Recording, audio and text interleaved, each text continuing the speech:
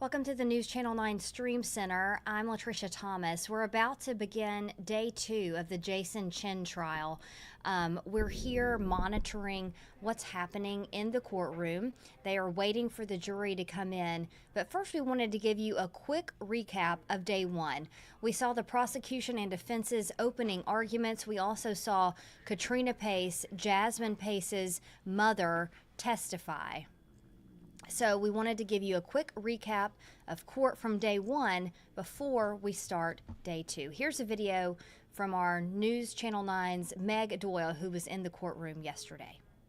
Pleas to the jury and witnesses taking to the stand today during day 1 of Jason Chen's murder trial. Thanks for joining us. I'm Kim Chapman-Whitfield. And I'm Joshua. Attorneys made opening statements with DA Cody Womp showing the jury the suitcase investigators found Jasmine Pace in. And in response, Chen's attorney telling the jury that Chen did kill Pace on that day more than 2 years ago. Womp described the injuries to the jury and the dozens of stab wounds found on Pace's body. She says Chen's actions were cold and calculated. However, Chen's attorney, Josh Weiss, says they were not. Instead, what happened that night was a result of passions and a reaction to a fight gone wrong. He didn't do it with premeditation. This is a voluntary manslaughter case.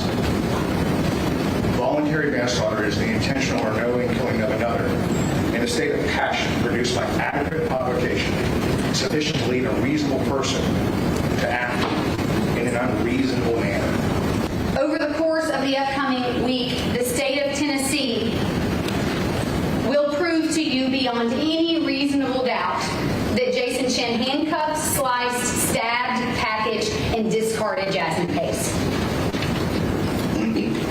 I ask that you carefully consider this evidence. Now, we've had 2 reporters in the courtroom today, both keeping track of this trial. Let's go live now to News Channel 9's Meg Doyle with what she's taken away so far. Meg.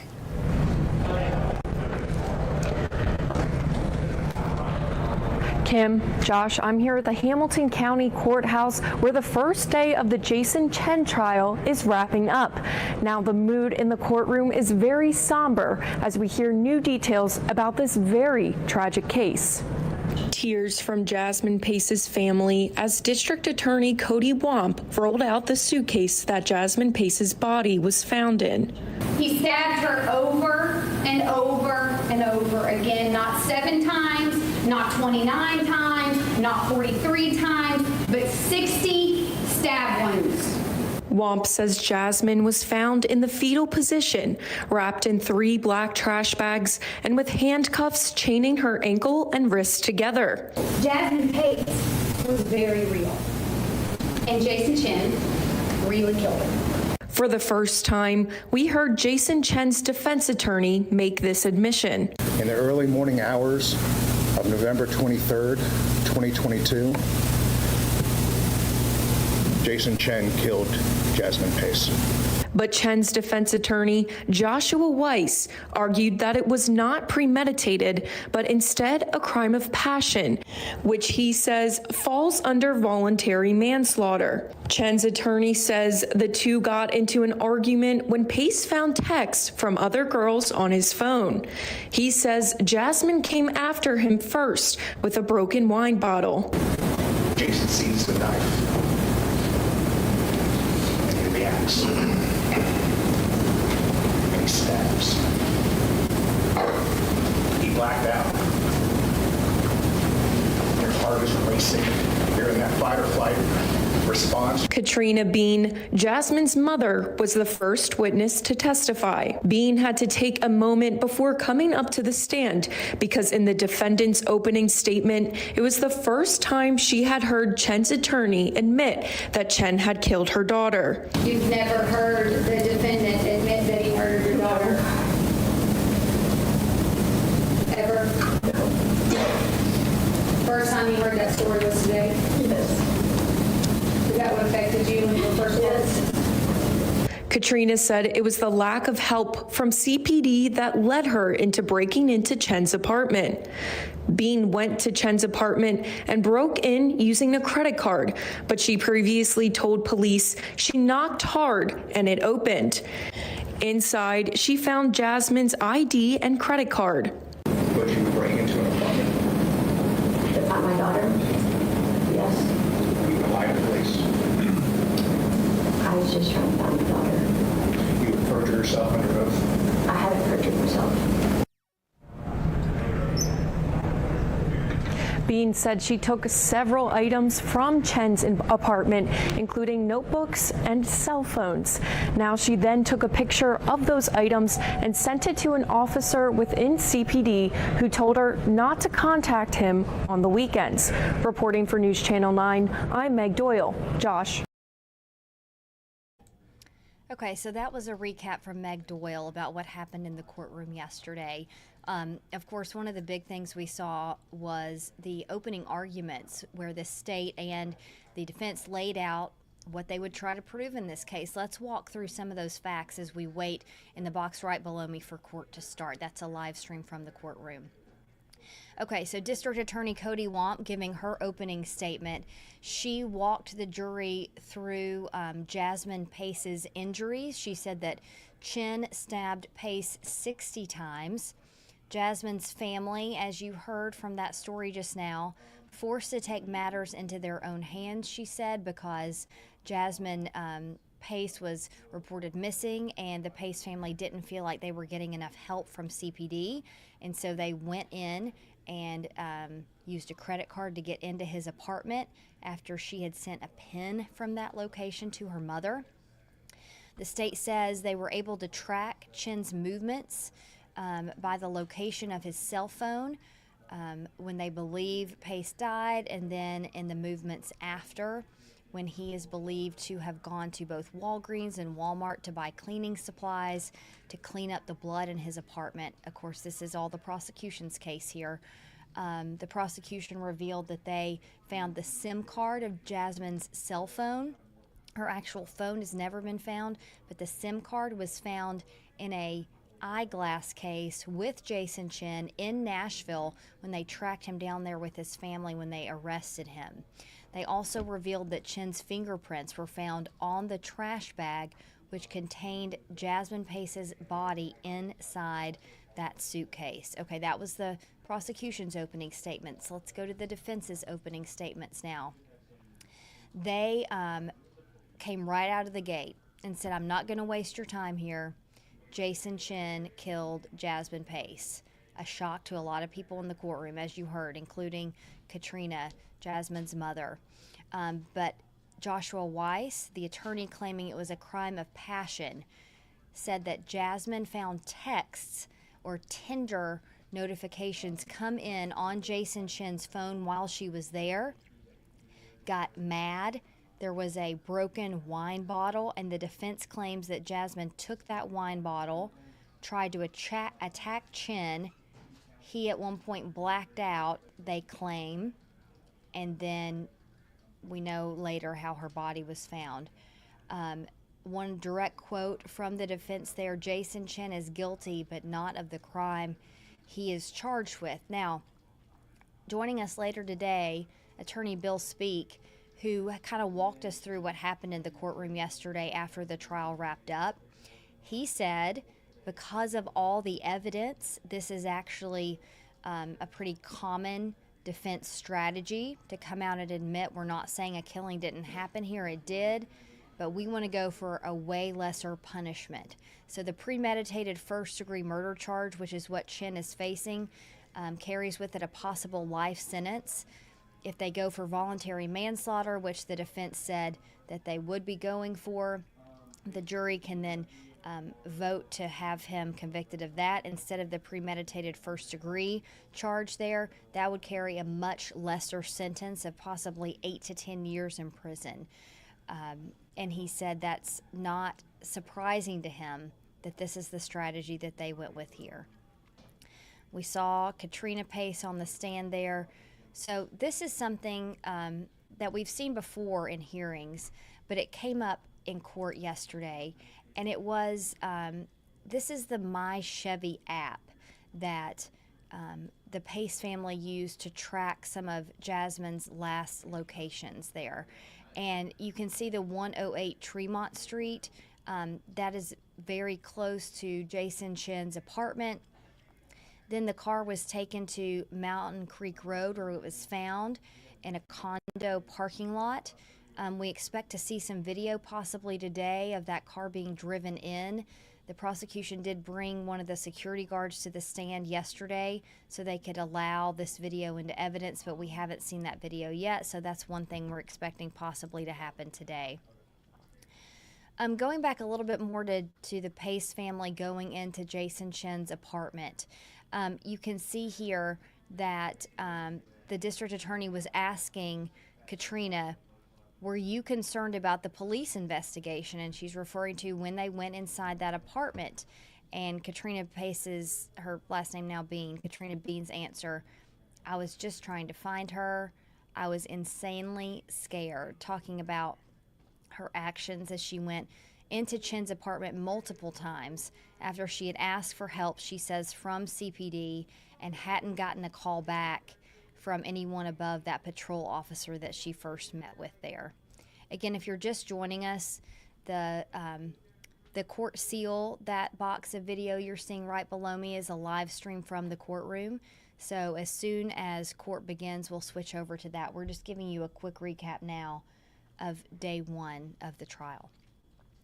So then the defense cross-examined Katrina, and in their opening argument, they made the case that Katrina staged the crime scene to make it look worse for Jason Chen.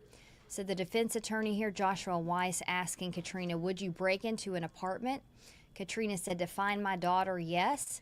The defense saying, would you lie to police? Katrina said, I was just trying to find my daughter. The defense, would you perjure yourself under oath? Katrina said, I haven't perjured myself.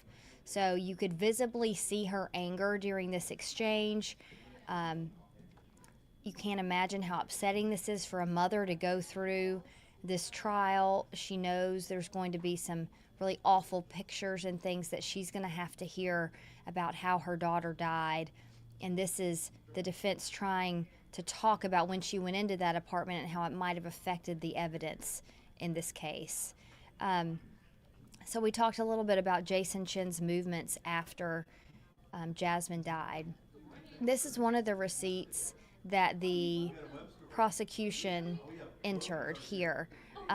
They were talking about him buying hydrogen peroxide and other cleaning supplies, both from Walmart and Walgreens.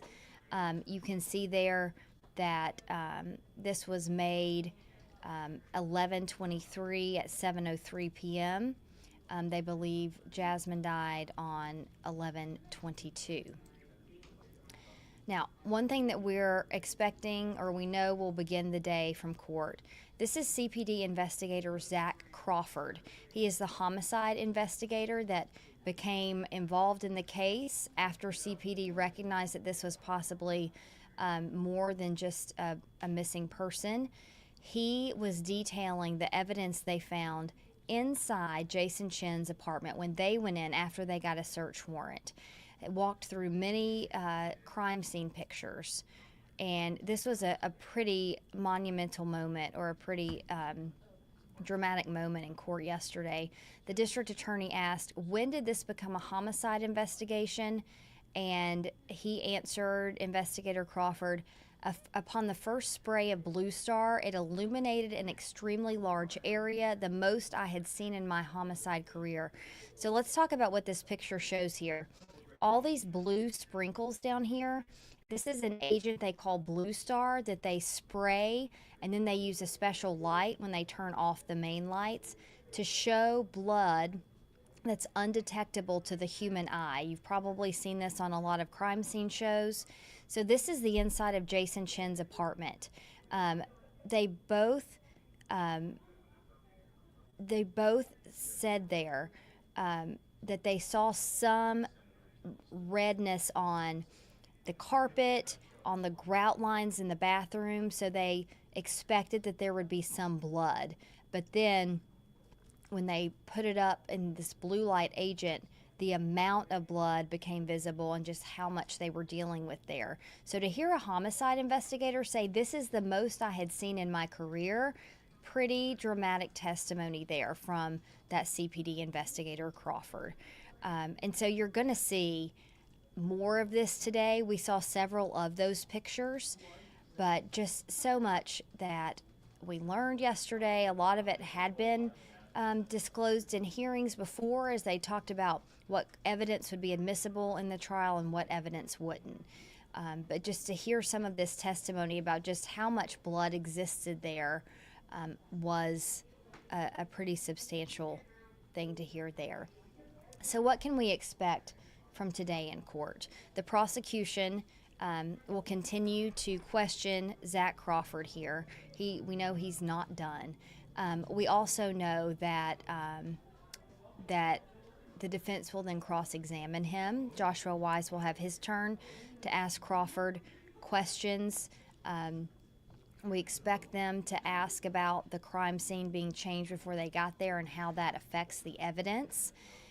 We also know that the prosecution, when they submitted their witness list to the court, they had more than 30 possible witnesses. Now, that doesn't mean they have to call all of them, and they've called a few of them already that were actually very short testimony, some of the clerks at Walgreens and Walmart, to be able to admit that those receipts in that video that we're expecting to see later. We have more CPD investigators to hear from. We have more family members to hear from. Travis Pace is on that witness list, Katrina Pace's biological father. So a lot to expect as we get ready for day 2 of this trial. Now, I had a comment here, is Facebook the only way to watch our coverage? We're streaming live on our YouTube News Channel 9 channel, as well as Twitter. So Facebook, Twitter, and News Channel 9, all ways you can watch all of the testimony today. We'll have wrap-ups on News Channel 9 at midday of the morning testimony, and 5:30, and 6 of the evening testimony. And any testimony that goes on after that, you'll be able to catch up on News Channel 9 at 10 and 11 if you want to watch your traditional television ways. But again, YouTube, Facebook, and Twitter are ways that we're going to see this play out live. So it looks like we're about to begin in court. We're going to switch over here so we can hear Judge Boyd Patterson, and we'll be back with you in the breaks to break down what's happened so far. Okay. Both sides ready to proceed with the trial? Yes, Your Honor. Bring Mr. Chen. Yes, Judge.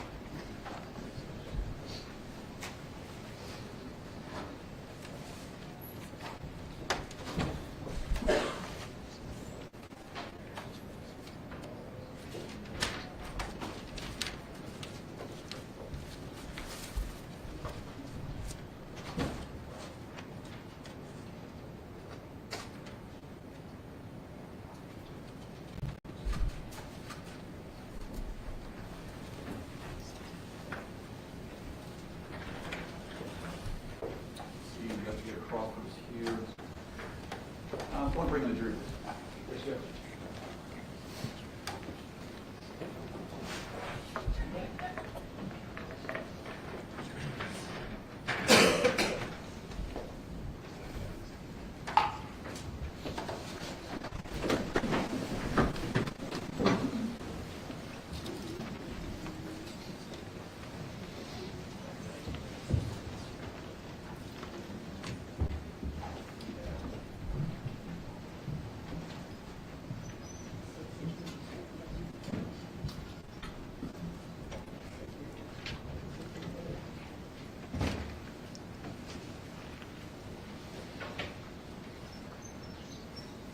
Jurors, please be seated as you can.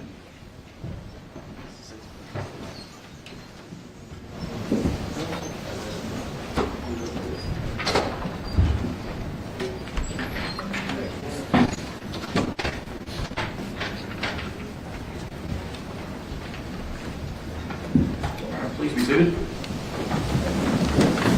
Good morning, jurors.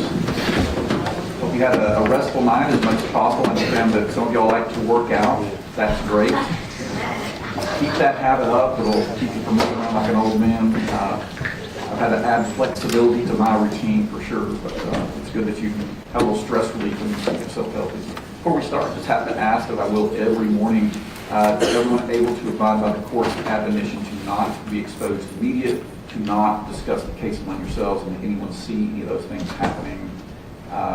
Everyone able to abide by the court's admonition? Please nod your head. Records reflect all heads are nodding. Okay. We're going to proceed with the direct examination of Investigator Crawford, General. Yes, Your Honor. Crawford, come on up. We're swearing to do this.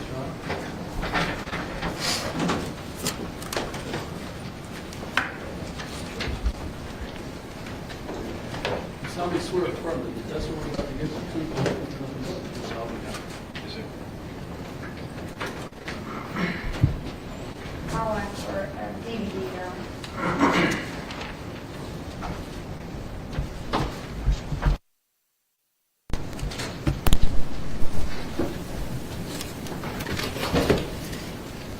Good morning, Investigator Crawford. Good morning. So let's wrap up where we left off in Mr. Chen's apartment. When you were in Mr. Chen's apartment and you saw what you believed to be blood, and then the Blue Star reacted, at that point in time, did you know whose blood that was? I didn't know whose blood was what that was. Did CPD take steps, more urgent steps than normal in a situation like that to try to learn whose blood that was? Yes, we did take samples of blood, swabs of blood.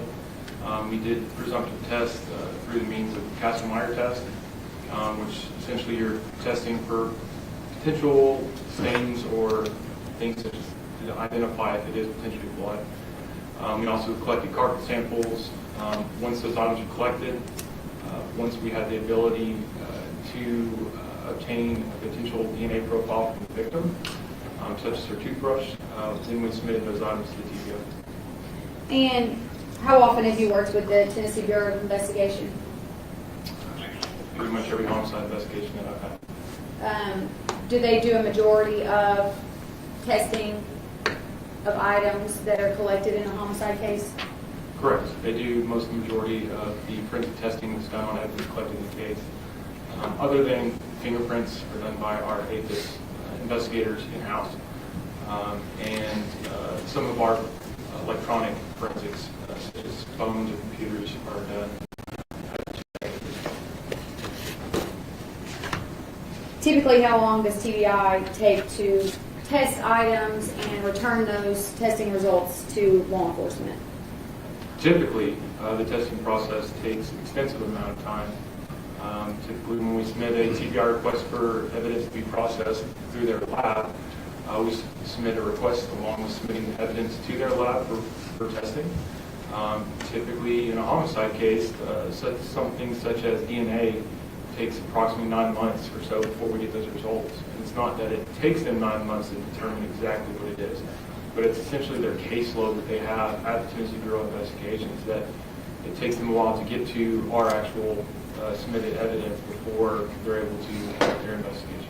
Were multiple items in this case taken to the Tennessee Bureau of Investigation for testing? Yes, they were. And is there a lab in Chattanooga? No, there is not. Where are the closest labs? The closest labs is, the main lab is in Nashville, Tennessee, and they have another lab that's close to us, being in Knoxville. Do you recall which one these items from this case were submitted to? Yes. Which one? They were submitted to the Knoxville lab. We made contact with the Tennessee Bureau of Investigation. We actually requested that pieces of evidence be tested externally as quickly as possible, meaning that we could submit them and hopefully they would take this case and put it in front of the rest of the cases to potentially identify whose blood or what kind of blood was located inside the apartment. We were able to make contact with the lab in Knoxville with TBI, and they fulfilled their request. So, did you ask for urgent testing to determine whose blood was in the apartment? Yes, that's correct. And were they able to return those results to you? Yes, they were. Were you able to review those results? Yes, I was. And whose blood was in that apartment? It was identified as that of Jasmine. Does TBI have protocols that they relay to law enforcement in regards to how much evidence they are able or willing to test in major cases? Yes. What are those, to your knowledge? To my knowledge, specifically with DNA, for every piece of evidence we submit, they have different requirements or different things that they have in place.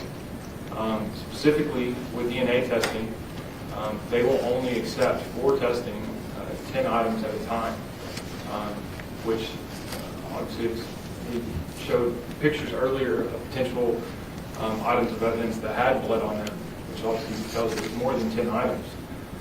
So we have to submit the items that we believe potentially have the best result to identify someone. We're allowed to submit 10 pieces of evidence for testing, along with our DNA standards. In investigations, we collect standards from victims, persons of interest, suspects, or potentially people that may have also had the ability to be in that same scene as well. In this specific case, we were able to get a search warrant and get a buccal, which is a buccal swab from the inside of your cheek for Mr. Jason Chen. And then we were able to first thing that was submitted was a known toothbrush for the victim that would have a high probability of her DNA being on it. Those two items were submitted to the TBI, along with other pieces of evidence. Going back to 110 Tremont Street, you testified to searching, and the jury will see more photos, you testified to searching Jason's residence. Did you do any searches outside of the apartment building? Yes, we did. And where was that? After the initial search of apartment 210 at 110 Tremont Street, in investigations, we start small and work big. We try to figure out what exactly happened in the scene, and then we expand upon that. That includes not only searching, but a neighborhood canvas to identify potential witnesses, to locate video, or potentially see if other items of evidence or anything has been discarded outside of the crime scene. The first step after the apartment is I requested that investigators then go door to door and conduct a neighborhood canvas within the apartment to potentially locate any further witnesses. While that neighborhood canvas was being conducted, I subsequently went to the exterior of 110 Tremont Street and started doing a walkthrough of that area as well, to include the outer perimeter, the parking lot area, and dumpsters located there. I expanded further past that. We had search teams conducted in the wooded areas and the residential areas, potentially locating further pieces of evidence, attempting to locate the victim. To the extent, I found a manhole cover at the rear of the apartments that was partially exposed and seemed to be that it had been moved recently. I personally entered that manhole and crawled 70 feet underground. We try to extensively search the entire area to include all the dumpsters. Would it be fair to say that you do everything that you could possibly think to do in a location such as this with such a large amount of blood? With the manner and resources that we have, yes. Okay. And let's go back to the dumpsters. Were there dumpsters? Jury saw some Google Map images. Were there dumpsters next to Mr. Chen's apartment building? Yes, there were. And were you present when there was, and you can explain it to the jury, what kind of search or investigation was done into the dumpsters? At first, even with exterior locations that we search, the process is still the same in terms of how it's done. The first part is a walkthrough to potentially identify via the naked eye items of potentially evidentiary value that we potentially want to collect or have further interest in. So such as a dumpster, the first thing I'm not going to do is go in there and start ripping every trash bag out or every piece of clothing, because I want that documented by photographs prior to any of that being done. In this specific case, I entered the dumpster area. If you remember correctly, there was a wooden gated fence to kind of hide the outside of it from the street or from the residents. I subsequently opened that wooded door and entered that area where two dumpsters were located. Upon entering that area, I observed a few items of clothing on the ground and a sanitary pad, a women's sanitary pad, that appeared to potentially have what appeared to be blood. And seemed out of place. Once I observed that, I subsequently notified our crime scene unit that we were also going to have further evidence that needed to be processed outside of apartment 210. What else was the evidence that you just spoke of, including the sanitary pad. Where was it when you opened the doors that covered the dumpsters? Upon entering the closed dumpster area, the fence, it was just a few feet inside of the doorway, on the floor, on the ground, on the concrete ground, outside of the dumpsters. There was trash in those dumpsters, but these items were discarded on the ground outside the dumpsters. Just laying there for you to see? Correct. Not inside of the dumpster? That's correct. Was there clothing there? Yes, that's correct. What type of clothing? There were a pair of pants, a pair of shoes, a women's sanitary pad. Did anything stand out to you about the pants? The pants appeared to have what appeared to be possibly blood on them. Discoloration? Discoloration consistent with blood. Do you recall what kind of shoes they were? They were white in color, dirty, white in color canvas style shoes with a white sole on them, low tops. I believe they were around the size of 11 or 11 and a half.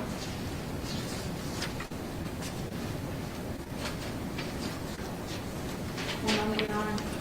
Yes, ma'am. I'm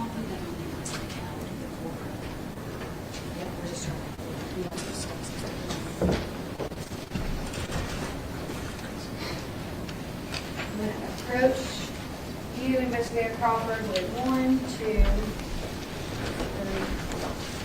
6 photos. They're stapled today. Can you look through those?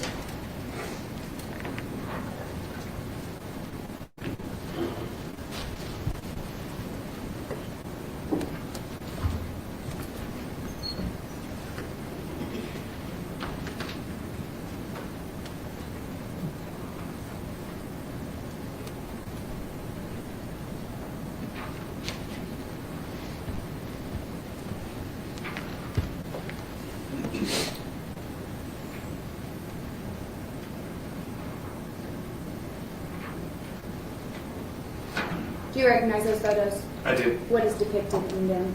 It's the photos are that of the dumpster area, the enclosure, and that of the items I described earlier that were on the ground on the concrete area. Do those photos accurately represent what that area looked like on November 20, what would that have been, 28, 2022? That's correct. Okay.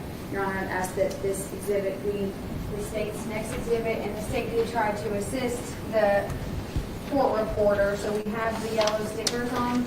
These have the -1-2, so they could be collected with the dashes. Okay. Collective 83.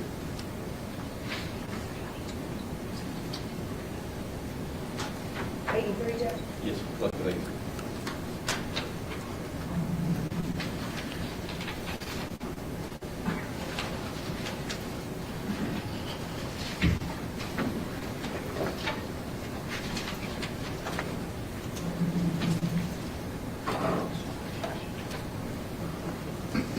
All right, Investigator Crawford, I'm going to post these on the screen behind you. Simply the doors of the dumpster, correct? That's correct. This is State's Exhibit 83-1. State's Exhibit 83-2. What does this depict? This is a photograph from the interior of the dumpster area, just inside the gated area. And what can you see on the ground there? You can see the discarded clothing, the pair of shoes I was describing, a sanitary pad, and there's also a pair of what appears to be women's underwear. State's Exhibit 83-3. What is this? It's a closer up shot of what we just observed. That also shows the same items, the pants, the shoes, the sanitary pad, and the women's underwear. And can you point out what discoloration you were referring to on the pants? That's correct. There's a reddish brown discoloration. Once again, this screen, the reddish color seems to fade out as bright as the normal pictures do. But there's a reddish brown stain there. Was there a large amount of stains on those jeans? Yes. And I can't recall if you actually named the brand. Were you able to determine what brand of shoe that was? I believe they were vans. Investigator Crawford, were you present for the autopsy that was performed in this case on Miss Pace's body? Yes, I was. Is that typical of a homicide investigator? Yes. And do you remain in the room for a majority of at least the initial autopsy? Yes, we do. Were you there when the medical examiner began to examine Miss Pace's body when she did have clothing on? That's correct. Were you there when the medical examiner began to take her clothing off so that you could examine her body? Yes, that's correct. Was Miss Pace, did she appear to be on her menstrual cycle? Yes, that's correct. Did she have a sanitary pad on that resembled the sanitary pad in the photo behind you? Yes, that's correct.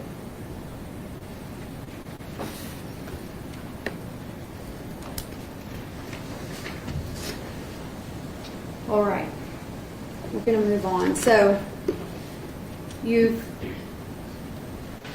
searched Mr. Chen's apartment. You have identified Jasmine Pace's blood in the apartment. Correct. And would it be fair to say that Jason Chen was a suspect in Jasmine Pace's murder at this point? Yes, that's correct. And so did you at this point, or maybe you even began before, at what point did you begin to look into Jason Chen as a suspect and as a person of interest? Originally, he became a potential person of interest at the beginning when I was brought into the investigation, just due to the fact that we had a missing persons under suspicious circumstances, and it is extremely uncommon with my experience as a law enforcement investigator that a significant other not be a part of the process in attempting to locate that missing person. So due to the lack of communication, I believed him to be a person of interest after law enforcement attempted to reach out to him with no callback. Did you try? Yes. So in your investigation of Jason Chen as a suspect, what preliminary information were you able to gather about Mr. Chen? First, we identified his residence. Obviously, apartment 210 at 110 Tremont Street. We identified a phone number associated with Jason Chen via numerous individuals. We also identified his vehicle, being a 2018 Toyota Camry that we're unable to locate.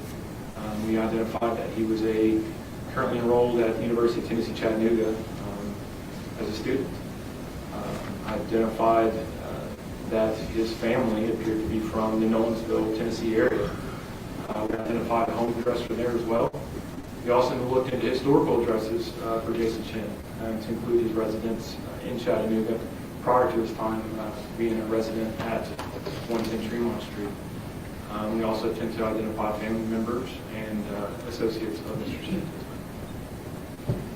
What county is Nolensville in? Williamson County.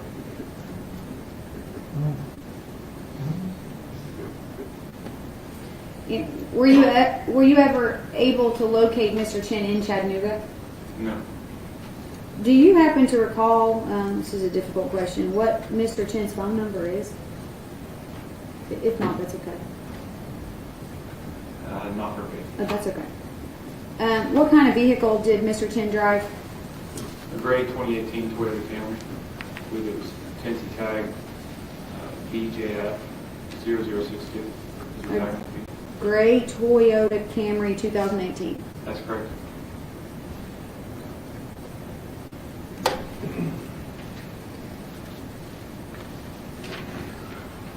At some point, were you able to access Jasmine Pace's cell phone records?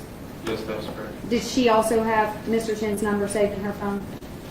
I don't know if she had it saved in her phone due to her cellular device not being recovered, but we were able to get her phone records from Verizon. How many investigators with the police department do you estimate that tried to contact Mr. Chen during this week? I know that 2 investigators attempted to make contact via phone communication. I know that during the hours leading up to before I was notified about the investigation, I believe a patrol supervisor also attempted the contact number for Jason Chen. We also attempted to make contact with other family members and friends in the Chattanooga area before moving on to Nolensville. At some point, did you become aware that Mr. Chen was most likely in Nolensville? Yes, that's correct. And how's that? On November 28th, we applied for a search warrant for Mr. Chen's phone records to include historical data and have real-time ping locations to be readily available.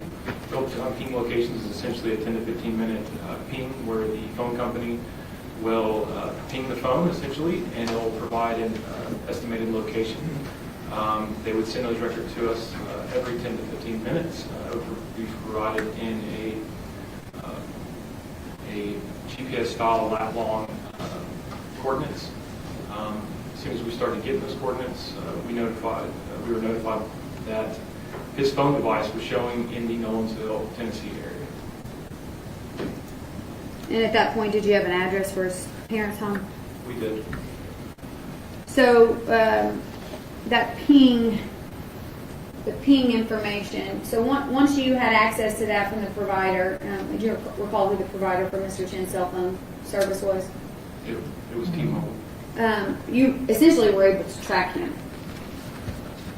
Correct. It's only the ping locations at that time was the only information that we were provided by the phone company, and it's only real time up from the point that they send that information. At that point, we didn't have any historical data to potentially track or see his communications or anything like that. We didn't receive those to a later date. So we were attempting to track his location. Sometimes the ping locations don't provide an exact precise location based on the quality of the phone reception. So sometimes the ping locations were a larger area. It would essentially give a neighborhood location or within city limits. But at some points they were pretty precise and showed locations consistent, being at his parents' address. Okay. Was a search warrant for Jason Chen's parents' home applied for? Yes, that's correct. Was it issued? Yes, that is correct. And were you present when that search warrant was executed on his parents' home in Nolensville, Tennessee? Yes, that is correct. How many people from the Chattanooga Police Department went with you? We had 4 people from the homicide division, being myself, Detective Seach, Detective Daryl Slaughter, and one of our homicide supervisors, Time Sergeant Miller. I also contacted the crime unit to have a part of their team also respond for assistance with documentation, scene, and collecting evidence. We had them respond to the scene based on conversations with Nolensville PD and their capabilities of crime scene in terms of how they can collect evidence. They felt more suited that our Chattanooga Police Department Crimes Unit would be more suited to handle this. When you arrived at the home, who answered the door? The parents of Jason Chen were the first people to answer the door. And what did you tell them? I advised them that I had a search warrant for the residence. I requested that they exit the residence and also requested if any other parties were inside the residence at that time. Was Jason Chen at the residence? He was. When did you first make contact with him in terms of see his actual person? After speaking with Jason's parents about the search warrant and asked them to request to leave the residence or to step out of the residence so we could execute the search warrant, Jason's father actually yelled, "Jason." I observed him exit a door on the second level of the home. It was a 2-story residence. It's a 2-story residence. As you enter, there's a staircase to the right, and there's like a cross balcony, which allows you to see access to that room. I observed that room door open, and I observed Jason Chen exit that room before walking downstairs and greeting me at the front door.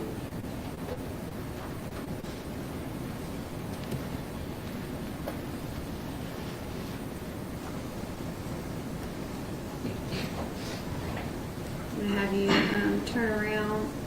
Investigator Crawford, this is Google Maps. Just typed into the search bar. Do you recognize this location? Yes, I do. And what is the what is the address? Do you recall what the address is? We'll go back. 1943 Ashburn Court, Nolensville, Tennessee. Okay, so there we are. What is this? Sorry. That's Jason Chen's parents' residence. This is the residence that you showed up to at the front door with that search warrant that you were just discussing. That's correct.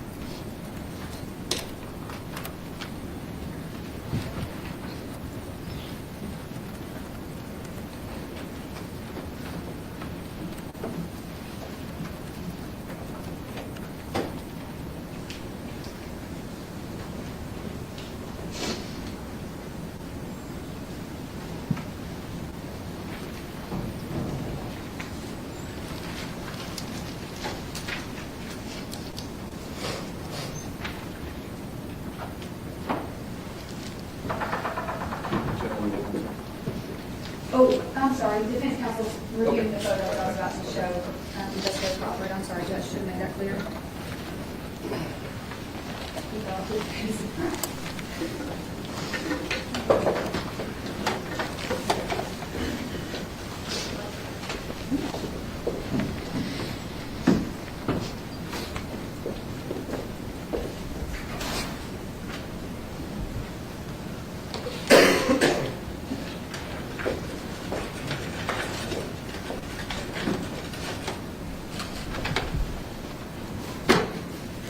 Investigator Crawford, I'm going to show you a handful of photos.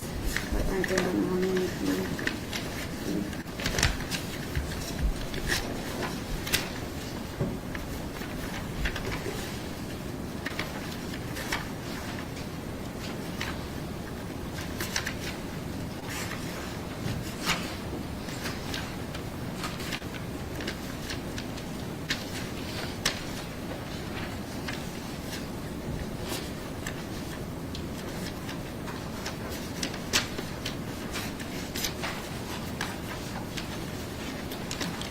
$31.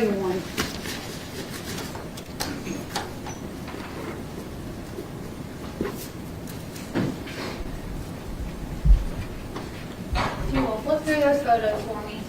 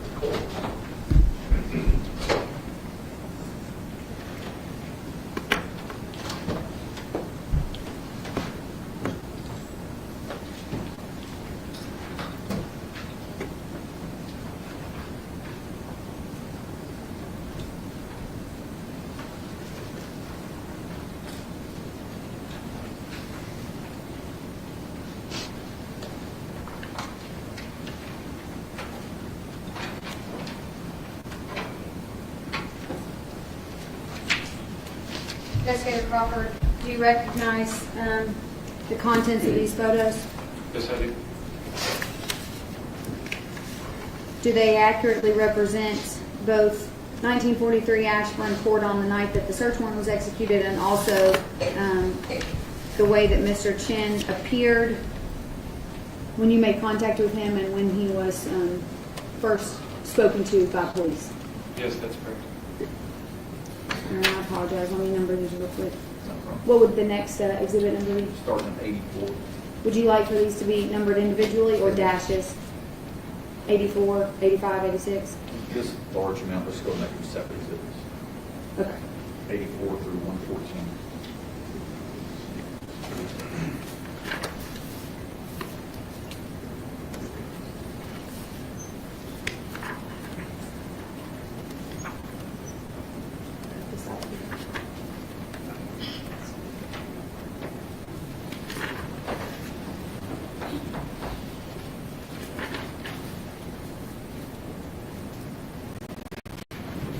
Investigator Crawford, while I'm numbering these, did Mr. Chen make any statements to you when he was first contacted? You had questions for me?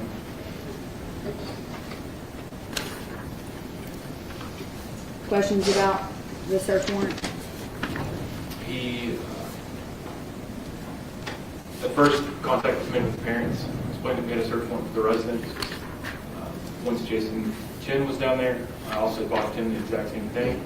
I advised him we had a search warrant for the residence. I also advised him that he was going to be detained and taken to the Nolensville Police Department, where we had a search warrant for his person with a collection of evidence such as DNA, fingerprints, photographs, and other things that were on the search warrant. At which point, Jason asked if we had any more warrants, which then I advised him we would talk to him further at the Nolensville Police Department. Can you describe for the jury what Mr. Jason Chen's demeanor was? More defensive.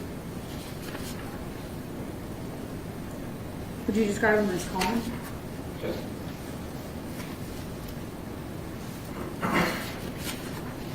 Did he tell you at that time that he wanted to tell you what happened? Did he tell you at that time that he wanted Council to? President.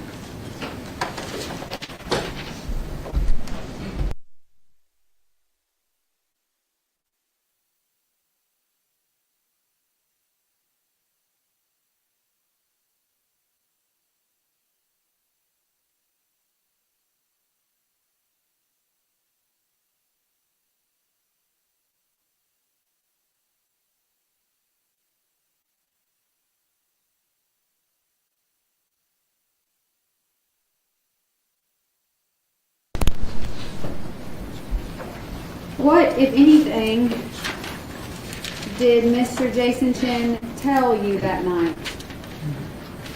He made another statement that he asked if we had spoken to his lawyer yet. And other than that, did he say anything else? No. We attempted to identify and try to make contact with the lawyer. At this point in time, it was approximately 2 a.m., knowing that it would be difficult to potentially get an attorney on the phone at that time and also potentially respond to Nolensville, Tennessee was difficult.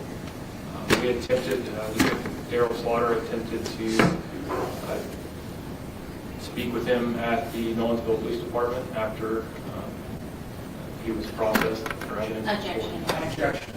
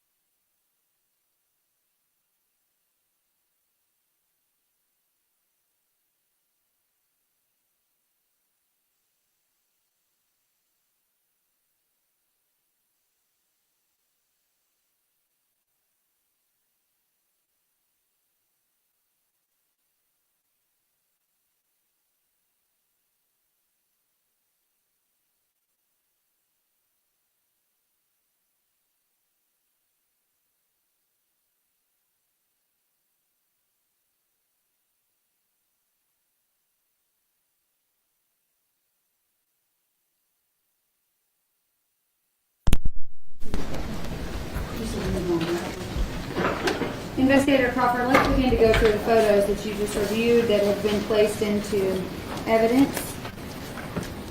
I'll have you turn around to the screen. What does this photo depict? This is a photograph, me on the left-hand side, other officers on the right-hand side. You can see just inside the doorway is Jason Chen's father, and you can observe Jason Chen to the left as well. With a hat on. That's correct. That's State's Exhibit 84. State's Exhibit 85. Again, what do we see in this photo? Once again, it's a photograph of the doorway area that depicts Jason Chen's father on the right-hand side, and on the left-hand side of the picture walking away is Jason Chen. And were separate photos of Mr. Chen taken once he was transported to the Nolensville Police Department? Yes, that's correct. State's Exhibit 86, is this one of those photos? Yes, that is correct. And are the photos taken exactly as he came out of the house that night? Correct. State's Exhibit 87, for the record, can you read what that hat says? The hat says, "Anything goes." In the course of your investigation, did you see this hat any other times and places? Yes, I did. State's Exhibit 88, side profile of Mr. Chen. Yes, that's correct.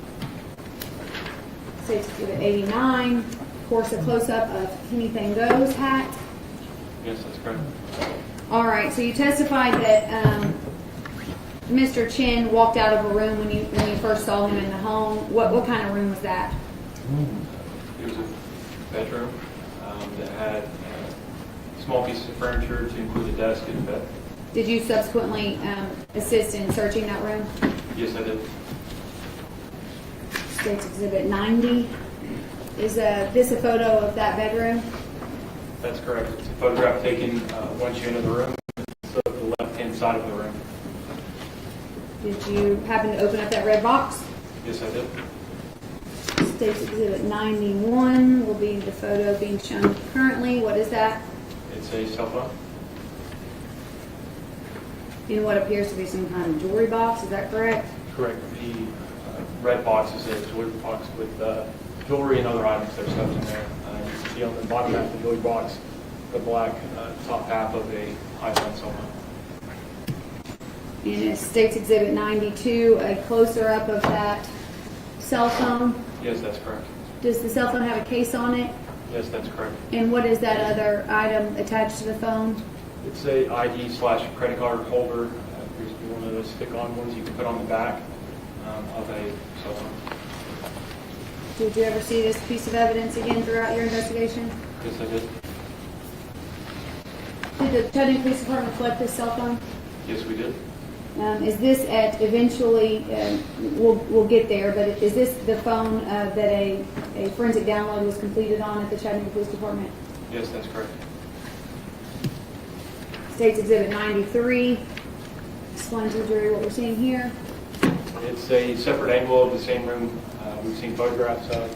The first one shows the bedded area to include the small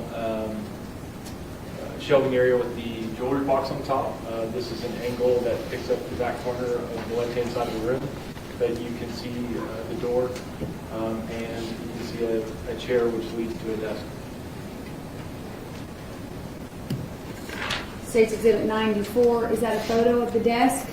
That's correct. And there are what kind of items on the desk? There is handwritten notes. There's a binder. There are glasses, Jason Chen's wallet, and a laptop computer. Were those glasses collected that day, do you recall? I do not recall. I know the photographs were taken.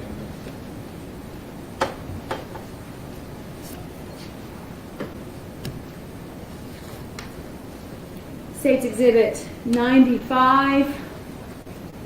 Were these note cards collected from the desk? Yes, that's correct.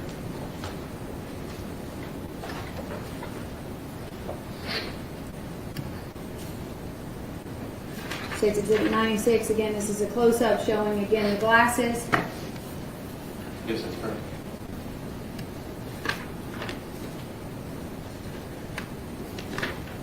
This is even more of a close-up, closer to the glasses, and then you can see that there's a notebook there with what appears to be writing on it. Yes, that's correct. And what is that black object behind that notebook? It's a wallet. Was the wallet collected Yes, that's correct. in the notebook? Yes, that's correct. Your Honor, may I have the deputies flip off the screen light?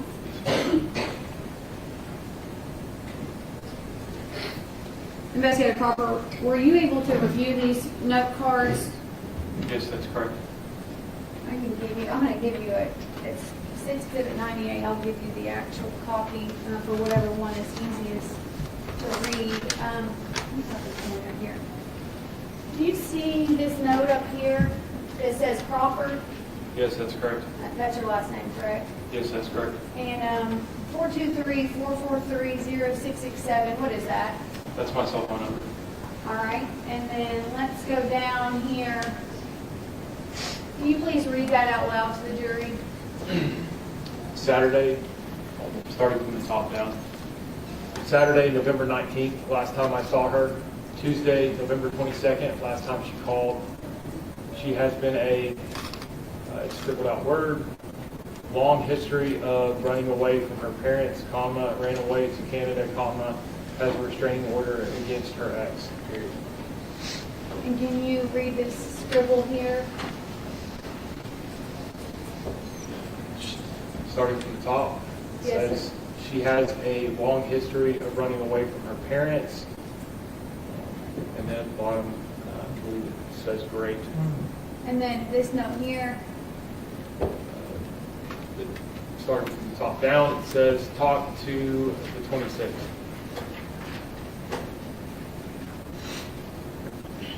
And then it says missing. Sorry, say It says at the bottom half, it says missing. Okay. On that note part right there. Correct. This is a close-up, State's Exhibit 99 of other notes, correct? That is correct. Did these numbers mean anything to you? Not right now. And that you'd agree that says approach them, and then it looks like there's a note with some ring finger sizes. Yes, that's correct.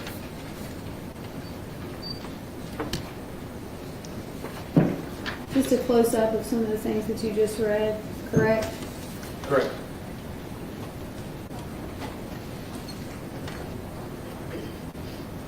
Can you, by any chance, I don't know if you'll be able to see if you can read from this closer up that purple note card? Yes. What does it say? If law enforcement contact other family members, what to do, they do.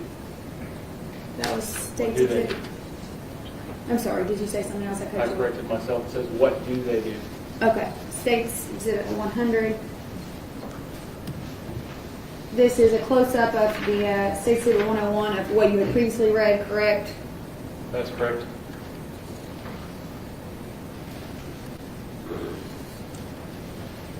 Close-up of what you previously read, State's Exhibit 102, correct? Yes, that's correct. This is another note here. Correct.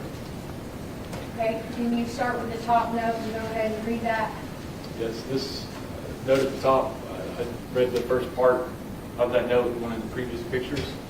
The top note says, talk to her mom on the 26th. And it says at the bottom of that note, missing person yesterday. And then let's go ahead and start reading the bottom note as best you can with the jumbled words. The top down states, November 19th, last time I saw her. Scribbled out appears to be Shul. Says she would call me once a day is above, crossed out every day. Last time was on the November 22nd on phone.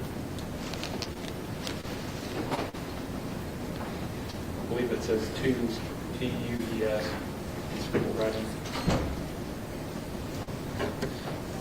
State's Exhibit 104, this was the notebook that was sitting underneath the glasses, is that correct? That's correct. And let's go ahead and read this a little more clear here.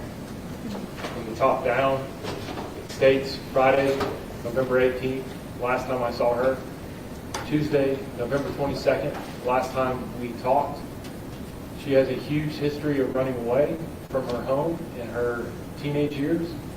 Mom was an alcoholic, ran away to Canada for several years and was homeless. Her dad left when she was a kid, has restraining order against her ex. The next bulletin says she was recently online Facebook, and the bottom says next to Kim.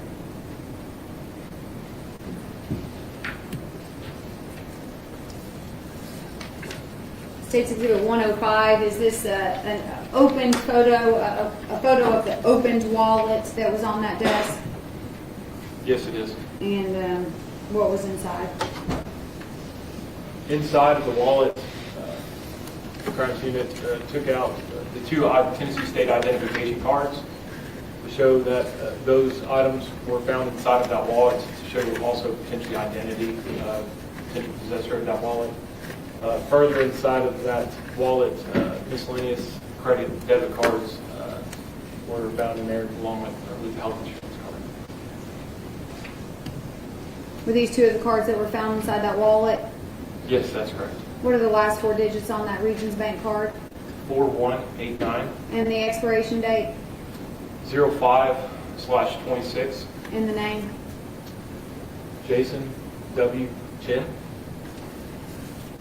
Were there other bedrooms in the home that law enforcement went through? Correct. We went through the entirety now. Okay. Was there a bedroom upstairs with a bed that had sort of striped sheets on it? That's Do you correct. recall? There were multiple bedrooms upstairs. I have to see pictures. Is this one of the bedrooms that was upstairs? No, it's not. Where was this bedroom? That bedroom was located actually directly below the first bedroom we saw photographs of. I described going into the residence, going up the stairwell, coming back over a catwalk-style balcony to this side of the house, the left-hand side of the house. So the first room we looked at would be the top left. This room would be directly under it in the bottom left. So if you were to enter going to the living room area, the far left corner of the residence, where would be this bedroom is located. And is that the bedroom in the photo behind you? That's correct. State's Exhibit 106. What is that black object on the bed? It's a North Face backpack. State's Exhibit 107, is that a closer up of that backpack? Yes, that is correct. Again, 108. Different angle with the North Face logo that you can see. Correct. It's, after it's photographed, and once the searches began, they now flipped the backpack to document the other side of the backpack.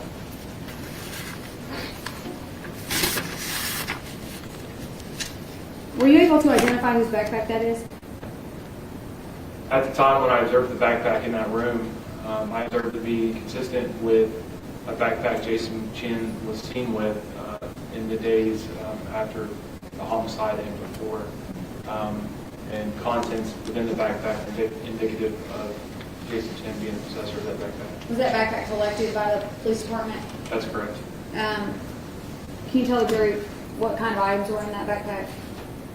There's all sorts of miscellaneous items that one can find in a backpack, specifically potentially someone that was, had left the residence. There was multiple items to include umbrella, eyeglass case.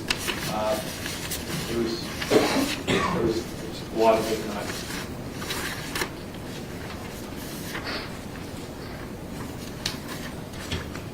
Did you observe an eyeglasses case in the backpack? Yes, there was a black eyeglass case in the backpack. What was inside the eyeglass case? Miscellaneous items to also include a Verizon SIM card. Were you able to locate Mr. Chen's vehicle? Yes, we were. Where was it? It was parked within the garage of that residence, a single car garage. Was the garage door closed? Yes, it was. Were there vehicles in the driveway? Yes, there were. How many? There were two.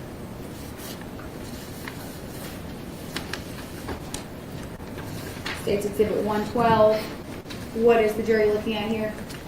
This is a photograph of from the doorway from the interior of the residence looking back into the garage.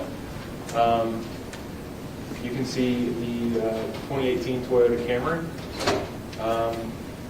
I described it as a single car garage. There are two doors, but it appears that they used half of their garage as storage. So there isn't really room for another car to be in there. So you'll see the car parked in there, and it's very tight quarters based on the amount of items that are in the garage. It's hard to move around and get around the vehicle. Were you able to verify based on the license tag that this vehicle was the vehicle registered to Jason Chen? The Tennessee license plate and its VIN number. And the VIN number, you said? Yes, that's correct. Just a closer up of Mr. Chen's gray Toyota Camry. Yes, that's correct. And then lastly here, Mr. Chen's license plate, is that correct? That's correct. Did law enforcement confiscate Mr. Chen's vehicle? We did collect it as evidence at that time. Was it taken to the Chattanooga Police Department? Yes, it was during execution of the search warrant. That vehicle was then taken by tow and taken back to Chattanooga Police Department for further processing of evidence. Were you able to enter that vehicle at any point in time? Yes, we applied for a search warrant for the search and processing of that vehicle, at which point it was granted. After the search warrant was granted and signed off, then we executed the search warrant and began processing that vehicle.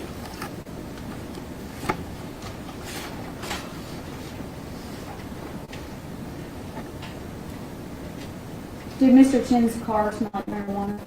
No. So if we're going chronologically, this search warrant was executed. Chronologically in the investigation, what major event happened next? The search warrant is executed. Mr. Chen is transported to the Nolensville Police Department. Subsequently, after he was transported, we concluded the search warrant at 1943 Ashburn Court to include collecting evidence and taking possession of the 2018 Toyota Camry that was subsequently towed back to the Chattanooga Police Department, followed by law enforcement investigators. After that was towed back, Mr. Chen was transported to the Williamson County Jail. We subsequently drove back to the Chattanooga Police Department, where then Mr. Chen was only placed under NCIC hold, investigative hold at that point. When we came back, I applied for an arrest warrant through the Hamilton County Magistrate's Office, at which point he was signed off for at the time for criminal homicide. And at this point in time, did anybody know where Jasmine was? No. Were investigators and other law enforcement officers at the Chattanooga Police Department actively looking for Ms. Pace? We didn't stop until we located. What day was that arrest warrant issued? The arrest warrant, it was issued on November 30th, 2020. And do you recall what day it was that Jasmine's body was located on the side of the Tennessee River off of Suck Creek Road? On December 1st. I'm not going to go into too much detail, but were you notified when Jasmine's body was located? Yes, that's correct. Did you report to that area where the suitcase had been found? Yes, that's correct. And then subsequently, did the medical examiner also arrive at that scene off of Suck Creek Road? Yes, that's correct. And was it after that that you also went to the medical examiner's office for the autopsy? That is correct.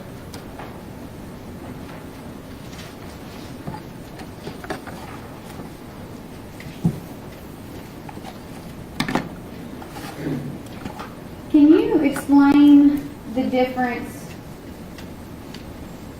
for the jury between a forensic download of a cell phone versus obtaining cell phone records via search warrant? Correct. Can you explain the difference? So you'll hear it during this trial that there's potentially items that need to get brought forward. There is a forensic download of the cell phone. What that actually is actually having the device at which point it's hooked up to a programming system after a search warrant is applied for, consent is given for the funds. Essentially, one of our electronic evidence unit investigators will then utilize a set of programs to essentially crack into the phone if it has passcode. If it has passcode, sometimes we have the ability based on the programming to bypass that passcode. Once they're allowed inside the phone based on the programming, then essentially almost all contents from the phone is forensically extracted from that device. So things that are going to show up in phone records are going to be the apps associated with that device. Certain things like iMessages that are communicated differently, can be communicated over a Wi-Fi signal, will be different than your phone records because of how they're electronically communicated through the device. So inside that device, you'll also have your photographs that you've taken on your device. You'll have videos. You'll have internet search history. And some apps also allow for extraction of data, where other apps do not. Sometimes you may get Facebook messages. The way that it communicates on your phone and is stored, you'll actually get those potential communications via Facebook, but you don't get to see everything that happens on Facebook and how the extraction occurs. It doesn't show you their activity, their search history in terms of those apps. With the phone records themselves, the forensic download of the phone comes from the phone itself. Without the phone, we cannot do a forensic extraction of that actual device. So the other way to get potential records for someone, cellular records, is to go through the phone provider with either consent, subpoena, or search warrant applied for. We provide those things to the phone providers. Then we get the reports back from the phone providers on whatever we requested from them. Those reports typically will have the subscriber information that shows who that device is potentially registered to or that account is registered to. It will have cell phone records to include their call data reports or CDR reports, which will show generally the phone number associated with the device, who it called, when it called. It'll also have different types of location data, and they're called different things based on the phone providers themselves. They just have different classifications on how they report the data. So they will provide, essentially, I hate to say GPS style coordinates because that's not the way that they really are on how they're triangulated. But they will provide location data if it's available. They will provide call records, such as call logs. They will provide SMS or MMS text message data showing when text messages occurred. And sometimes, not frequently, we will get content. Sometimes certain phone providers will do a very minimal, typically less than a week or about a week of actual content that's transmitted. So it'll actually have content of what was text message. But typically we don't get that content. The content we get from the actual text messages would be from the actual device itself. From the forensic reports, how we get that. From the phone reports from the company, all we can tell is that a call was made, where a text message was placed, who it was to, who it was from, if it was completed, how long the call was, and where that device was located when these things were happening. On the forensic download, where you actually need the physical phone, are you able to tell what has been deleted? Part of the process of the program itself, it does have the ability to potentially to re-extract items that were deleted. It will identify and report if items were deleted. But depending on how that deletion of that phone occurred, we don't have any idea if items were deleted prior, other than having something else to corroborate, something has been changed to that phone. So a lot of times when something is deleted, like a photograph or potentially a text conversation or a call log, we are not able to recover those from the device. Was the Chattanooga Police Department able to obtain Mr. Chen's cell phone records from T-Mobile? Yes, that's correct. Was the Chattanooga Police Department able to obtain Jasmine Pace's cell phone records? Yes, that's correct. And that provider was who? Jasmine Pace's provider was Verizon. And did the Chattanooga Police Department do a forensic download on Mr. Chen's cell phone? We did. Which cell phone, based on the photos the jury has seen today, was that? It was the cellular device that was located in the red jewelry box within that upper room at 1943 Ashburn Court with the clear case in the backing on it, which I believe is for Boston College. Do you have experience in reviewing a forensic download? Yes. Describe that for the jury. Depending on how long someone's had a device or how active they are on the device, the reports can be very extensive, or they can be minimal, depending on their activity. You know, if you have someone that's had the phone for maybe a week, that doesn't communicate a lot, doesn't take photographs, doesn't do those things, it's a very quick extraction. There's not a lot of data that comes back because there's not a lot of activity on there. If you find a device that someone's had in possession for a couple of years, it could potentially store thousands and thousands of pages of documentation to include photographs, timelines, associated apps, and you know, call logs, text messages, all sorts of things. So they will be extracted and put into this forensic report, where then we're able to review it, because obviously it potentially comes in raw form with raw data. I'm no computer expert in terms of reviewing raw data, but when it comes back in the report, we're able to review those forensic extraction reports and review the contents of that file. Is there a name for the software that's used to review those extraction reports? There are different names. There's Celebrite is one, and Axiom is another one as well. Does the Chattanooga Police Department utilize Celebrite? Yes, that is, Celebrite is actually the forensic tool, one of the forensic tools that is utilized to forensically extract that information from the device. Do you have much experience with Celebrite? Yes. Approximately how many times would you say that you have performed forensic downloads and reviewed those downloads of cellular devices? I've requested many, I don't know a number in terms of how many search warrants were applied for, consents were given for cellular devices where forensic downloads have been completed, and we're submitting to our electronics evidence unit and they complete those downloads. Not only review evidence in terms of my own cases, but other people's cases as well within the homicide unit and other investigative units upon request. Hundreds, I don't know. Okay. And were you able to review the forensic download of Mr. Chen's phone? Yes, I was.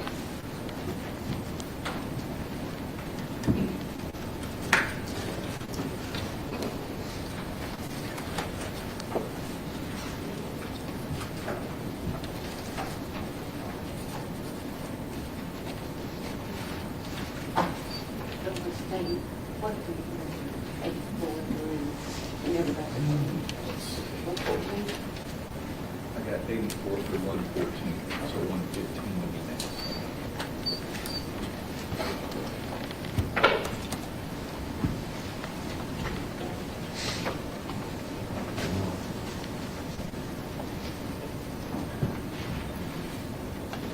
I don't think the court was making sure that last batch of photos was admitted. You asked for those to be admitted. Your Honor, if I didn't, I'd ask for those to be make the state's next exhibit. 114. I think 84 through 115.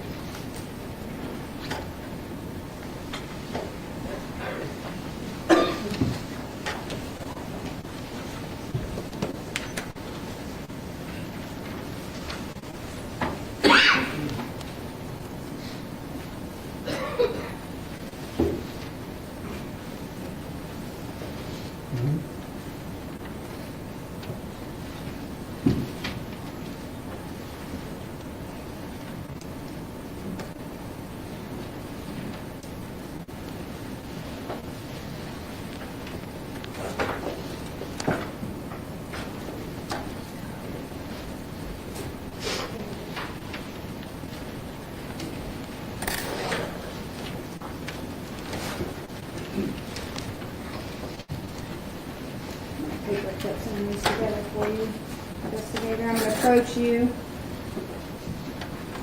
A handful of photos. This one goes together. The rest are separate. If you could review those.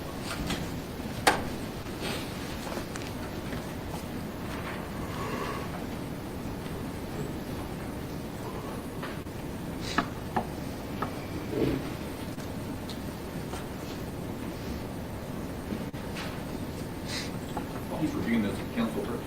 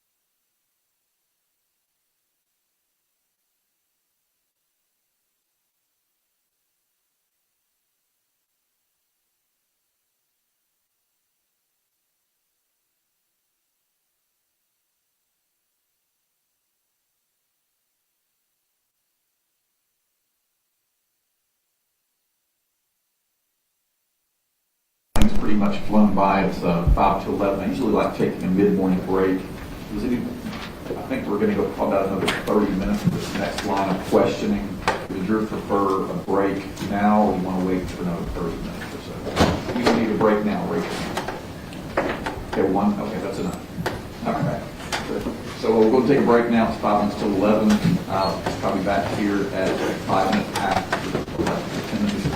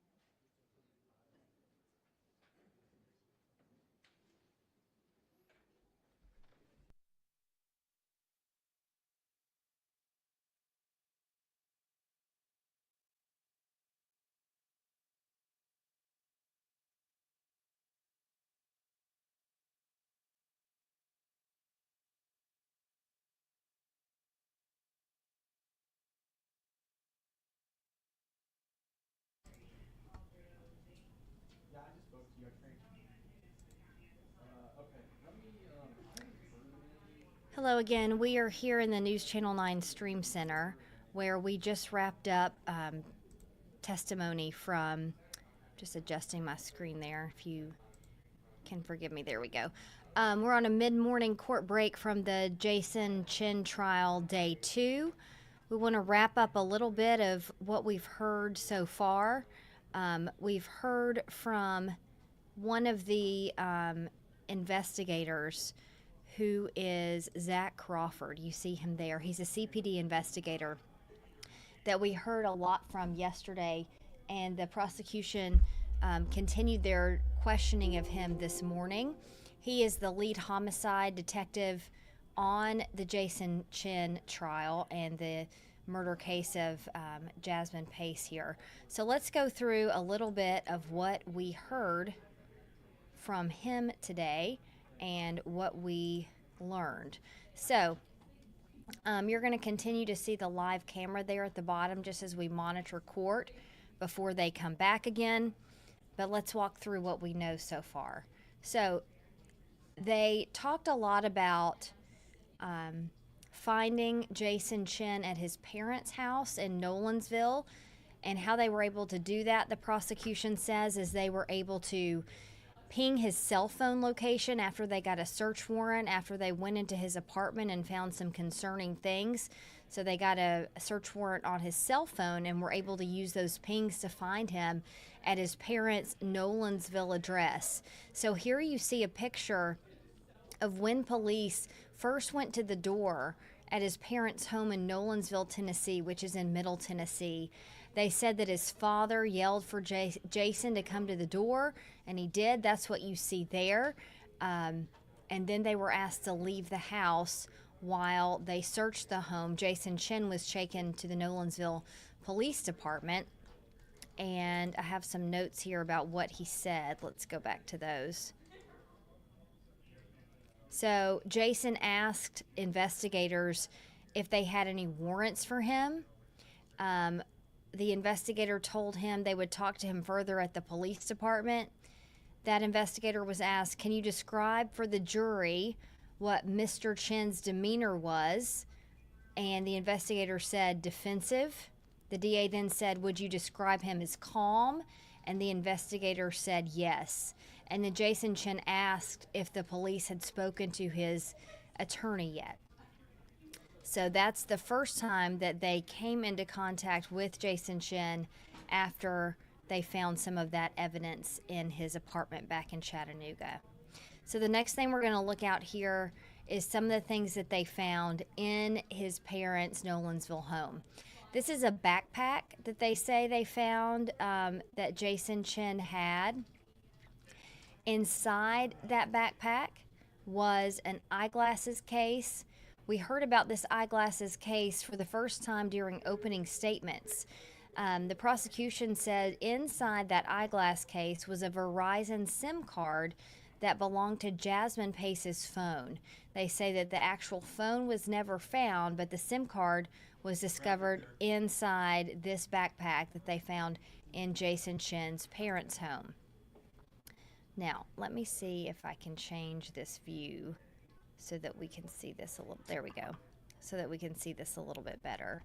And we'll take this banner down so that we can read it. Okay, the next thing they talked about were some handwritten notes that they discovered in Jason Chen's room at his parents' home. Now, there were several notes here. This is a good shot of one that's zoomed in. Several of the notes talked about Jason Chen's interactions with Jasmine Pace. This note there says, Saturday, November 19th, the last time I saw her. Tuesday, November 22nd, the last time she called. She has a long history of running away from her parents, ran away to Canada, has a restraining order against her ex. So again, this is Jason Chen's handwriting, the prosecution claims. Notes found inside his bedroom about his interactions with Jasmine Pace. Okay, here is his cell phone that they found at his parents' home. And this cell phone is about to become even more important, they said, because they were able later to go through and get a search warrant for what was on that phone. And we're about to hear, it sounds like, from how they're going with the testimony here, it sounds like we're about to hear more about what was found on that cell phone as far as different, maybe different messages. One thing that we did hear about was the text messages that the defense says that Jasmine Pace saw come through his phone that made him so angry. Of course, this is the prosecution's case, so we don't know how or if they will handle that there, but that's one thing that we could possibly be looking out for there. So that's his cell phone that was found at his parents' Nolensville address.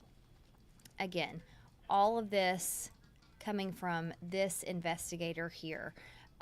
That is investigator Zach Crawford. He is a CPD lead homicide investigator, and he was the person that got involved when this became a murder case and walking us through evidence that was found in different places throughout the trial. Okay, a couple other things to show you here.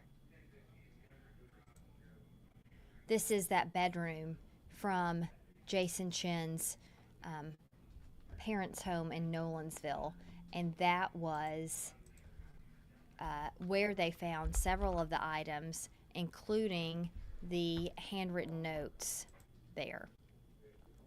And then we do have here, if we can go back just a little bit.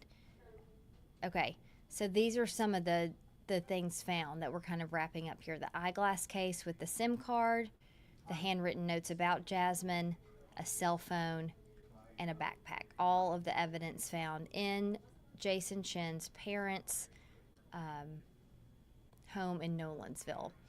Now, one thing that we're learning from our crew in the courtroom is that when Jason Chen's parents' home, they showed a picture of it in court. When that came up, Jason Chen's mother, who was in the courtroom, became visibly upset, had to be handed a tissue by a bailiff, seeing her home there on the screen. We know yesterday in the afternoon, the judge separated the two families. They had the Chen family and supporters sit on one side of the courtroom, the Pace family and friends sit on the other side of the courtroom. The judge asked them to do that. We haven't heard this morning them do something similar, but a probable idea that they were asked to continue doing that so that the two families aren't sitting together. Again, a hard time for both of those families. I do want to show you something that we have available on our News Channel 9 YouTube page. Some of you may be watching on our News Channel 9 YouTube page live right now, our live coverage of the testimony, but we've got several different things that you can watch here. So if you missed yesterday, and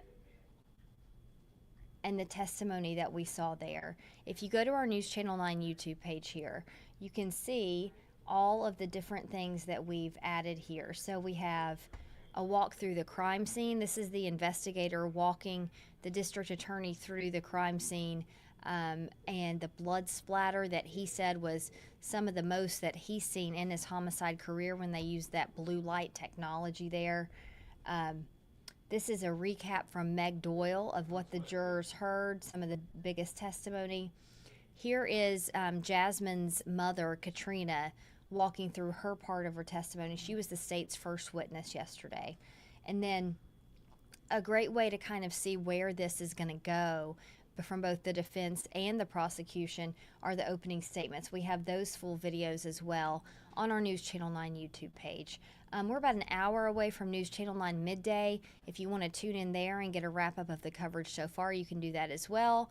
We are going to take a quick break here. We're still monitoring court, and when they come back in just a few minutes, we'll take you back there. Thanks so much for joining us here in the News Channel 9 Stream Center.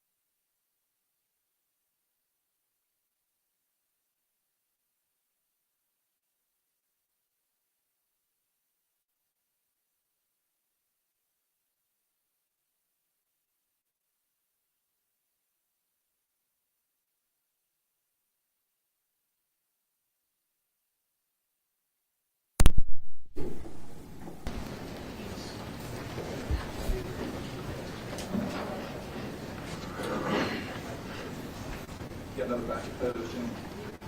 Your Honor, Investigator Crawford had just looked through these, and we took the break, so I have not asked him if he recognizes them nor about the definitive evidence. Is it easy for you to keep like a 115, 1, 2, 3? The only issue is I just don't want a large exhibit to be collected.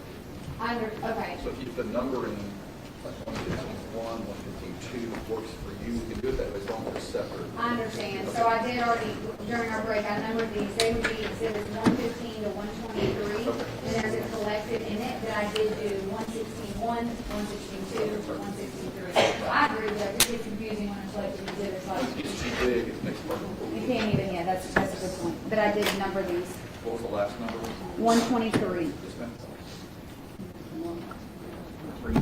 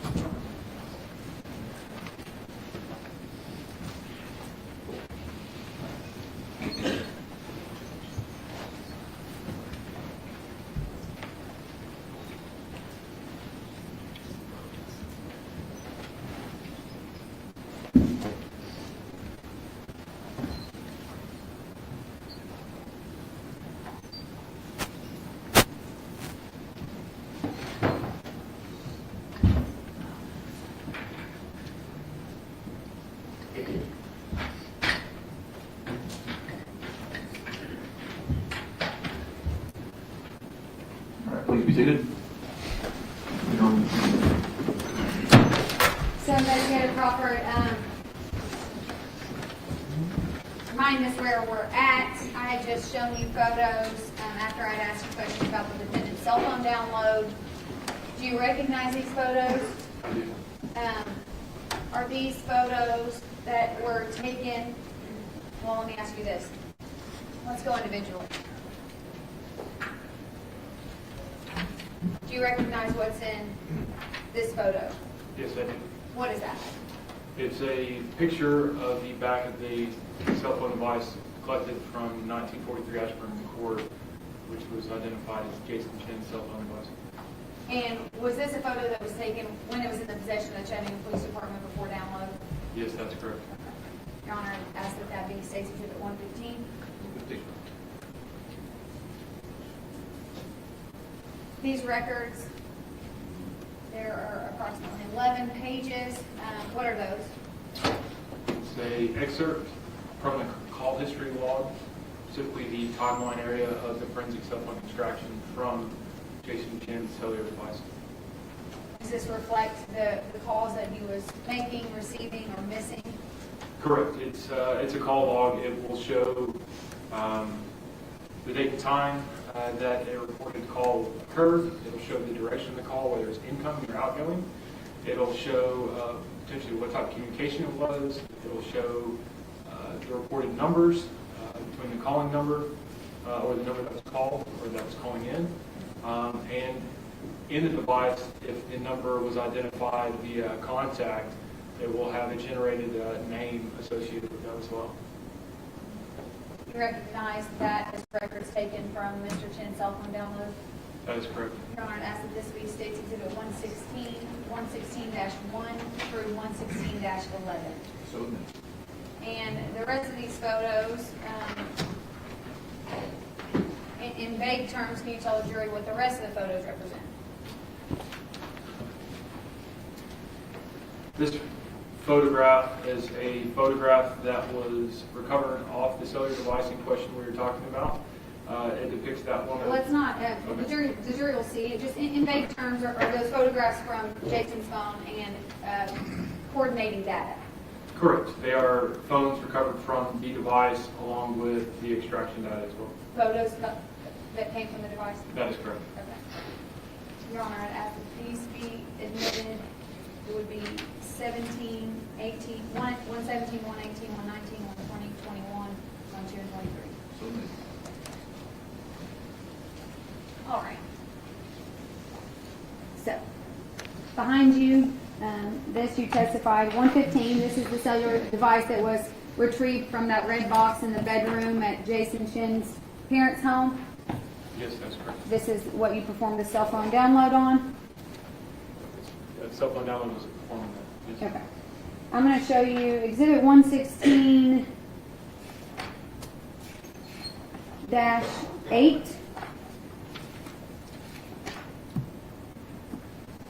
Is this a page of the call logs from Jason Chen's phone? Yes, that's correct. And would you agree it begins down here on this page on 11/19/2022 Yes, that's correct. and goes up on this page to 11/24/2022 at 6:42 p.m.? Yes, that's correct. And would you be able to tell just based on looking at this if anything had been deleted or not? No, not based on what it is now. Do you recognize any phone numbers of significance on this call history? Yes. And which phone number is that?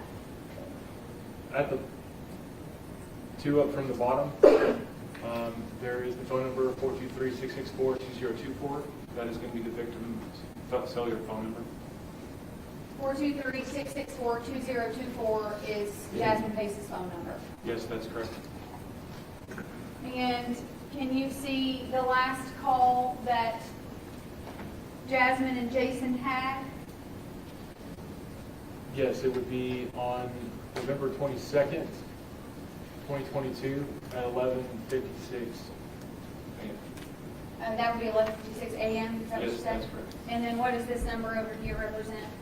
That's going to be the call duration, so how long those two lines were connected and potentially conversations happened. 1 hour and 10 minutes and 4 seconds. Correct.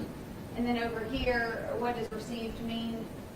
Received means that this cellular device received that communication, meaning that the number associated here on the right, the 1-423-664-2024, called this device, and there was a connection time for 1 hour and 10 minutes and 4 seconds.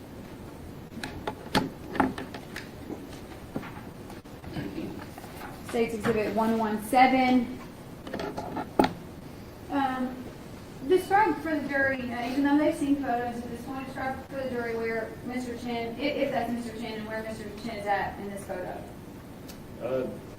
Based on the photo, you can observe the side profile of Mr. Chen. Here's his left-hand side.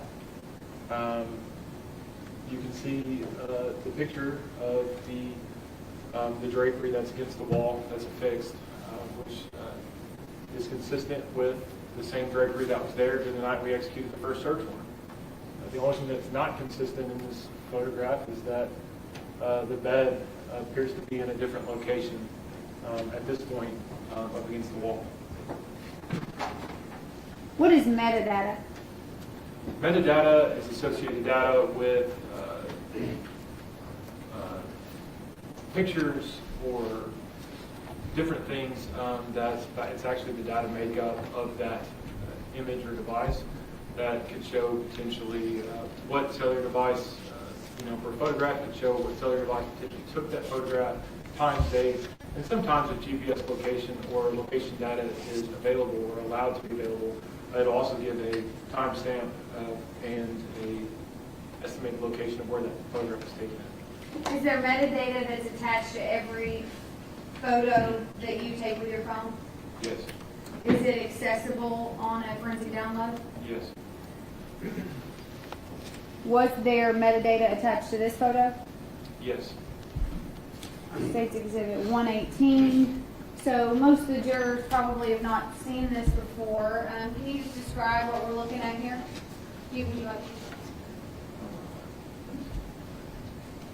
We talked about the Celebrite program, which is the forensic tool used to extract the data off the cellular device. They actually have a program to allow us to read that data as it's extracted. So you will see at the top that it states extraction report, Apple iPhone, and Cellbrite. This is how that, when you're viewing it on a computer, that you would actually see at the top of the screen. In it, it's going to show that specifically this photograph's metadata is portrayed with the thumbnail of the actual photograph itself. You will see here the name that the device is given that photograph. Essentially, it's going to show the location of where it identified that photograph being located on that device. On the right-hand side, the additional info, it's going to identify the size of the photograph in terms of how much data that it takes up on the cellular device. Then it's going to give these times here. Specifically, it will show created date, modified date, and assessed date. Those can be different depending on what's done with that photograph. If it's edited, it can show different things, or even if it's success. Whether it was pulled up in a different program, or if it was done anything else. And this down here, the source file once again shows the location of where it's stored on the device. When was this photo created? This photo was created, where it's identified as being created on November 20th, 2022 at 9:18 p.m. Now this says UTC plus 0. So essentially, at this time period, UTC, Universal Time Zone, it's basically, it would be, I think at this time it would actually be 5 hours. It would be closer to 4 p.m. before 18, because it doesn't have the conversion for the time at that point. So the time's not exactly right on this, but the date would be based on UTC. Correct. Okay.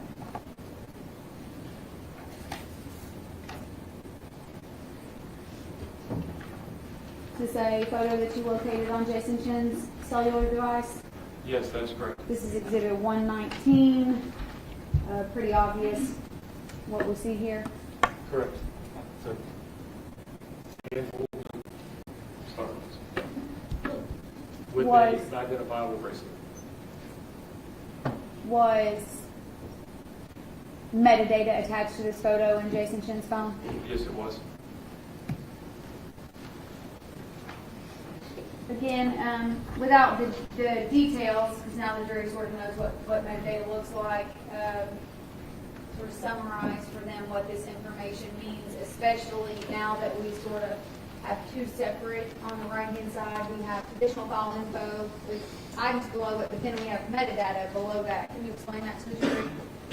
Yes, I was explaining the metadata that can be associated a lot of times with photographs. In this forensic report, it identified that essentially the camera that took the photograph is an Apple.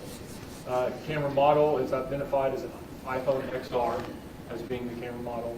The capture date, which essentially this photograph was taken, was July 23rd, 2021 at 4:51 and 11 seconds p.m.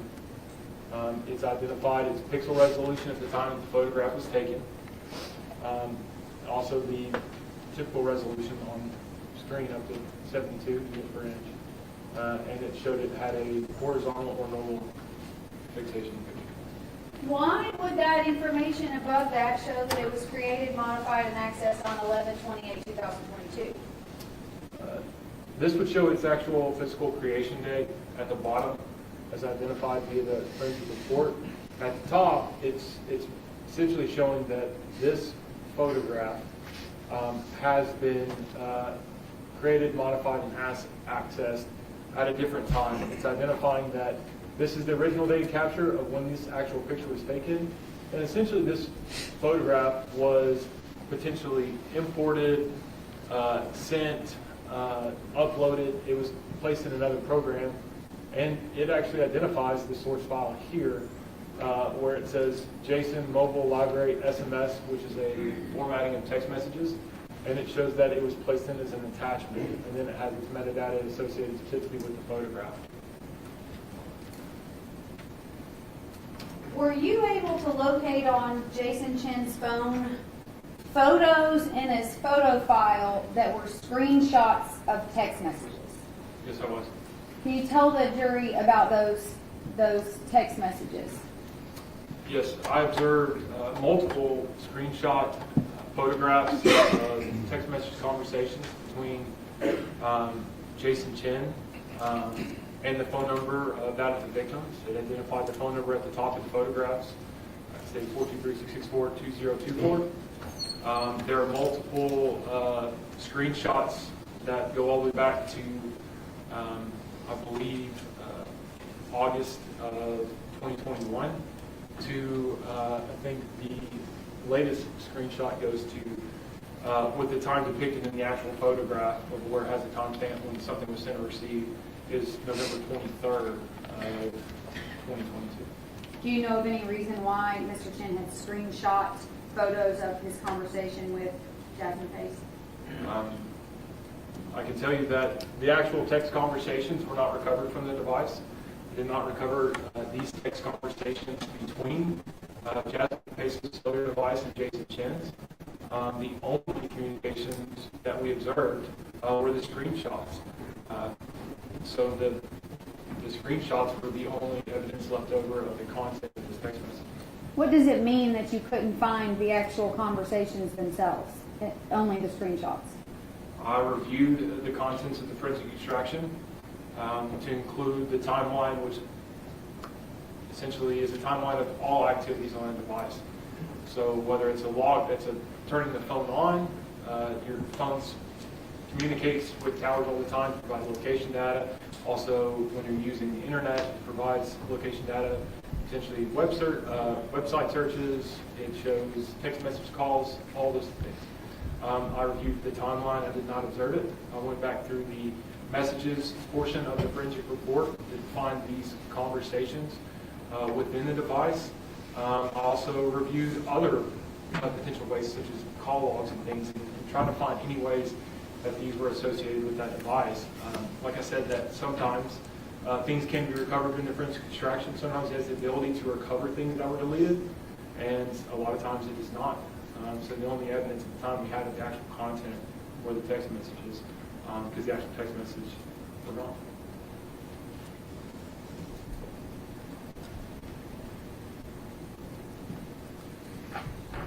States Exhibit 121.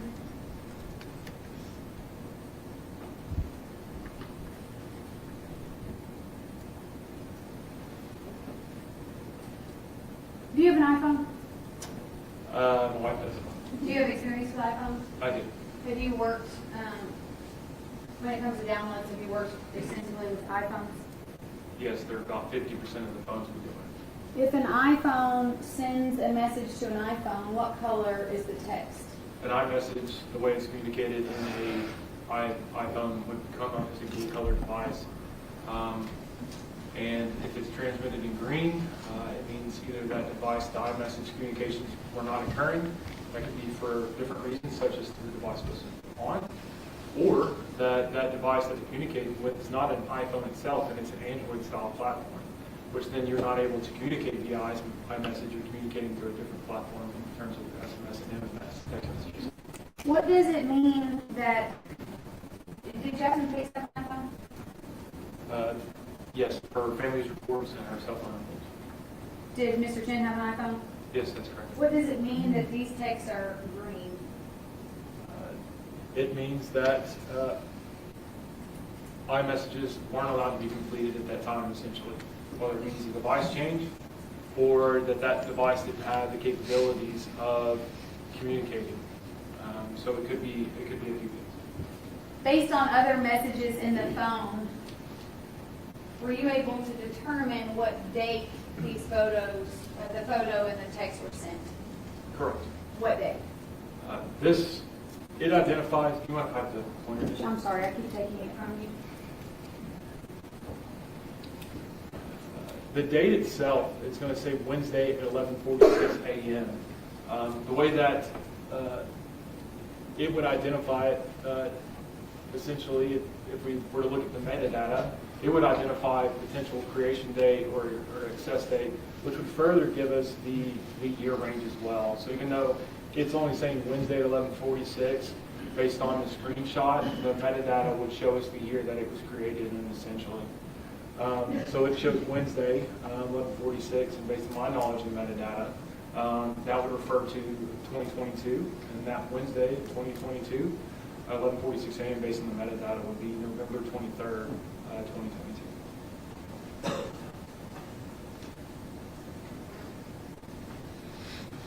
Investigator Crawford. 1 second,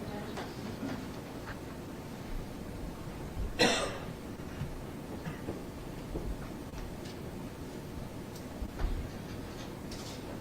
Can you read the text messages there? Yes. Not the top, but the two green ones. Two rings starting down below. Says, good morning. Slept like a baby, question mark. Made myself a matcha. Next one, starting at Wednesday at 3:03 p.m.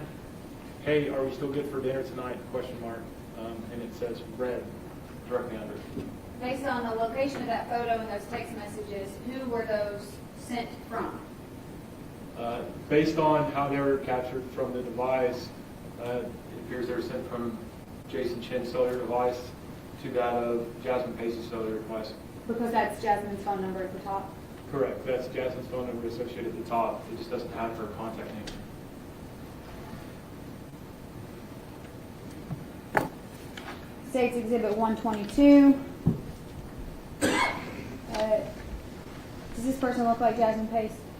It's Jasmine Pace. Do you recognize that location? Yes, I do. What is that? That is the bathroom located in apartment 210 at 110 Tremont Street. And was there metadata associated with this photo? Yes, there were. Can you just again briefly explain to the court, to the jury, what that metadata indicates?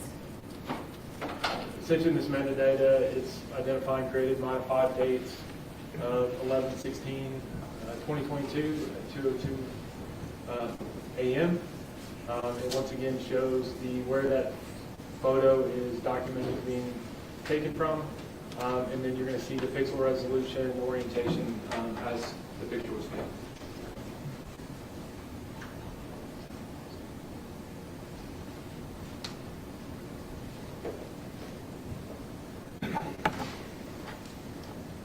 All right, while we're talking about cell phones,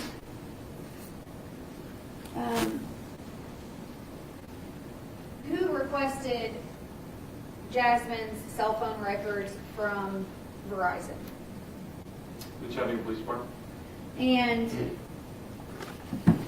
how is that done? Originally, with Jasmine Pace's cell phone records, we contacted Verizon. Verizon has certain requirements for exigent circumstances to provide those records without a search warrant in place. We applied for exigent, we filled out an exigent form, applied it to Verizon, and they granted us exigency based on their requirements. So Verizon then sent us Jasmine Pace's phone records based on vacancy at the time.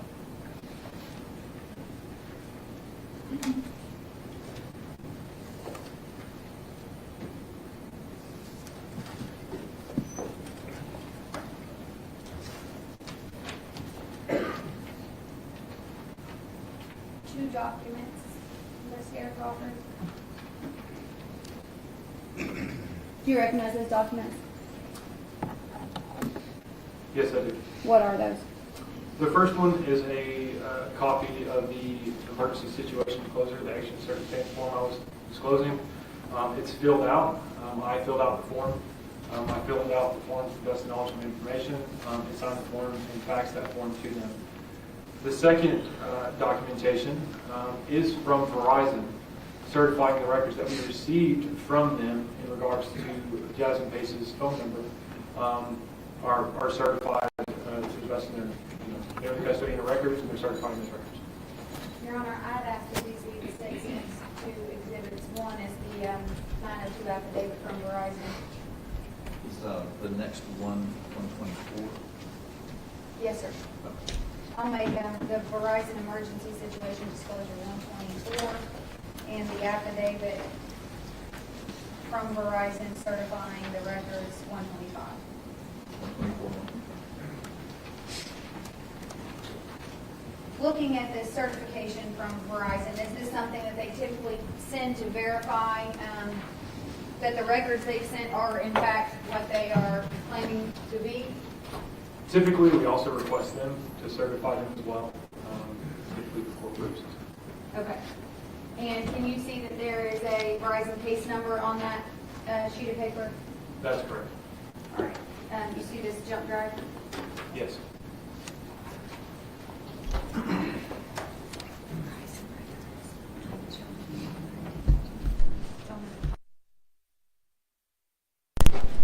I'm going to pop this jump drive into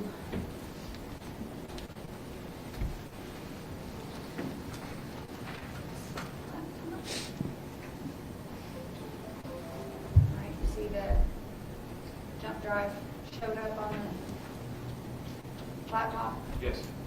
All right, I just opened, will you verify that I just opened the jump drive that's in the side of the computer? Yes, you do. And do you recognize what is on that jump drive? Yes, there's a folder for the associated Verizon case number along with the name certification. There's also an Excel sheet for cell site CDR, current 4G VoLTE data with the associated number with Jasmine Pace. There's also a certification of records for the associated case number for Verizon.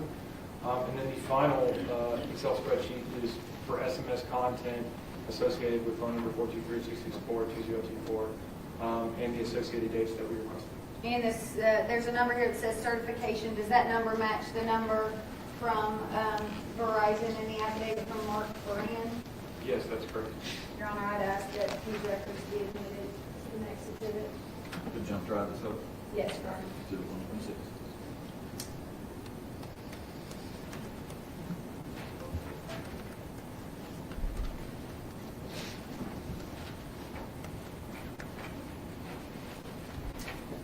Okay.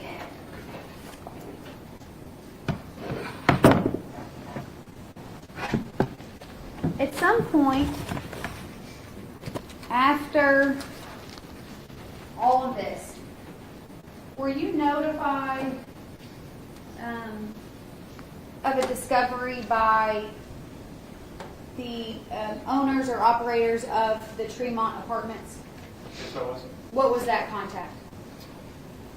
On January 5th, I was in contact with the managing staff at the Tremont Apartment, Tremont Lofts. I had a conversation with the courtesy officer, Officer Clemens, after our original search warrant and after the case unfolded where we arrested Jason Chen and found Jasmine Pace. I knew that potentially at some point they may reclaim that apartment. Sometimes apartments will, kick people out for breaking lease agreements and such. I advised them if such were to happen, if they could contact me, I'd like to do another walkthrough at the apartment, just to do a final walkthrough of some sort. I talked to them. They actually called me back a little over a month later when they notified me that they were actually doing a renovation of the apartment. Due to their wording was because of the extensive amount of cleanup it was going to cost, they were actually just going to renovate the entire apartment. They notified me that that process had started, and they provided me consent to go back into that apartment. Subsequently that evening, called the crime scene. I wanted them to come back out and potentially redocument it after if something else were to be found or located. Also, myself and Detective Seach responded, and the courtesy officer of the apartment complex, Jason Clemens, responded as well to allow us further access to it because I requested once they provided that they had located potential items of evidentiary value to us, I requested that they stop until we had the ability to properly document those items. So they granted it and locked the apartment. I responded that evening just after 5 p.m. where then I did another walkthrough. I located other pieces of evidence within that residence. Had they begun to remodel, renovate that residence at the time that you arrived? Yes, they had.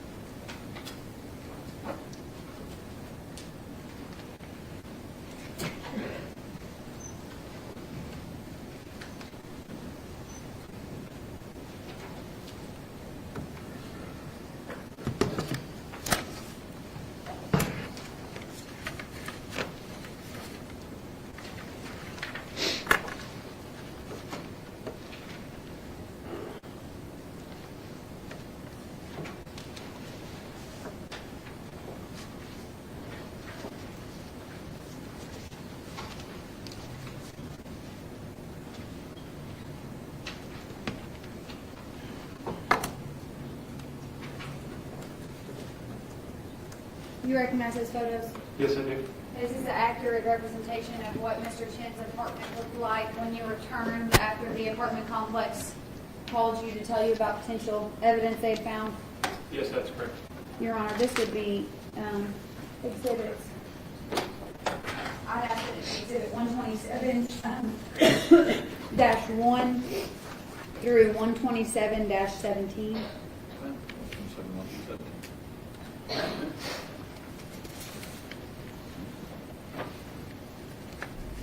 This is exhibit 127-1. Investigator Crawford, if you can, again, just instruct the jury as to what we're looking at in this photo at this point. Yes, this is a photograph from essentially standing within the bathroom area looking back into the main bedroom or the single bedroom of that apartment. You can tell based on the other photographs that you've seen at this point that the flooring is different and items have been removed.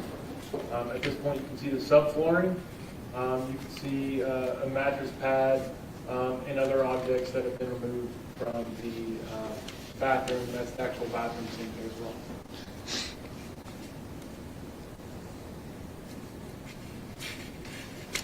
I'm numbering these, Your Honor.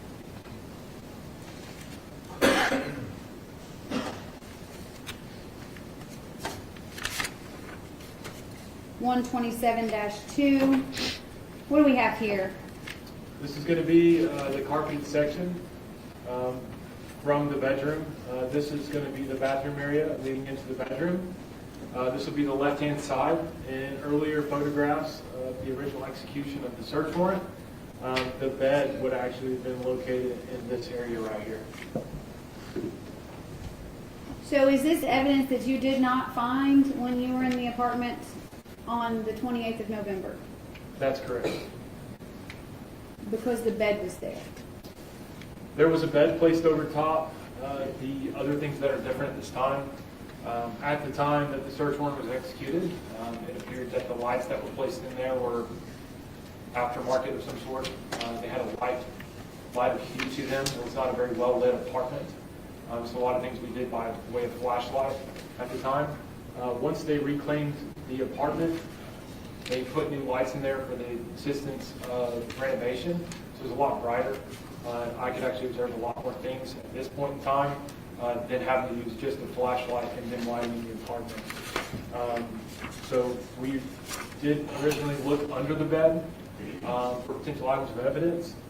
In this picture with the lighting as such, it's obviously more clear that there is a dark discoloration at this point. That night, myself and crime scene investigators did not identify that.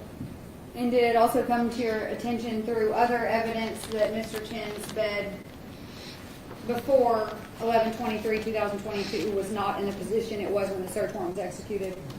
Correct.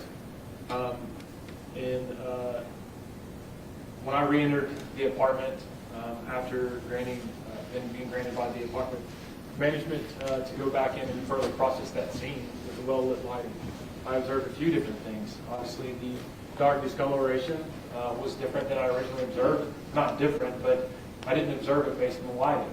Another thing is I could tell, originally I remember we talked about the potential, the splatter of some sort of an unknown substance. There's actually just above this picture, there's an oil stain a few feet off the ground that runs the length of it. I knew through investigative experience, through personal experience being a homeowner, that the length of it was consistent with the top of where your headboard meets the wall. When you sit up in bed, it's involuntary, but it happens. You rub your head against the back of the wall and an oil stain begins to build up there, especially for how long potentially you had that bed or that item placed at that location. I observed that on the wall as upon entry, and instantly you will see in this area back behind what this is actually the tile that was taken from the bathroom area. It's just the bottom, the mortared section of the bottom of the tiles has been filled back in the left here. There's going to be the original bed frames still in that room. Most all the items were taken out by the family before the apartment was reclaimed, and then certain items were left there. So they were going to eventually get rid of that bed frame, but it was still in place during our discovery. which the bed frame itself, I observed it, the headboard, to be consistent with the oil stain that I saw on the wall. And then the jury's already seen Exhibit 117. This was a photo you located on Jason's phone, correct? Yes, that would have been, I did not observe that photograph particularly until after this secondary going back to the scene, due to there was approximately almost 10,000 images in the cellular device.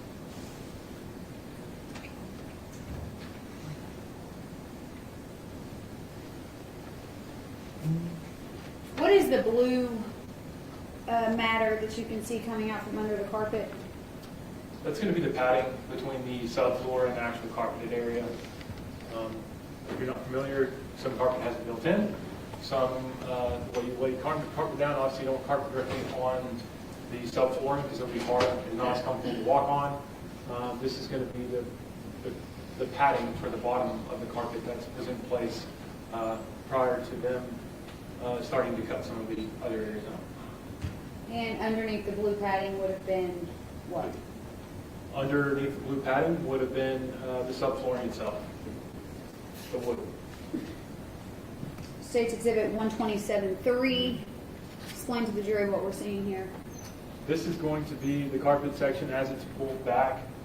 You can see I pointed out a reddish brown color, a discoloration in the carpeted area where the bed was placed earlier during our first search of the apartment. After the carpet was further peeled back, you can see a larger reddish brown discoloration that's consistent with blood. And you can see that that discoloration also then seeps directly back into the carpet or to the padding as well. Based on your experience as a homicide investigator, what does that substance look like to you? Blood.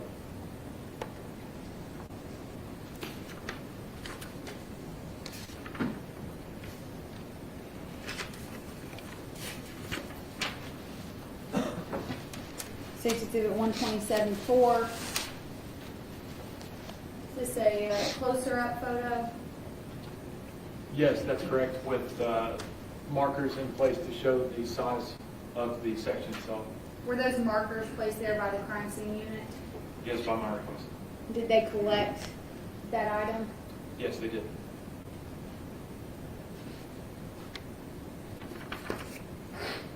State's Exhibit 127-5.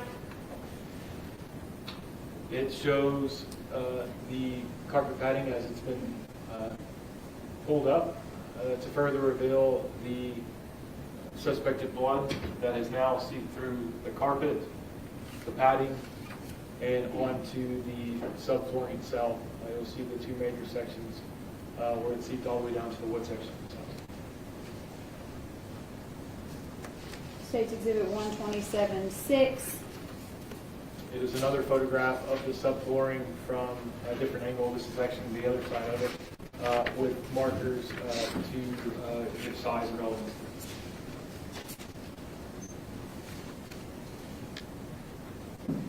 State's Exhibit 127-13. At this point, you're going to see the bed now fully assembled. Like I said, the bed was there, the bed frame was there, and the mattress was still there.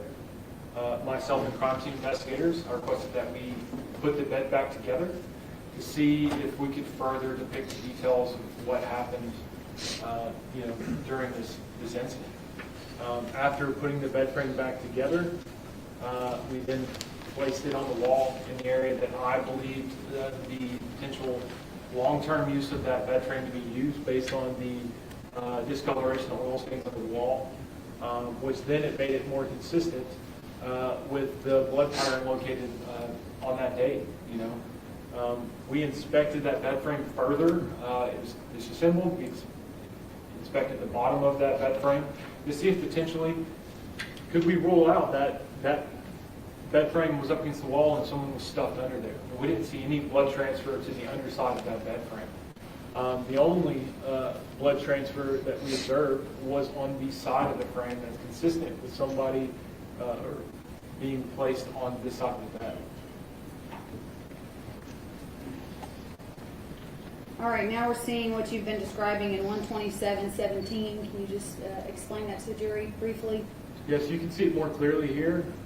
In this picture, it looks similar to a shadow, but it's actually from this section here, just above here, is going to be dark discoloration that's consistent with like oil stains from hair, body, and things like that, such as touch that you normally will have.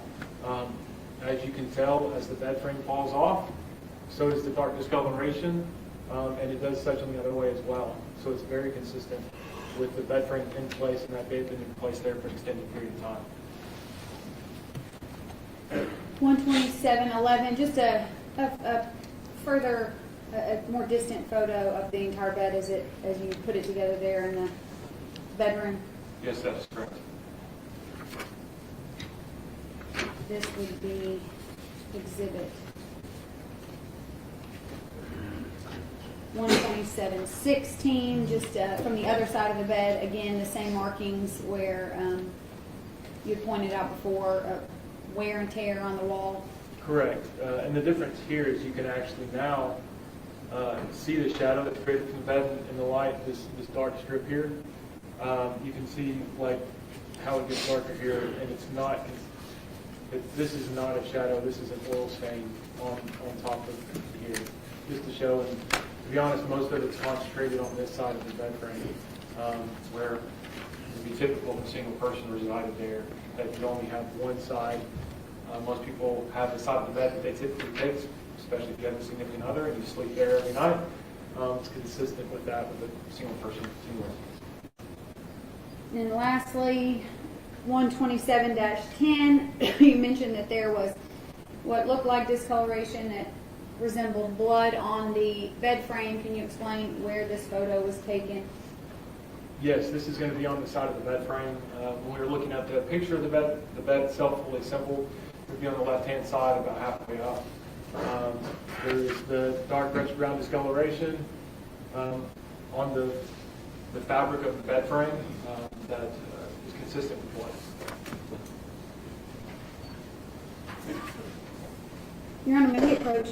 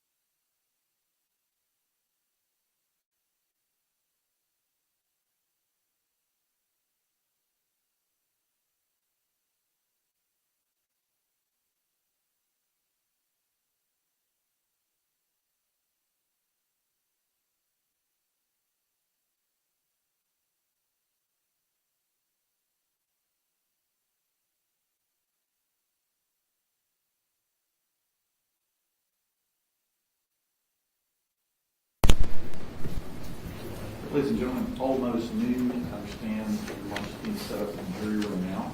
We'll take our lunch break at this point. It's 5 minutes to 12. Let's try to resume the trial at 1 p.m.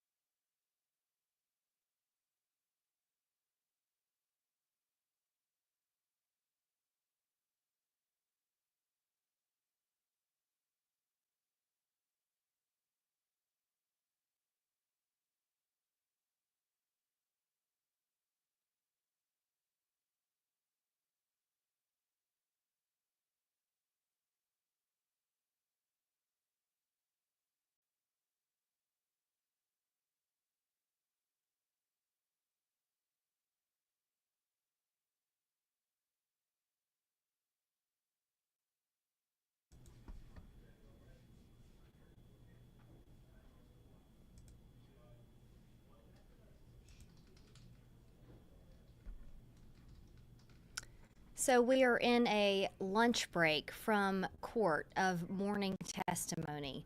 So let's talk about what we know so far. We are still hearing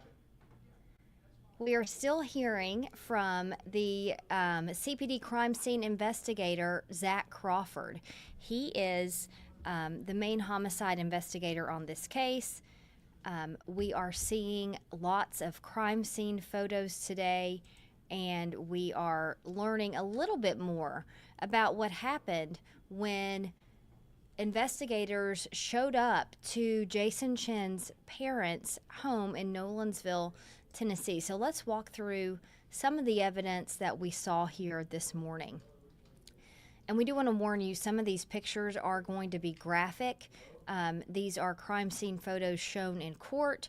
We're not showing any of them to you very zoomed in or close because of that, but we do want to give you an idea of what the jury's seeing in this courtroom on day 2 of this murder trial. So this is a dumpster outside of Jason Chen's apartment on Tremont Street, and what they pointed out here is you can see a pair of pants and some shoes and some other items that prosecutors and investigators say they noticed had blood on them. So we move now from Chattanooga, where Jason Chen currently lived as a UTC student, to Nolensville, where his parents lived, where he still had a bedroom, and where police actually found him after they were able to get a search warrant for his cell phone data and track him down by cell phone pings. So what you see here is Jason Chen coming to the door when homicide police investigators came to his Nolensville parents' home, and his father yelled out Jason, they said, and Jason came downstairs, and this is a picture of that first interaction there with police. Now, they also entered into evidence pictures from that Nolensville home, and this is a picture of a backpack that they say they found in a bedroom upstairs at Jason Chen's parents' home, and they described some of the items that they had inside. One item of big significance that was found inside this backpack was a glasses case, and they say inside that glasses case was a SIM card that had Jasmine Pace's cell phone SIM card in it. They never found her actual cell phone, but they did find the SIM card here. News Channel 9's Mary Beth Mangrum has been in court all day. She's going to join us now. Mary Beth, can you hear us okay? Yes, I can. Can you hear me? We can, thank you. So we're walking through some of the evidence that was presented today, and we're seeing that here on your screen. We're looking at the backpack that they found in Jason Chen's parents' home.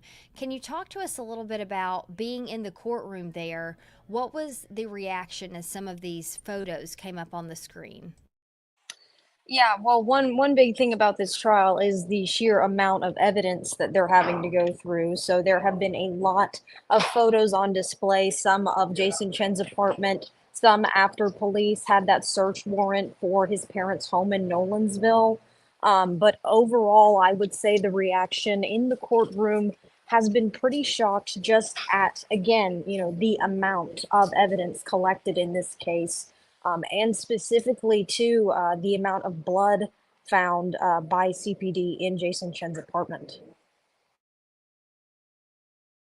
Yeah, since you mentioned that, let's go now to a different picture that we have. This is a picture, and like we said, there are going to be some graphic pictures shown here. We do want to warn you about that. So this is a picture, Mary Beth, that we're looking at of the carpet that was pulled up at Jason Chen's apartment in Chattanooga after the apartment complex started renovating it. Police went back in and they found even more blood. You can see underneath the carpet here blood stains, and then you can see on this carpet padding, the blue thing you see on the left hand side there, blood as well. And Mary Beth, that speaks to what you were saying about the testimony we just heard about just how much blood there was in this apartment. Right, and this was something that CPD wasn't initially made aware of just due to the placement of the bed. Investigator Crawford, he does detail how they were able to just discussed the oil stain right above the headboard, which apparently will collect, if there's a single person sleeping in that bed consistently. He also spoke about how once that bed was moved out of the way, those stains became very clear to them. And it was just, another piece of evidence in this trial among the crazy amount of evidence that we've seen so far just on day 2.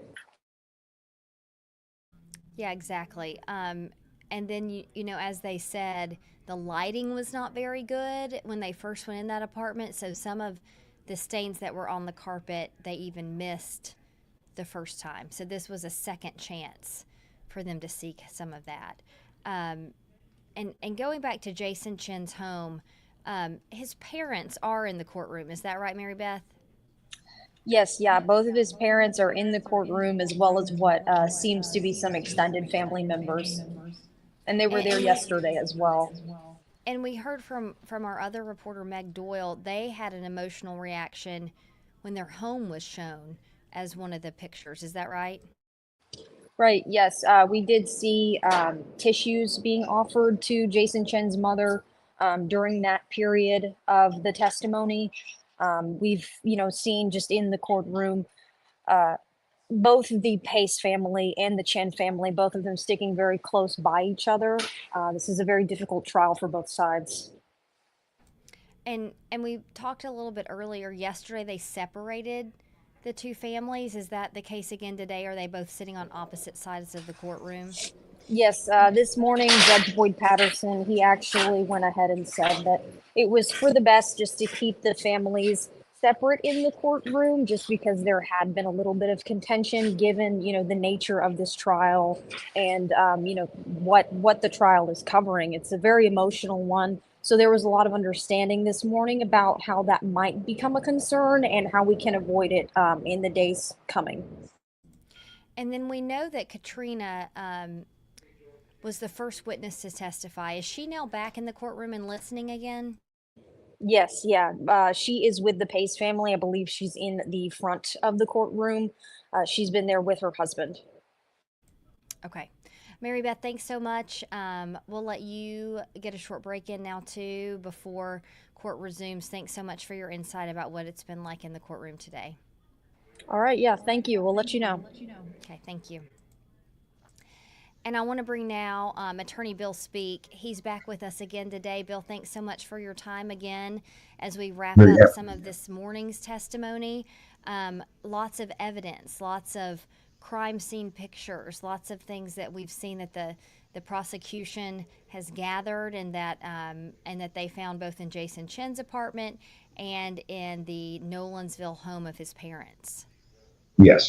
And that's, in the start of a trial like this, there's going to be an enormous amount of evidence that gets introduced early through the investigators and crime scene detectives, crime scene investigators as well, that is meant to establish really that a homicide did take place, and obviously a location in which it took place. I mean, the testimony about the blood and all that is really to establish where this took place. And there's going to be a lot of very detailed and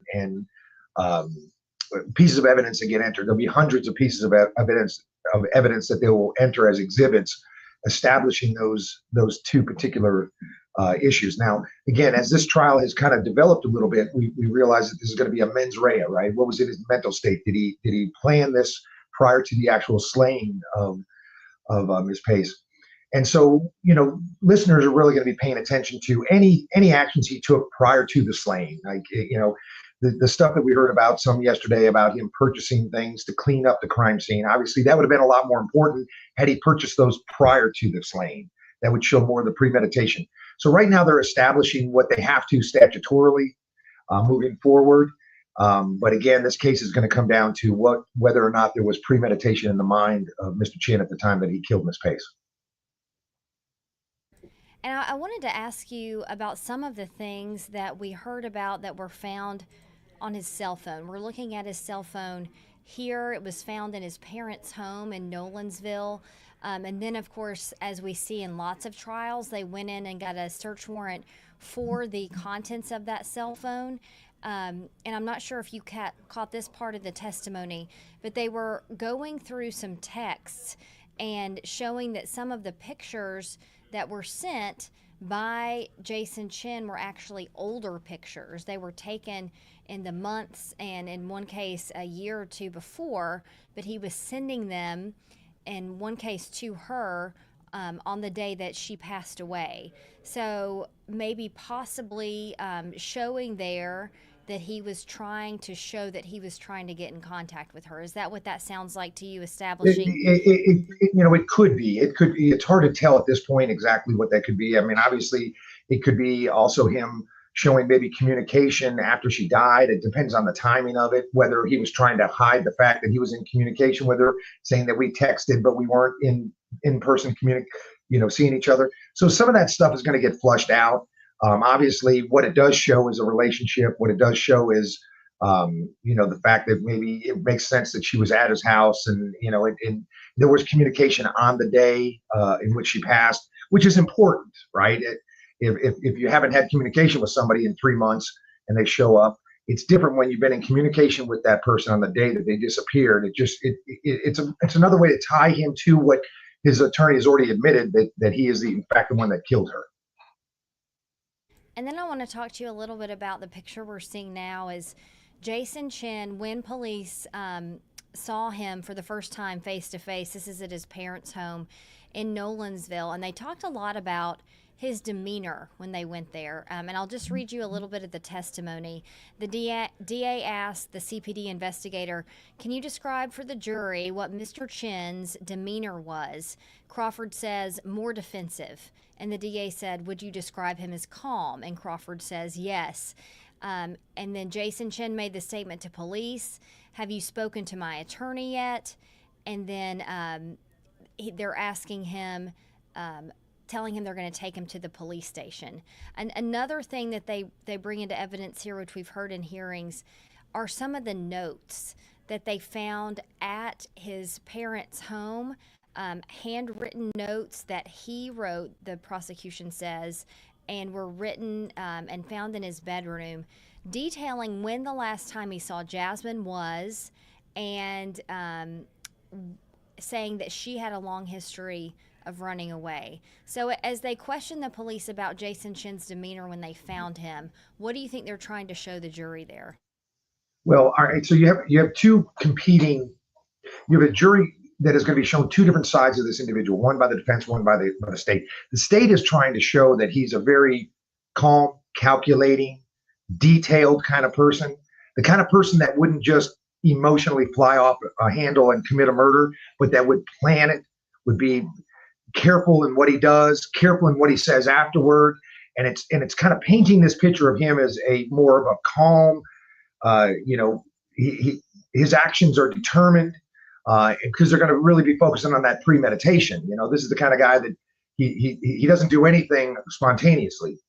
Obviously, the defense is going to come the other way. He's emotional, and he's reactive to a situation, because that's what they have to sell. They have to sell the fact that he reacted to a threat to himself, and he reacted in an appropriate way, but it was a reaction to a threat because he's emotional and he couldn't regulate his feelings.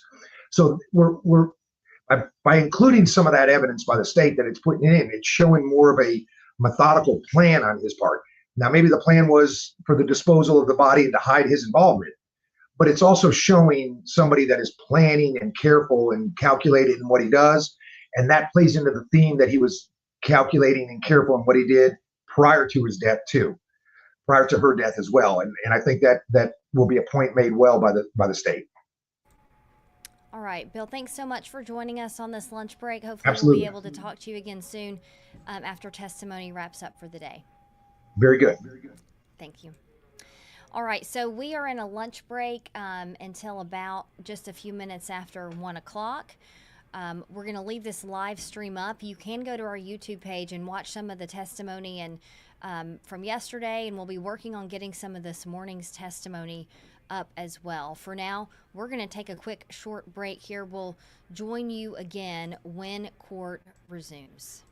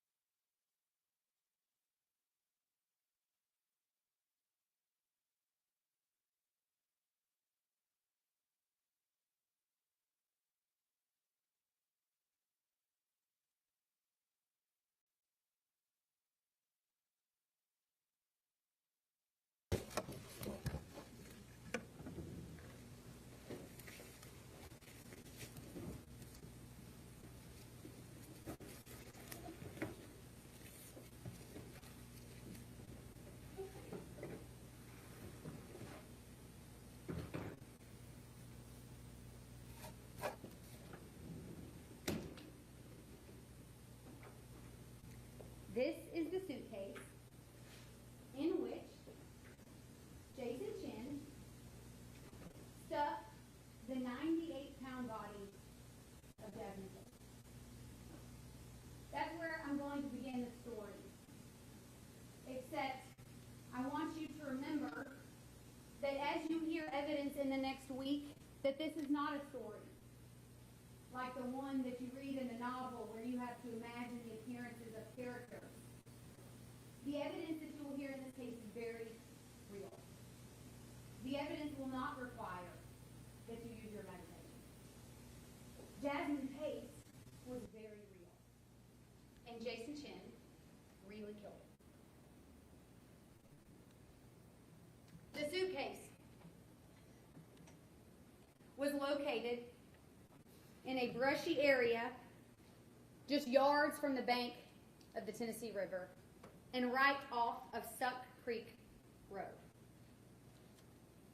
In it was the body of Jasmine Pace, who had been placed in a fetal position inside of 3 black trash bags.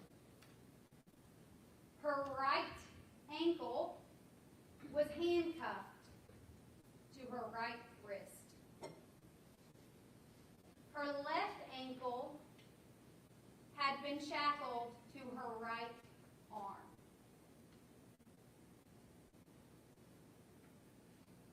Her wounds were extensive. You will hear from Dr. Cogswell, the medical examiner for Hamilton County, who will describe those wounds in great detail. He stabbed her over and over and over again, not 7 times, not 29 times, not 43 times, but 60 stab wounds.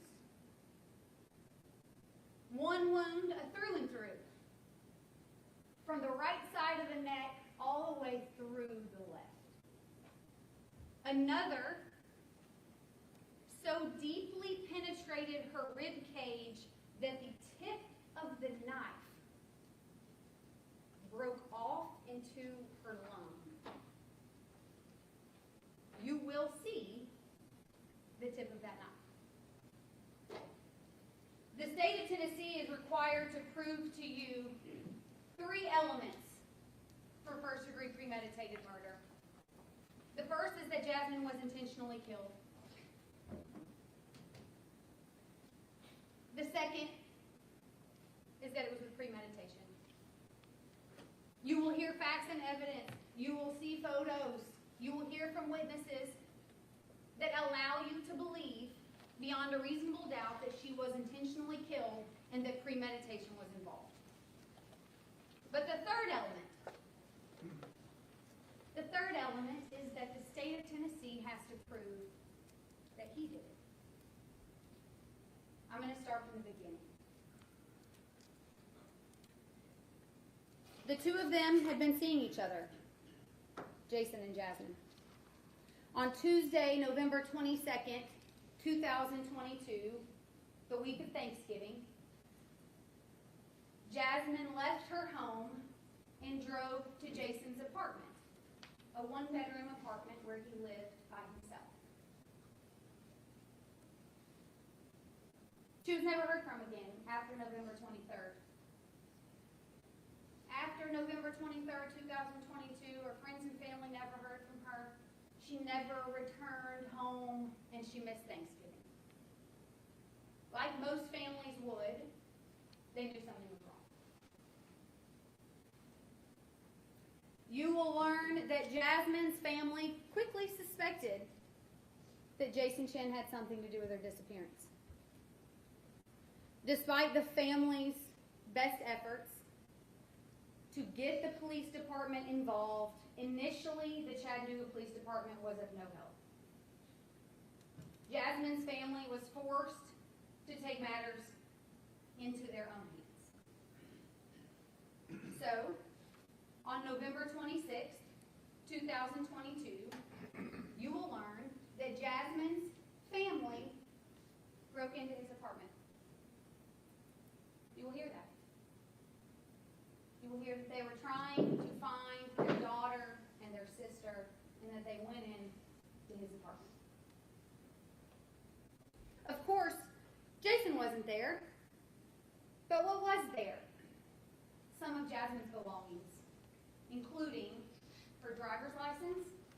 and her credit cards. You will hear from a mother who was desperate to find her daughter. Eventually, and only because of the relentlessness of Jasmine Pace's family, the Chattanooga Police Department's Homicide Division executed a search warrant at Jason Chen's apartment on November 28, 2022. The missing persons investigation quickly became a homicide investigation when, even despite his best efforts to clean it up, Jasmine's blood was everywhere. Jasmine Pace's blood, upon the execution of a search warrant, was located all over Jason Chen's apartment. It was obvious that Jason had tried to clean it up based on the scene. You'll see those photos. You'll see photos of cleaning products, but you're also going to see video of Jason Chen on November 23rd, 2022, buying cleaning products at multiple locations the same day that Jasmine's friends and family stopped hearing from her. You will learn that homicide investigators located Jasmine's body in this suitcase on the side of Suck Creek Road, in part due to Jason's own cell phone location records. They were able to track Jason using those cell phone location records throughout Chattanooga on the day of the 23rd. Walgreens, Walmart, most likely looking for a place to dump her body. But then eventually, at 6 p.m. on November 23rd, 2022, Jason Chen leaves his apartment with a suitcase. He enters his vehicle and he drives to Suck Creek Road.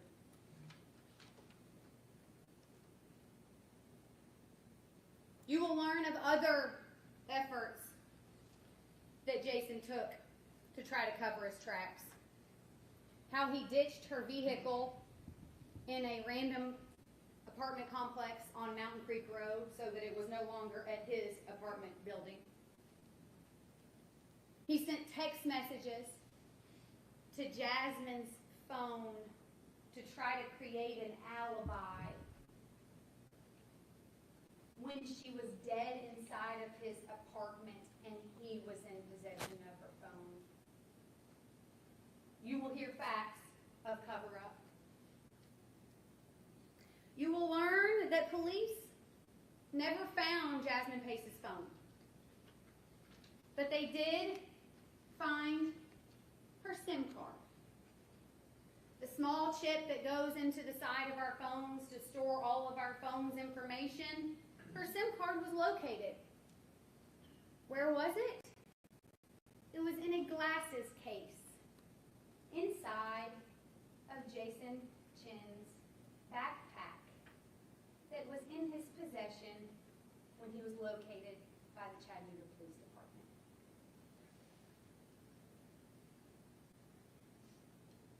And when you think that you have seen enough evidence that Jason Chen killed Jasmine Pace, you will be convinced that he stuffed her body in this suitcase after placing it in trash bags, because you will hear from a fingerprint expert. The fingerprint expert will tell you that Jason Chen's fingerprints were found on the innermost trash bag that surrounded her body.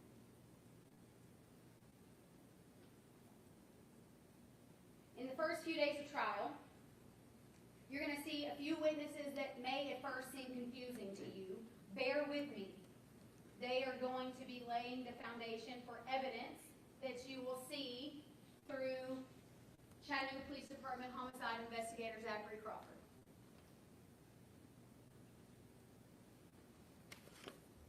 Over the course of the upcoming week, the state of Tennessee will prove to you beyond any reasonable doubt that Jason Chen handcuffed, sliced, stabbed, packaged, and discarded Jasmine Pace. I ask that you carefully consider this evidence. The state of Tennessee will give you the dots, and we will help you connect them.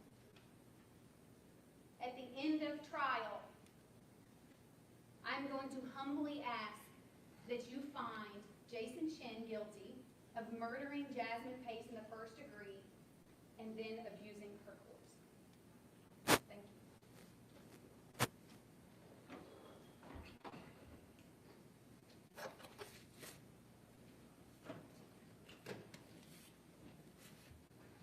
Mr. Chen.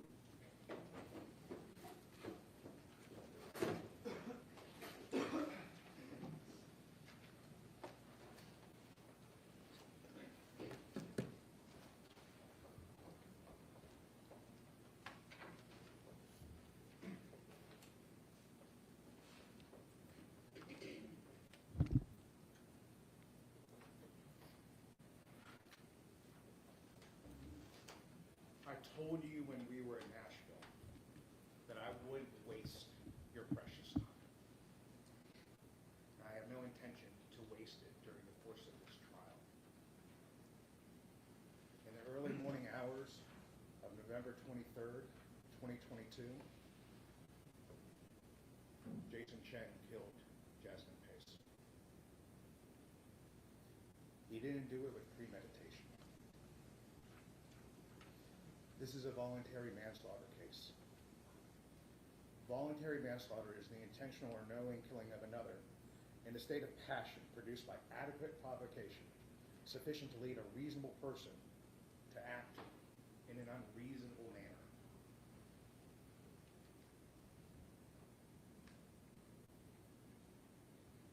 The state told you during jury selection that in order to prove first-degree murder, they don't have to prove that it was killed, but there wasn't. The state told you in jury selection that they don't have to prove a motive. There isn't. What the state does have to do is prove premeditation. And can't, because there wasn't.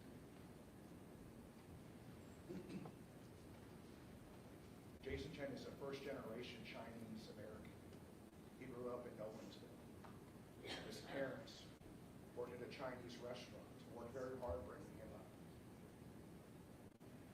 Jason graduated from high school and then went to college here at Chattanooga, at the University of Tennessee, at Chattanooga, UTC. In November of 2022, he was a senior with a major in computer science. The year before, he and Jasmine started communicating. They met on Tinder.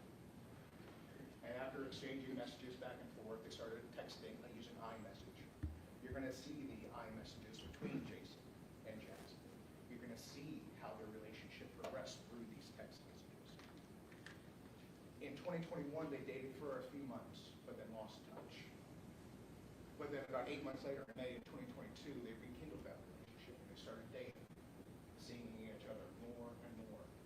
They obviously got much closer. They traveled to Chicago together that summer. And you're going to see through the text messages, someone was obviously more into this relationship than the other. Jasmine started getting feelings for Jason. And you're going to see through those text messages that Jason didn't reciprocate that as much as she did. Then you come to the week of November 22nd. It was Thanksgiving. Jasmine and her family lost their grandmother. She was in grief. And on the night of November 22nd, around 11 p.m., she came over to Jason's house. And they did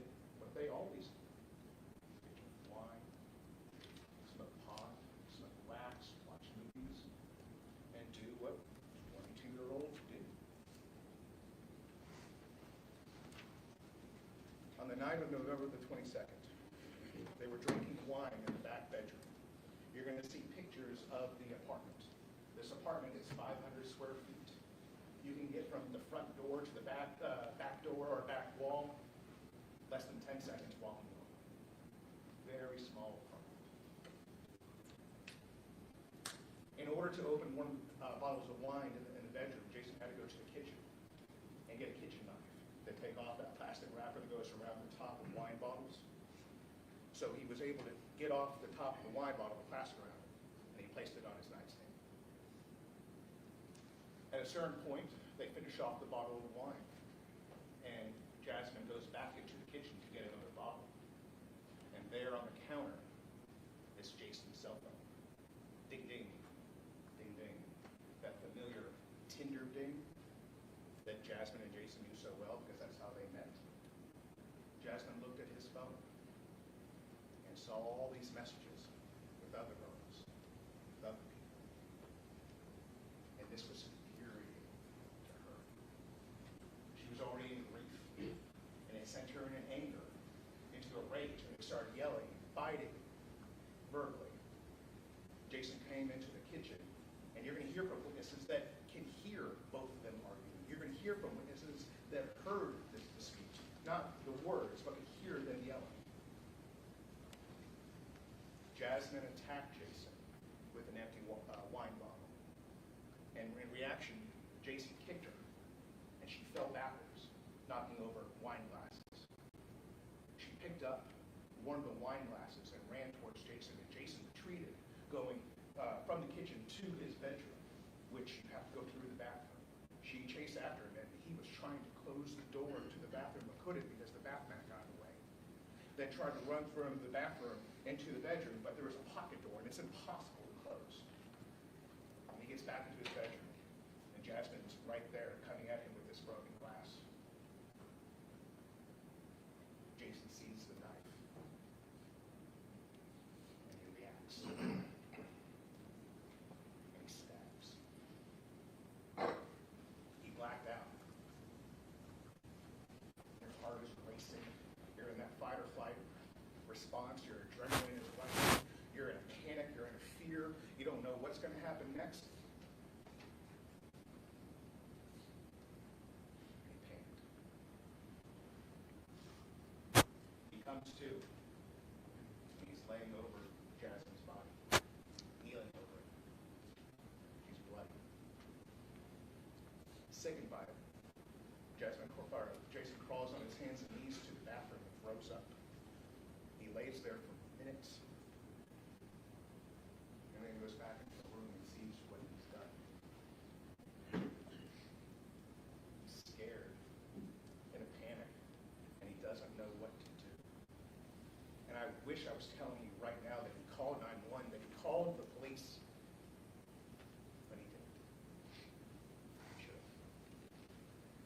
But even if he had called the police, I still think that we'd be having the same trial today, arguing the exact same issues. From there, Jason decides that he has to cover this up. He has to hide what he's done.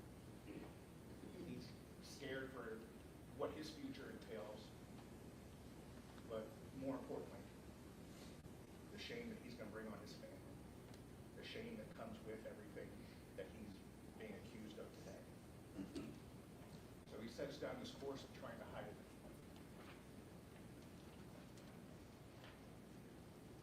He places Jasmine in trash bags, puts the handcuffs on her after she is dead, so that way she can fit into the trash bags, and so that he can put her into that suitcase.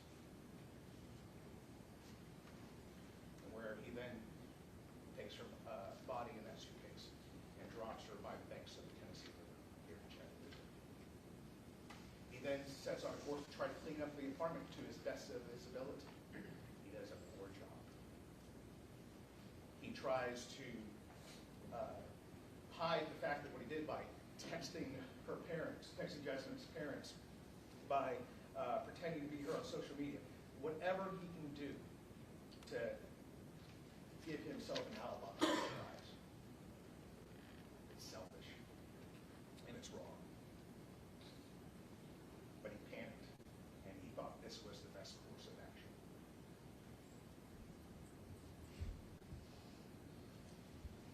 couple other things that complicate this case. You're going to hear about Katrina Pace, Jasmine's mother.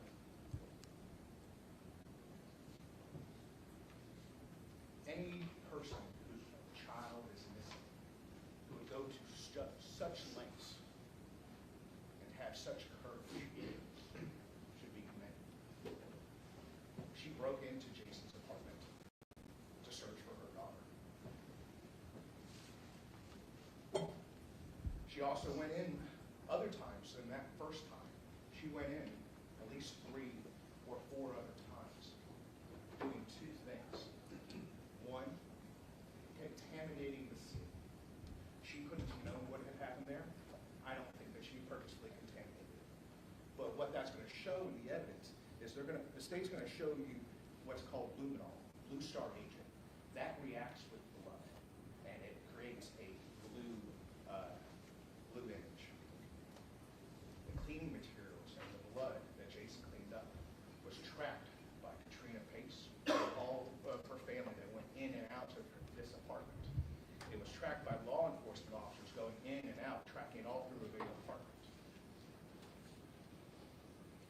Police, in this case, Chattanooga Police Department, and I'm embarrassed to say it, they were incompetent and impotent and unable to help Katrina Pace. In order to incentivize, in order to get the Chattanooga Police Department to look for their missing, look for Katrina's missing daughter, to get them to go and look for Jason and to arrest him, she had to stage the scene.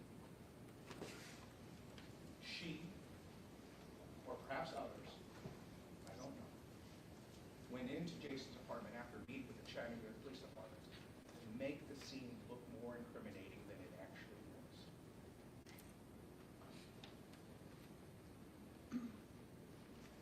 You'll see a knife on the bed that wasn't there when Chattanooga Police Department went through the apartment initially before the search warrant was issued. You're going to see the differences between what the apartment looked like beforehand and what it looked like after. The second issue is the incompetency and the ineffectiveness of the Chattanooga Police Department. You're going to hear Zach Crawford. You're going to hear him testify at this trial that he told Katrina Pace and her family that he would tarnish this investigation if it meant bringing Jasmine back. Well, that begs the question, what did he do, or what could he have done to tarnish this investigation? What could he have done to manufacture premeditation so the state could show that to you today and over the course of this week? I promised you not to waste your time. The state's talking about fingerprints on trash bags, DNA found at the scene. I don't intend to ask many questions about any of that. The only issue in this case is whether there's premeditation. If there is no premeditation, this is not first-degree murder. This killing didn't happen after calm and cool reflection as the law requires. This is Jason. After being sufficiently provoked, after having his girlfriend run at him with a bottle, with a broken glass, and him reacting in a panic, but acting irrationally. Jason Chen is guilty, but he's not guilty of the crime that he's charged with. Jason Chen should be found guilty of the crime he did, not the crime he didn't. Thank you.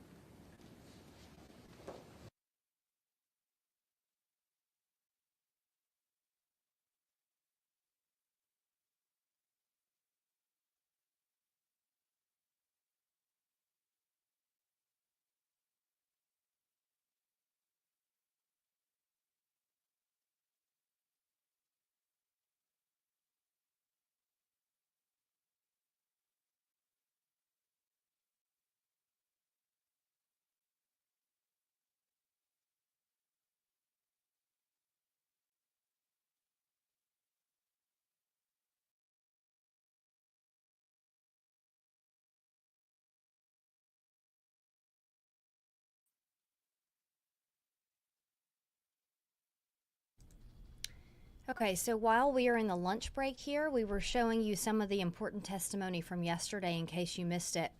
That was opening statements that we just showed you. Now we're going to show you a walk through the crime scene with CPD investigator Zach Crawford. This was from yesterday's evidence. Of course, Crawford still testifying today, but this is some of the crime scene photos and evidence that was placed on the record yesterday. Remind you, the jury's actually already seen this picture, but this is a duplicate, which is State's Exhibit 26. What is that? It's a photograph of the front door of apartment 210 at 110 Tremont Street. All right, Investigator Crawford, you begin a search like this with just a naked eye search. Is that fair to say? Gloves and a flashlight. And in a case such as this, is blood one of the things with your naked eye that you'd be looking for? Be one of the things.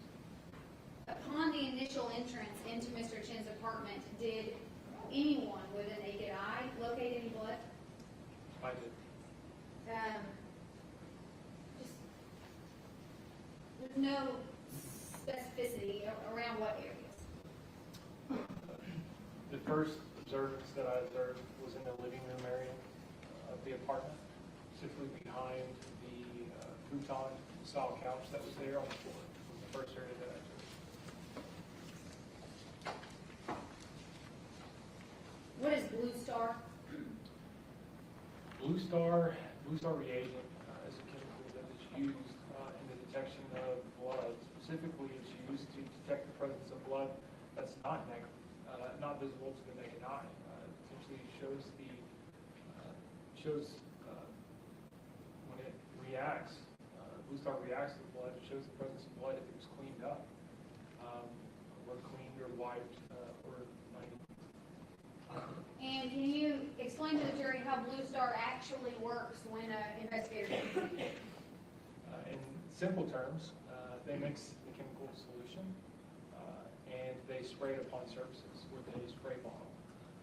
At which point, if there is something such as blood, you will see a chemical reaction that occurs through a process called luminescence. Essentially, you'll see a bright blue or potentially white coloration that comes up similar to neon coloration. And if it illuminates in that bright blue or white, does that indicate the presence of blood? Yes, it can. In this case, was Blue Star employed soon after entry was made into the apartment? Blue Star wasn't applied at first. We first had to document the scene. Specifically, if there was large areas of blood, there would be no need to spray it with Blue Star. There would be potentially just swabs of where that are samples taken. So first you have to potentially document the scene at multiple avenues, potentially look for areas of surfaces that you would be interested in to see if blood had been cleaned up in that area. But did you do that in this case? We did. When you do that, are the lights supposed to be off? Correct. Okay. Your Honor, at this time, I'm going to introduce these photos. They are going to be on the big screen. However, the state has purchased this TV because it's hard to see on the screen. Some of the colors are not correct. Within the court's comfortability and the jury's, I like the lights to be turned off in the courtroom. Off. Yes, Your Honor. See how dark that gets. Why is Amazon paying me $600 a day? Hi, I'm Carla Marie, and the coolest part is Like that? General, that work for you? If that's what the court's comfortable with. Turn them all off. That's part of it. That's. Okay, all right, can't get any more, all right. So again, Investigator Crawford, I will have them on this back screen, the next photos I'm going to show, but I'm also going to have them here. And with the court allow the jury to stand up if they can't view this TV well enough. Absolutely. If any juror can't see the evidence that someone wants to refer to, or any attorney, raise your hand if you can stand up to the ground if you need to, within the 3 months. Investigator Crawford, do you recall who employed Blue Star at the apartment that day? I do. Who was it? Investigator Johnson with our crime team. And you were present for that? I was.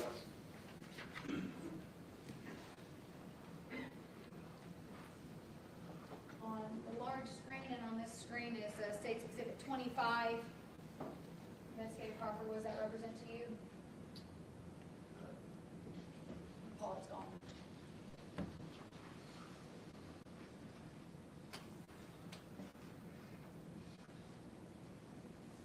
Jennifer, moving the TV closer to the jury will help. Feel free to do that. I can watch it on picture. Okay.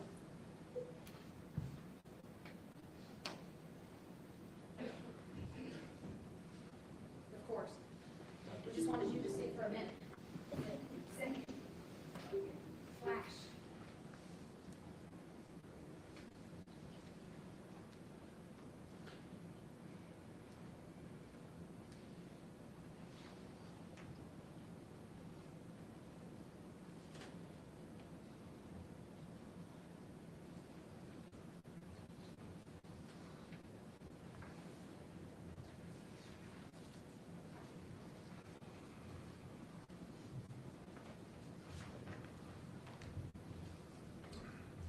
All right. Investigator Crawford, did this indicate to investigators that there is a possible presence of blood in what are the blue areas? Correct.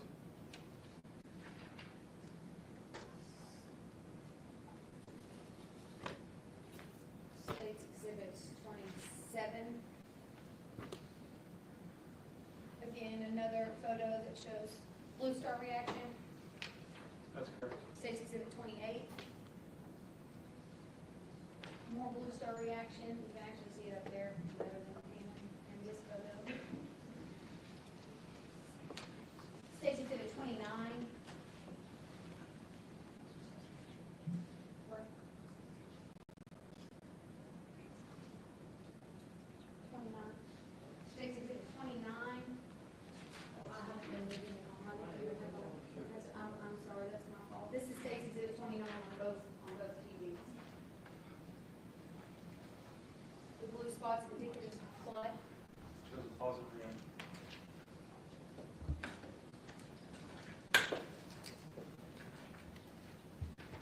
State's Exhibit 30.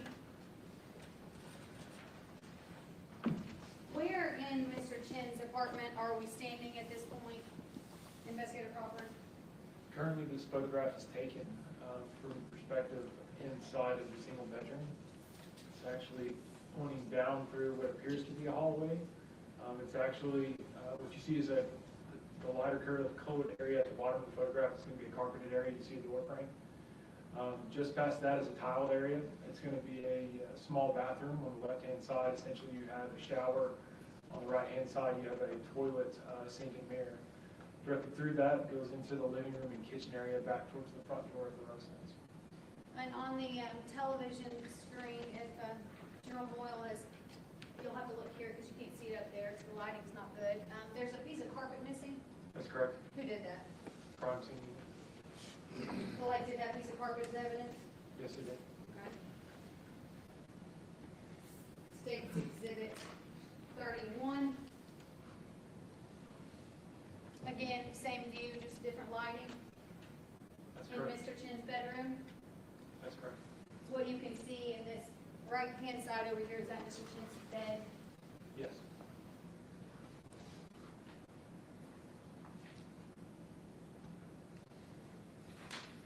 State's Exhibit 32. What is this object? That's going to be on the back side of the front door of the residence. Right when you walk in? That's correct. As soon as you walk in.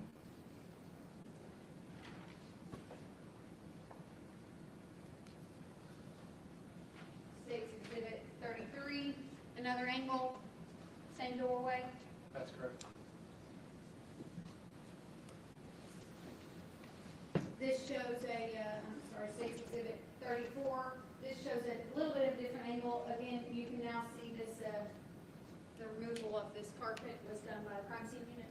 Yes, that's correct. For what purposes would that have been? During the initial walkthrough and documentation of the scene, we observed a dark reddish brown discoloration on the carpet that was consistent with blood. They collected that carpeted sample at that time prior to Blue Star being administered. They wouldn't want Blue Star administered, potentially saturate that blood or potentially do anything to it. Okay, and then lastly, State's Exhibit 35. That's going to be a photograph of the bathroom sink inside of that small bathroom area. You can see, if you mind if I have a laser pointer. Say that again? Laser Oh, pointer. no, sure. Since this one is, there's multiple areas of, do you mind if I approach the screen? No, go ahead. If the board doesn't mind. So then, be sure to speak up, investigators, so the jury can hear you, and the court can hear you. Yes. Sorry. Laser light was activating with the TV. Inside this photograph, you will see a picture of, like I said, the bathroom sink inside of the single bathroom inside of the apartment. On the photograph, and you can tell from where you're sitting, but there's multiple areas where you see a positive Blue Star reaction. You can see this bright colored area here. Since we're in, if you back out on the sink itself, you can see the reaction on top of the sink. And here it appears to be shading product right there. If you look down in the sink, you can actually see what appears to be a positive reaction inside the sink and went down towards the drain. Thank you, Investigator Crawford. Your Honor, the lights will be turned back on is now the Investigator Crawford, you mentioned, talking about that carpet, you mentioned discoloration. Were there multiple spots of discoloration on the carpet that you could see with the naked eye? Yes. And in your experience as a homicide prosecutor, what did the discoloration appear to be? What else? Prosecutor. Oh, I'm sorry. No, you are not a prosecutor. As an investigator, in your years of experience, what did that discoloration appear to be? Blood. So is that one way, the discoloration on the carpet, is that one way the crime scene would have known what areas of carpet to collect? Correct.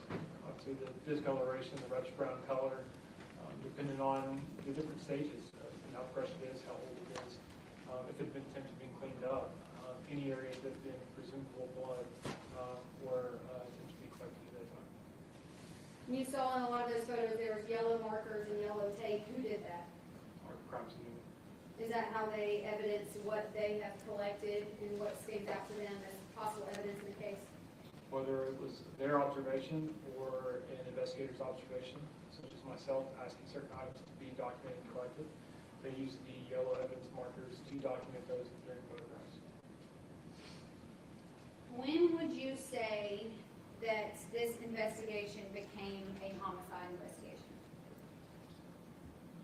Upon first spray of the Blue Star reagent, I was actually standing in the kitchen area.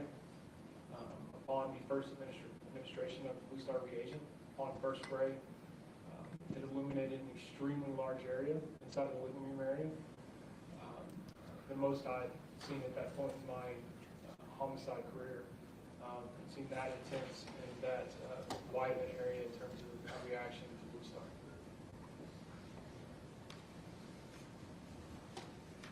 All right, we're going to go through some other photos. I'll try to go as quickly as possible.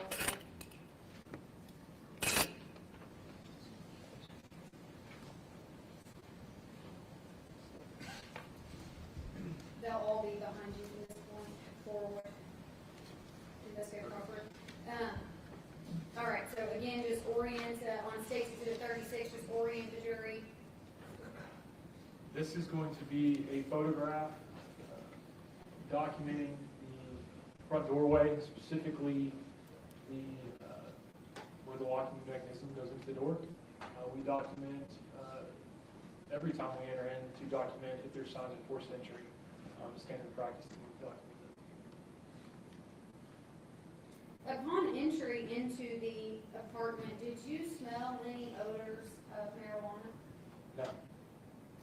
In your experience, both in patrol and as an investigator, have you had the chance to smell marijuana? Yes, I have. In raw form Yes. and in smoked form? Yes. And, did you smell it in this apartment in any form?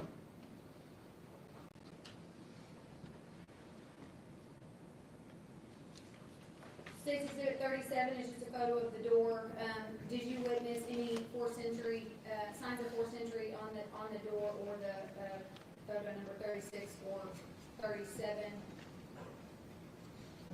No, not your typical signs of forced entry. There's scratches on the door frame, but they're not truly indicative of forced entry. Are we, this State's Exhibit 38, are we looking in from the front door? That's correct. This is the point of view as you enter through the front door of the apartment. Once again, it's been described as a shotgun-style apartment. It's not. It's more long than it is wide. Essentially, you can see the 3 or 4 separate rooms, however you want to describe it: the living room, the kitchen, the bathroom, and then the entry into the back bedroom.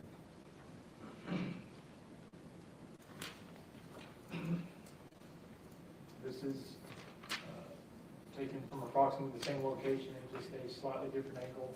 That then starts to capture the right side of the apartment or the west side of the apartment. And that's photo 39. This is State's Exhibit 40. Again, now we're just panning over to the right. You'll see that desk chair. What's in front of that desk chair that you can't see in this photo? Just this side of it? Yes, sir. It would be the desk. The desk. That's correct. Okay. State's Exhibit 41. What are we looking at? This is going to be a photograph from over top of the futon. Back, it's documenting what's on top of the futon, specifically a bottle of isopropyl alcohol, a pack of paper towels, and some no minor scratches.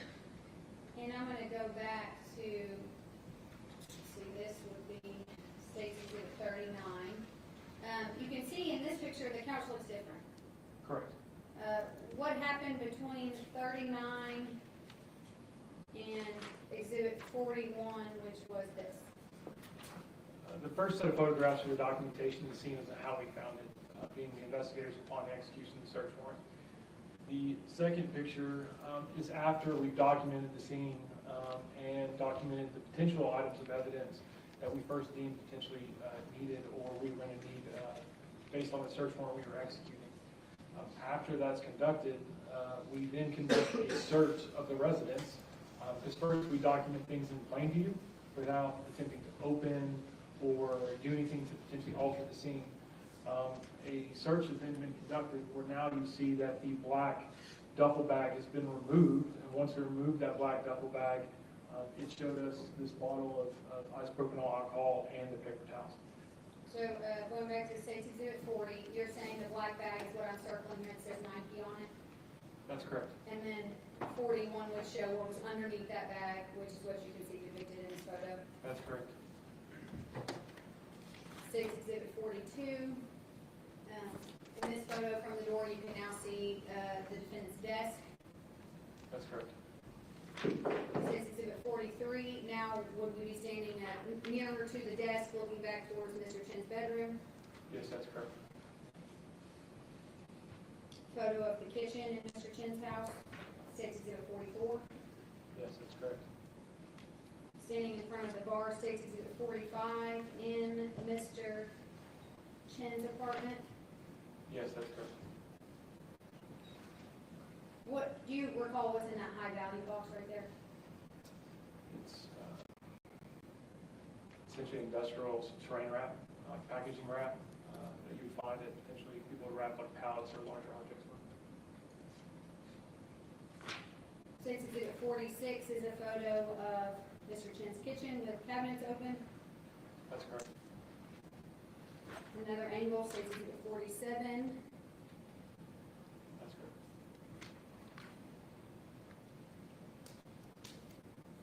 State's Exhibit 48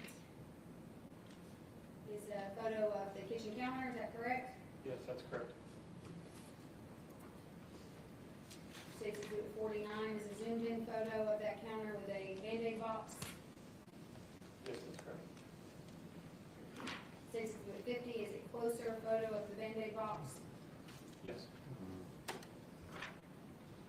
State's Exhibit 51 would be from the other side of the kitchen looking back, is that correct? That's correct.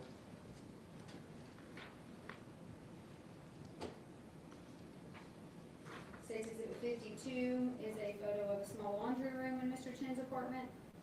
Yes, that's correct. Were there clothes in that washing machine right there?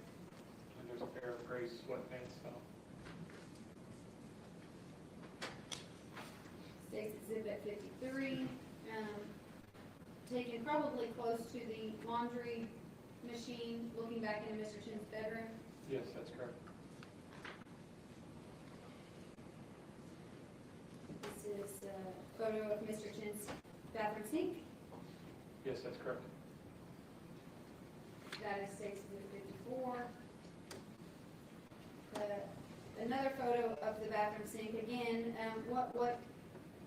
why, one more time for the jury, why would this photo 55 have had nothing on the sink and 54, which you can see here, would have had things on the sink? Once again, once the search was conducted, items have to be moved sometimes to see what's under them. Whether, in this case, obviously to see multiple items stacked upon each other to see every item under, or potentially see other evidence, such as potentially blood or anything else, is potentially located. Obviously, those items have to be removed, at which point, that's why you see what appears to be men's boxer briefs on the floor. In this photo, do you know what that item is? It's a box of Band-Aids. Close-up of Mr. Chen's sink is Exhibit 56. That's correct. A photo of the light switch in Mr. Chen's bathroom is 57. What's significant about this photo? You can see just under the left light switch, you can see a dark discoloration. To my naked eye at the time, I observed that potential blood transfer.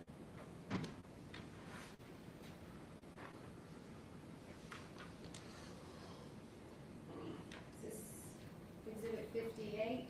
Again, we've seen this from different angles. You can begin to see where the tile meets the carpet here, which brings us to State's Exhibit 59. What is significant about this photo, Investigator Crawford? In this specific photo, there's at least two different things location-wise. In the specific grout line, directly in the middle here, you can see a dark discoloration that has a reddish-brown tint that leads into the edging of the carpet, specifically right here. To my naked eye, I believe that to be blood, to be the presence of blood stuck in the grout.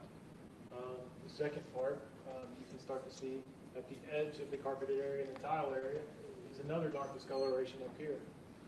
Also, to my observations, is reddish brown and consistent with blood as well. And Investigator Crawford, I'll point your attention over here to the grout on the left. You can see on the bottom is darker than the top. Is that correct? That's correct. So when you say dark discoloration, do you mean that the difference potentially between this and that, or this and that? Correct. If you were to see, just seeing these two pictures without seeing the rest of the grout lines, you can clearly tell that in this middle section between the bedroom and the kitchen/living room area, you could see a dark discoloration that was different than the other side, maybe closer to the actual toilet, which they were it all appeared someone attempted to clean it up.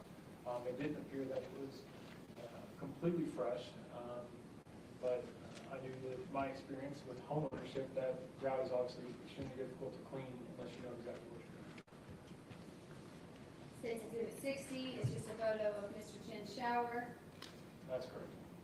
State's Exhibit 61, another photo looking into the shower. Correct. State's Exhibit 62, another view from the bathroom into the shower. That's correct. All right, now, State's Exhibit 63, this is a new picture for the jury. Can you describe where we're at?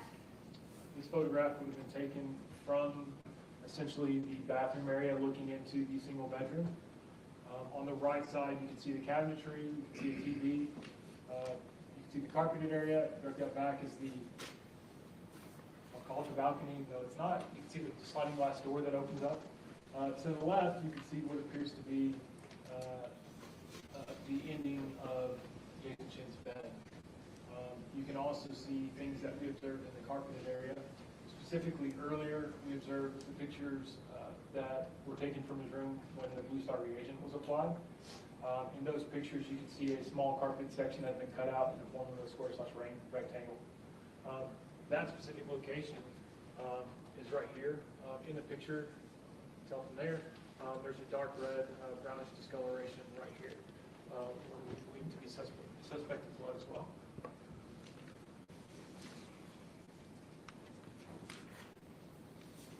Exhibit 64. So a closer up, I'm an investigator, but I want to stop here for a second. At some point, the jury may see more similar photos. But in these cabinets, what types of belongings were in these sets of cabinets here?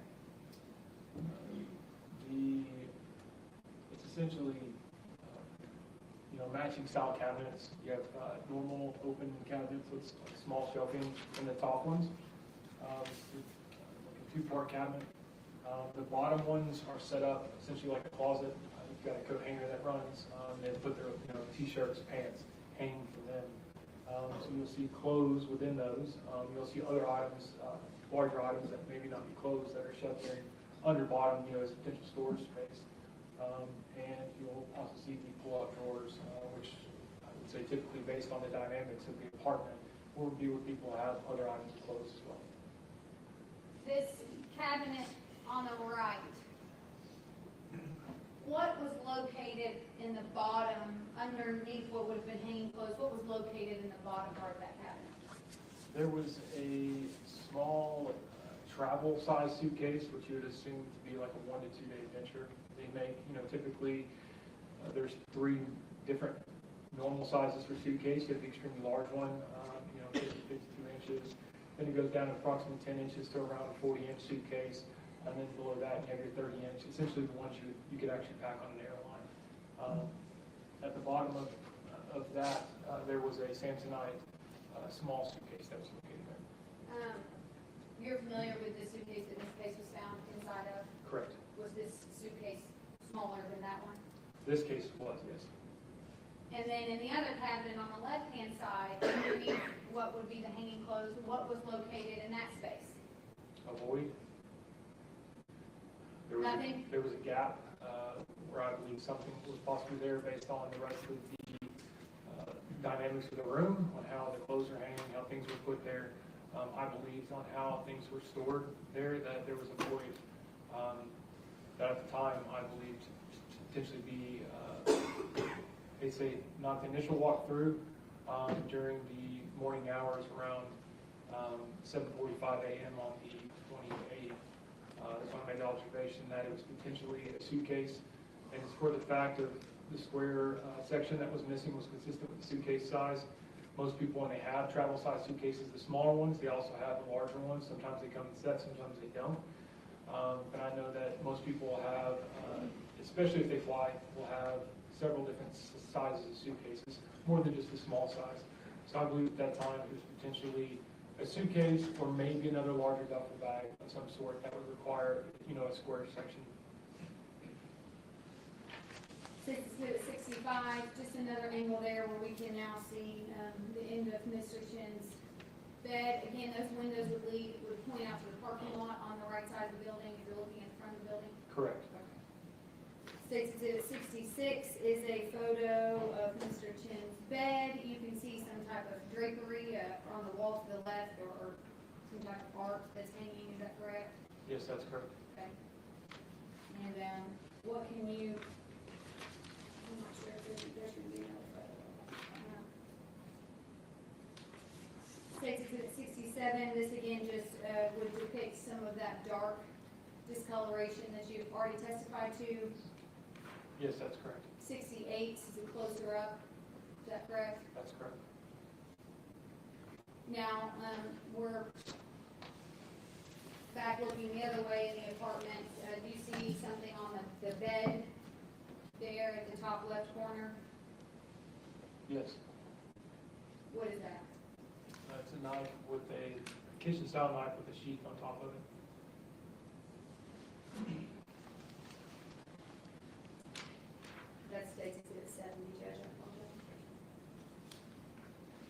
different angle of the bed.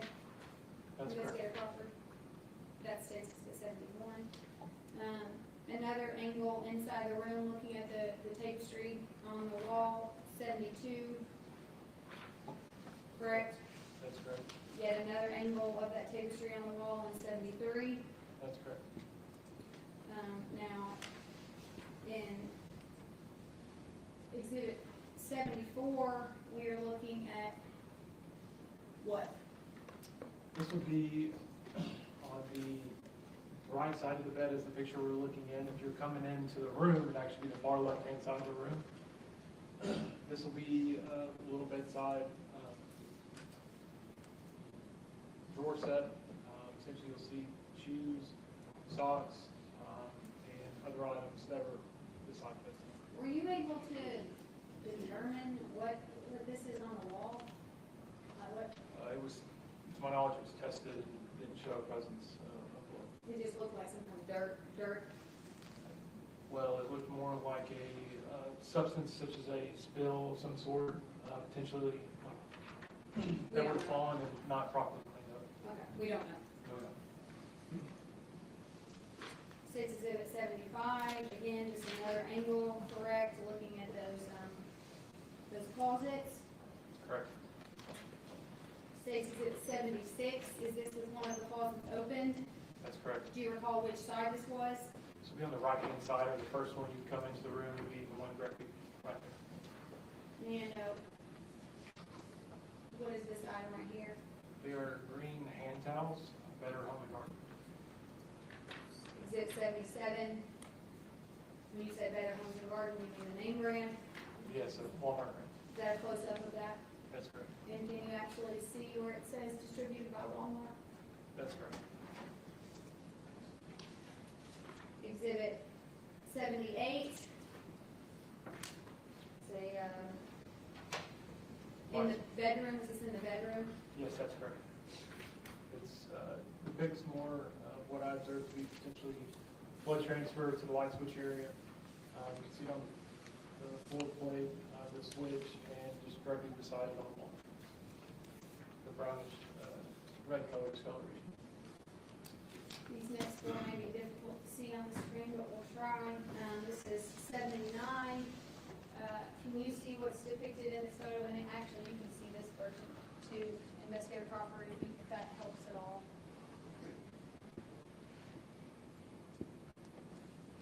There's a few things in this photograph. Here's this. Once again, there appears to be potential blood transfer to the bottom edge of the doorway. You can see small speckled areas there. And in the on the floor, you can see discolorations that are reddish brown as well, that are consistent with blood transfer from somebody's foot. Is it fair to say, Investigator Crawford, that in this photo, the physical photo, that spot there, this spot appears to be more red in color? Correct. The photograph depicts it better than the screen. States Exhibit number 80. Again, here I can give you this photo. You can use this. What's significant about this photo? First is the documentation of hair on the ground. And then there's also further discolorations, which appear to be blood transfer as well. States Exhibit 81, this is where this photo is going to be more helpful to you, Investigator Crawford. Use that to point out the significance of that photo.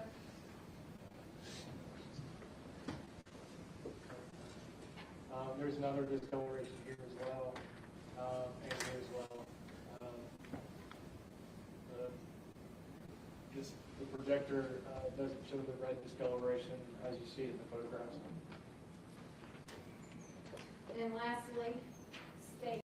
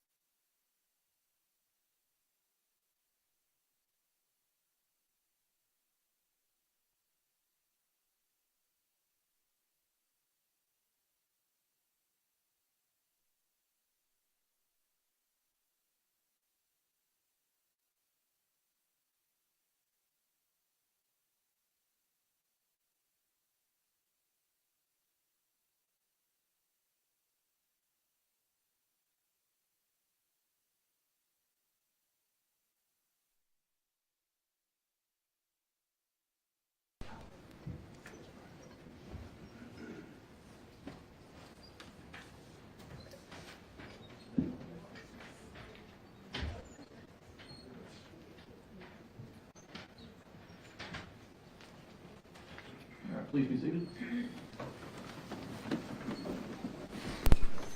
Hope you had a good lunch. You were right outside. I'm gonna take your property line for it.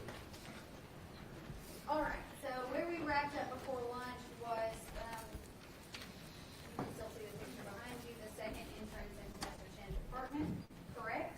Yes, that is correct. Okay, so after this part of your investigation, what happened?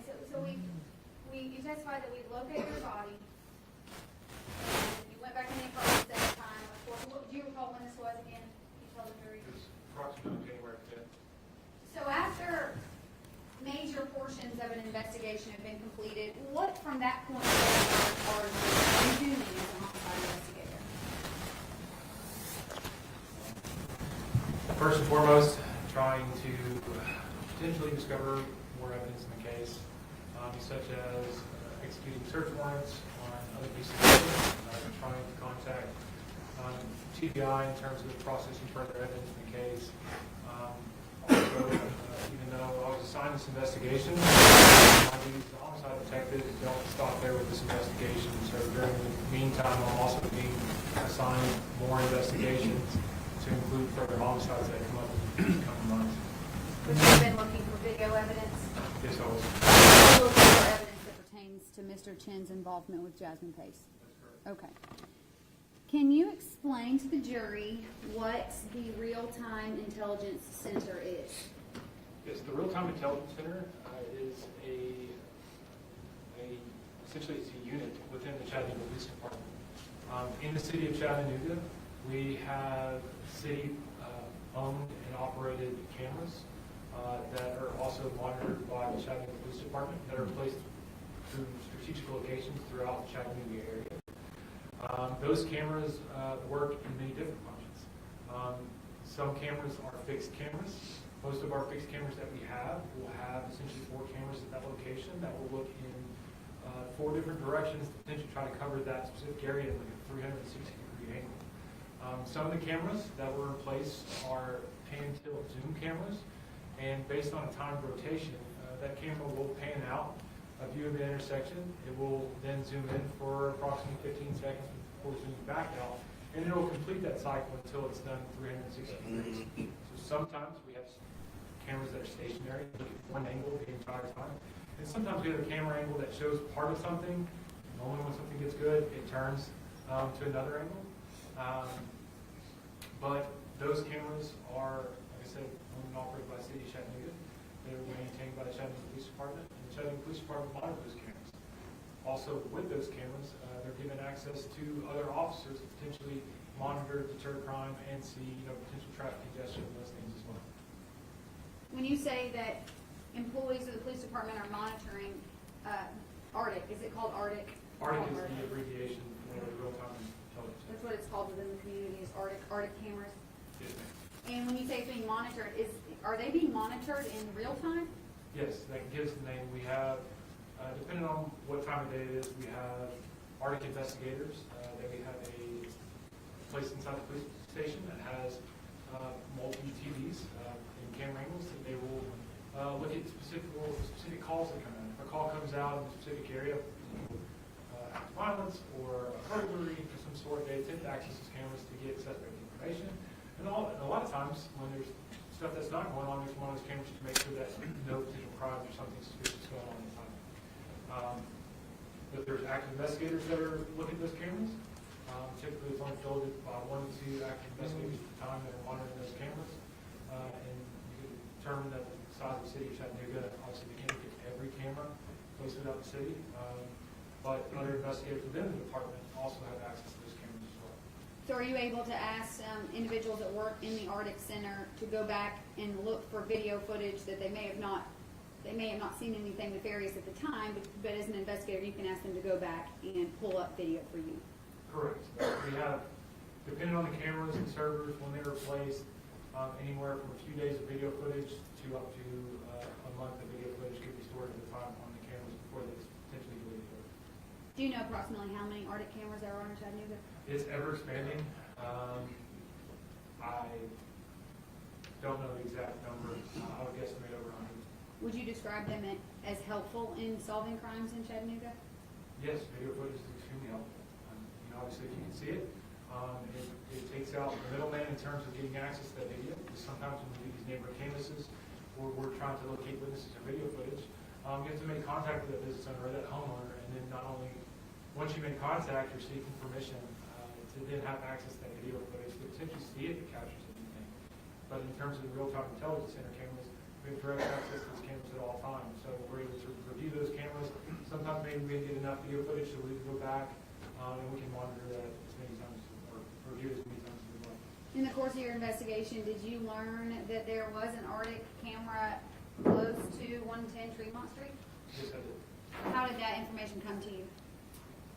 I'm very familiar with the Arctic cameras within the homicide unit. I'm somebody to rely upon when it comes to certain types of investigations. One of those is being the ability to review camera footage. So I was familiar with the camera being placed at the intersection of Tremont Street and Fraser Avenue. It's actually, most of our Arctic cameras, basically all, because of the power source they need, are mounted on electric poles placed there by EPB. So it gets direct source by the city-owned power.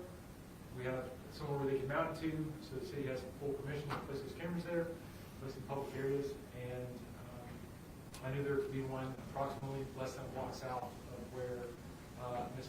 Pace was last seen and ultimately murdered. Were you able to request to see the video footage from that Arctic camera from the days of November 22nd, 2022 and November 23rd, 2022? I don't have to request that video footage. I actually have direct access to all the Arctic cameras.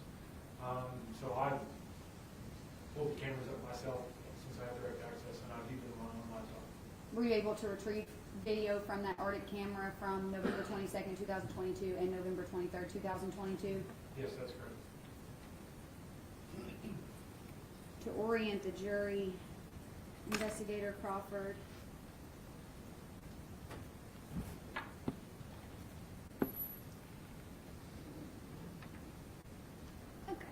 The jury has seen this several times. You recognize this area, Investigator Crawford? Yes, we just saw the front of 110 Tremont Street. You're going to see Tremont Street as it leads down into an area of Coolidge Park. And you have Fraser Avenue, which goes from left to right or east to west.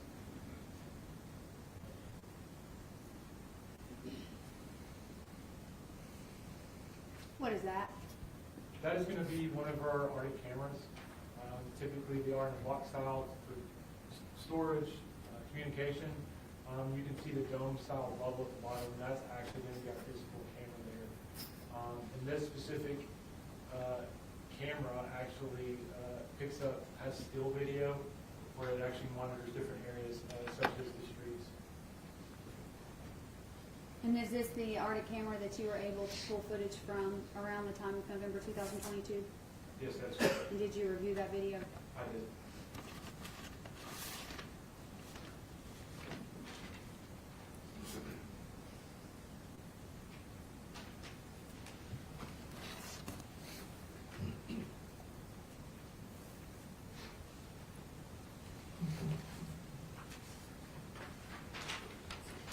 It's on the list of Fraser Avenue, 1122, Fraser, 1122.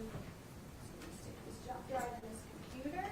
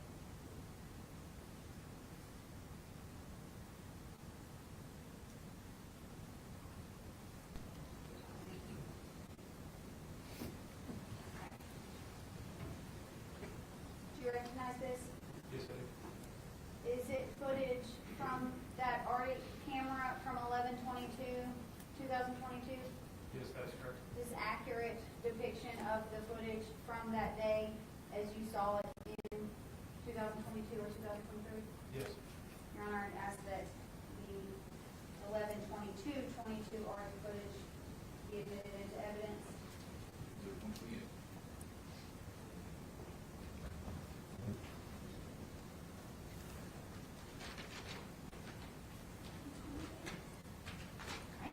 This folder says Arctic 11/23.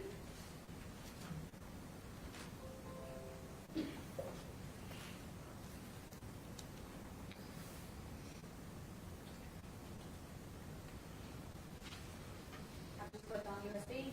Yes.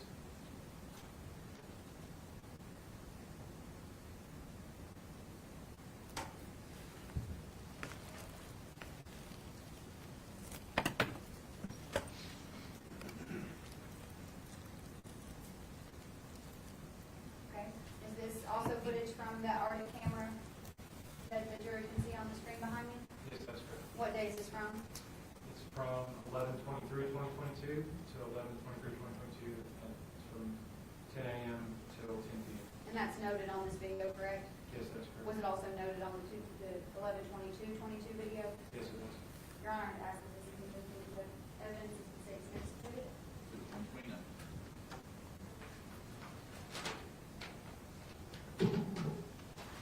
All right.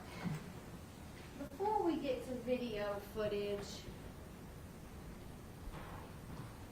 Investigator Crawford, I'd like to talk about the location of several spots we've talked about throughout this trial. 110 Tremont, you can see a little sliver of it on the screen behind us, correct? Correct.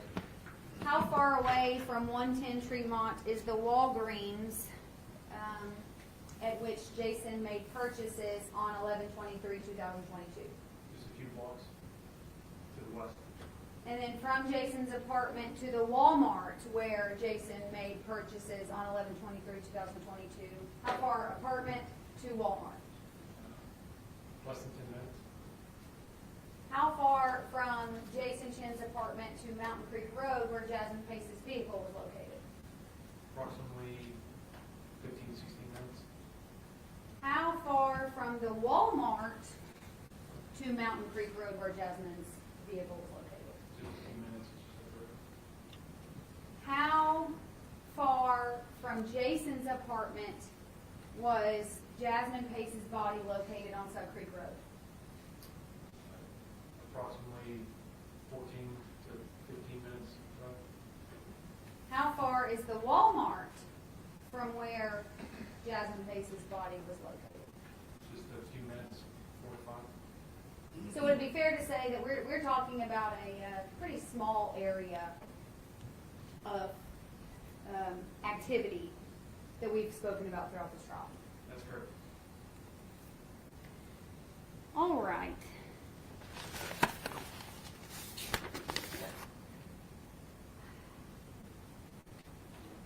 Yes. Can we switch to prosecution laptop, Your Honor?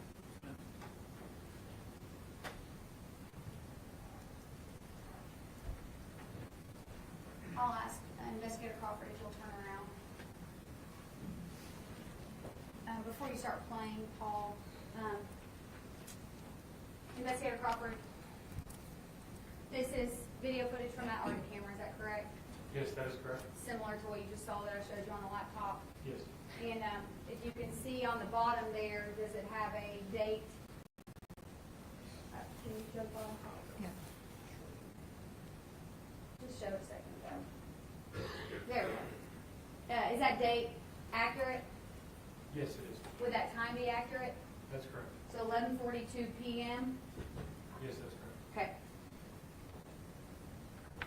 Note that we are going to begin to play it, Your Honor, around 11:42:41.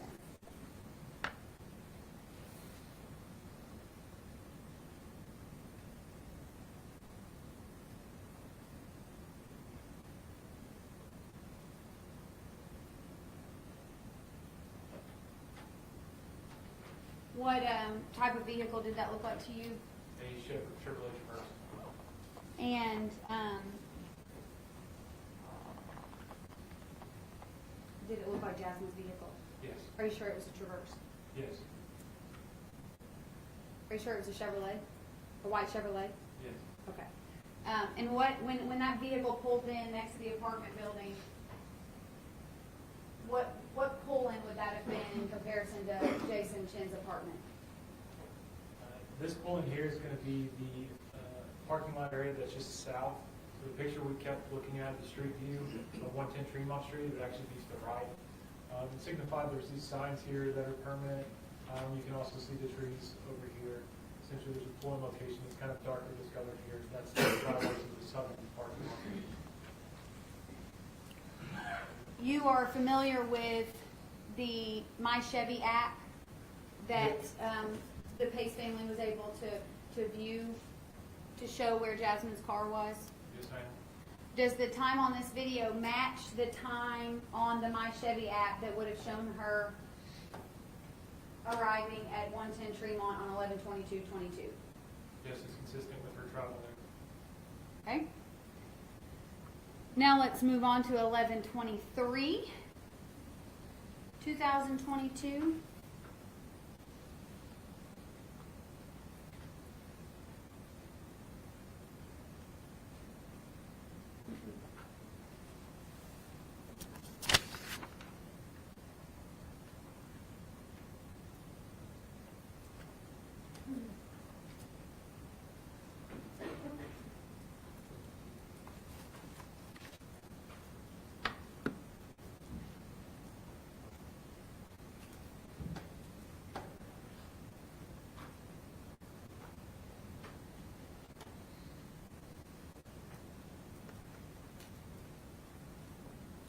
All right, can you pause it, General Moyle? What are we looking at here, Investigator Crawford? This is a camera within the Walmart, specifically the 500 Sigma Mountain Road Walmart that was used earlier in the testimony. Do you recall when this surveillance footage was taken? Yes, the date from which the surveillance was taken was from November 23rd of 2022. If you can play it, General Moyle.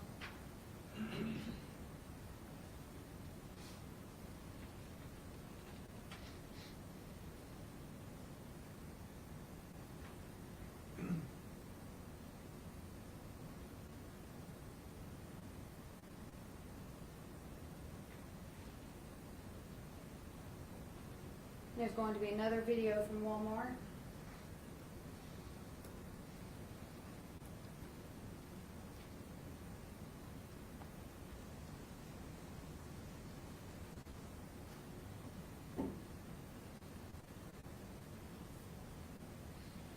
It's the same day, same event, just when Mr. Chen was checking out.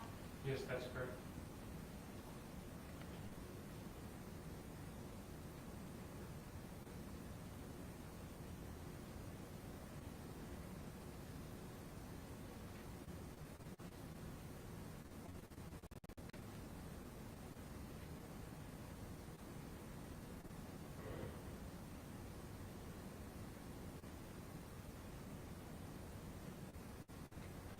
Those towels look like anything you've seen before? Yes, they're consistent with the hand towels that we located in the top right-hand corner cabinet closet area of Jason Chen's apartment.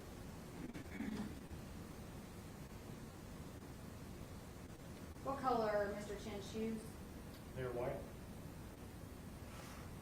Does that appear to be the same hat that Mr. Chen had on when you met him in Nolansville? Yes, that is correct. And do you recall the time of day that this video was captured? Yes, he was in the Walmart area between 10:46 a.m. and 11:30 a.m. And did it correlate, this video correlate with the receipt that was previously entered as an exhibit in this case? Yes, that is correct. Can you please continue to look? Does that phone look familiar? Yes, it's same clear phone case with the same sticker on the back that's in relation to Boston College, along with the debit card that's consistent with what we located inside of his wallet in Nolansville.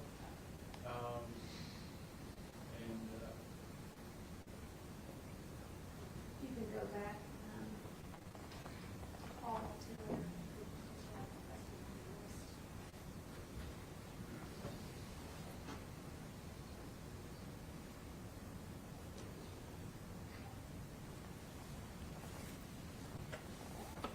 Did you see a time come up on Mr. Chen's phone that that December 9th date is the date that this video was retrieved, correct? Correct. Did you see a time on Mr. Chen's phone? There is a time associated with this. And here, in this photo, you can see Mr. Chen's wrist in this photo, correct? Correct. And does he have a bracelet on? He does. Does it match the bracelet that he had on in his matcha photo that he sent to Jasmine Pace? It does not. But that picture was, those texts were from the same day as this video, correct? That is correct. Okay. Move on to Walgreens.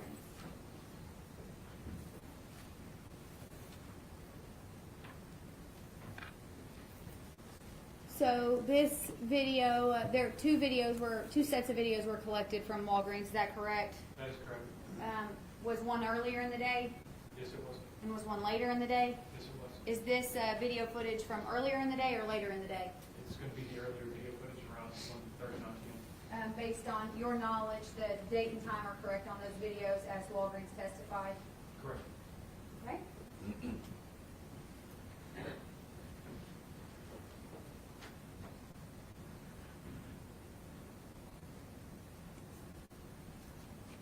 Got to see somebody walk in the door?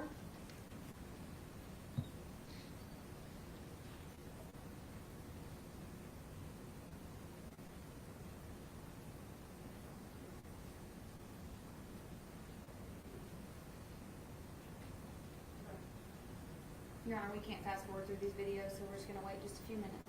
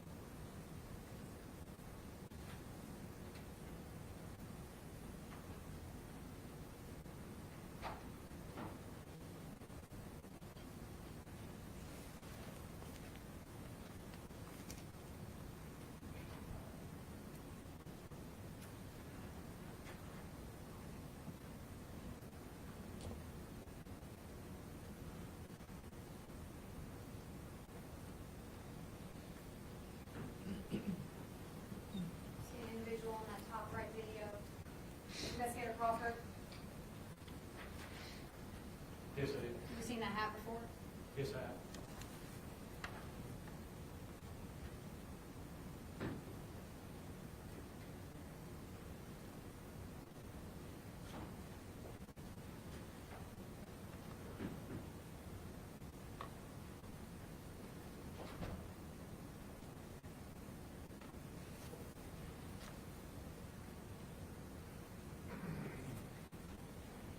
Did this transaction correlate with one of the receipts that we've already seen?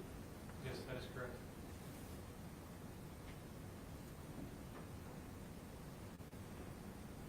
Okay, briefly before we go to the next video.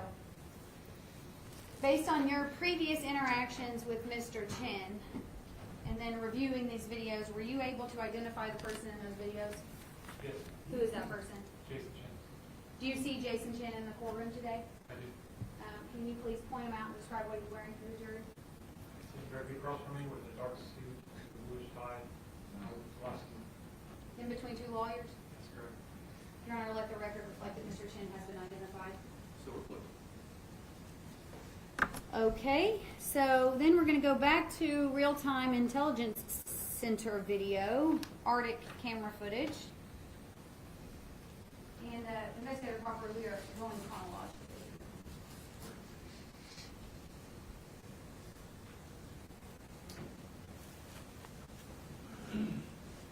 pause this, General Moore. Okay, so again, correct date on the bottom? Yes, that is correct. Is the time correct on the bottom? Yes, there are IP-based cameras that are synced in that. Would that be 5:59 p.m.? That's correct.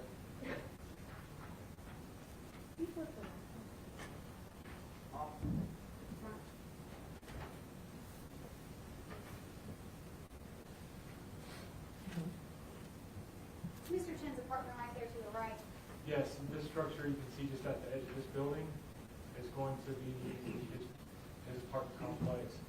Just between here is the front stairwell and obviously the brush, and then this is the parking area over here.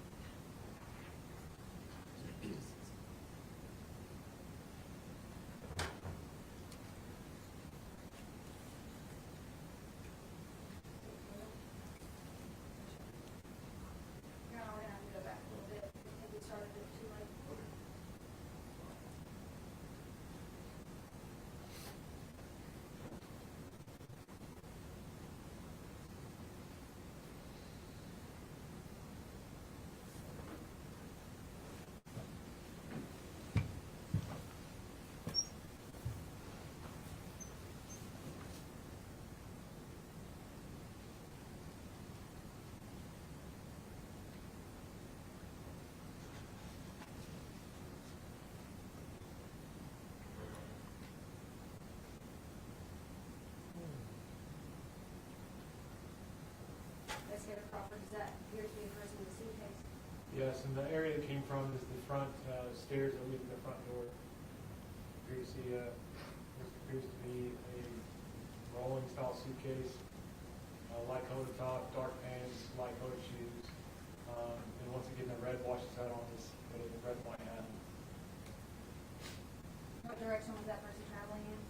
From the front staircase down the sidewalk to the parking lot area on the south side of the apartment complex. Okay, we're gonna keep watching for a second.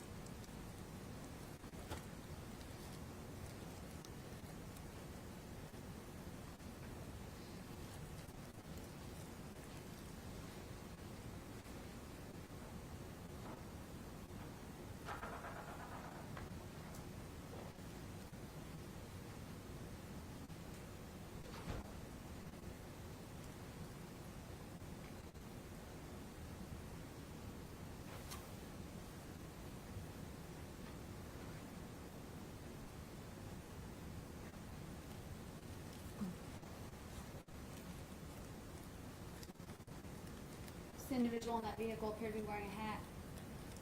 Yes, it does. Does that match the description of Jason Chen's vehicle? It does. It's a Toyota Camry, same color, and approximately same model year range as well.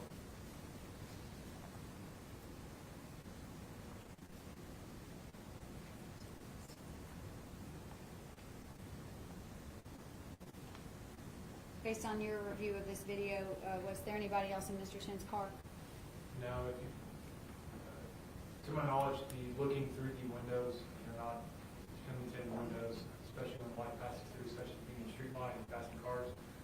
You clearly see the gentleman sitting out inside of the vehicle at that time. All right. Chronologically, let's go back to Walgreens. Oh, let me ask you, if Mr. Chen in that video was going towards Suck Creek Road, which way would he have turned out of that Tremont Street?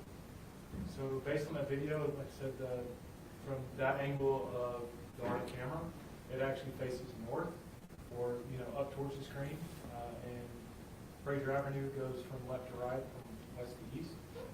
Suck Creek Road, you would need to take a right out or travel left down the road to the west. So on screen, you'd been traveling to the left-hand side of the screen to make that road. Well, let me ask you this way, because that's actually the flipped version. Was he traveling in the correct direction to get to Suck Creek Road?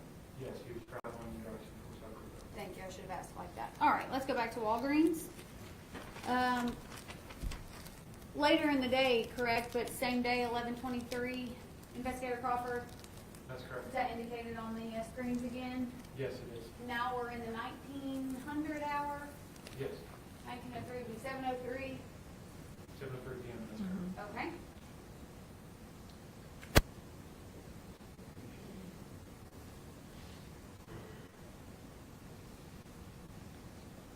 See somebody standing in line on that bottom right screen? Yes, that's correct. Does that appear to be Jason Chen? Yes. Does he appear to be buying paper towels? Yes. And you can see on the top left screen in the better view. Correct. So the first Walgreens video was around what time? It's around 1:39 p.m. And this one, 7:03. So we're 5.5 hours separated. Is that correct? Yes, that's correct.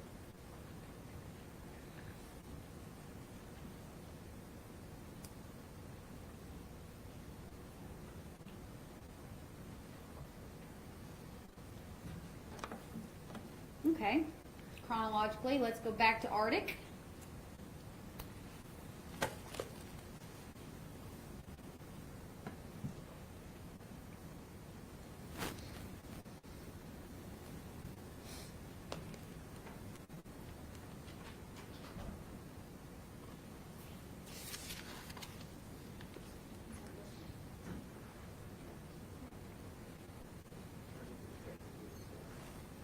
Can you, Investigator Crawford, can you move to the right a little bit so that Paul can see?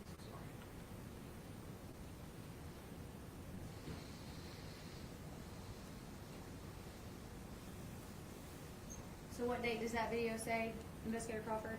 November 23rd, 2022.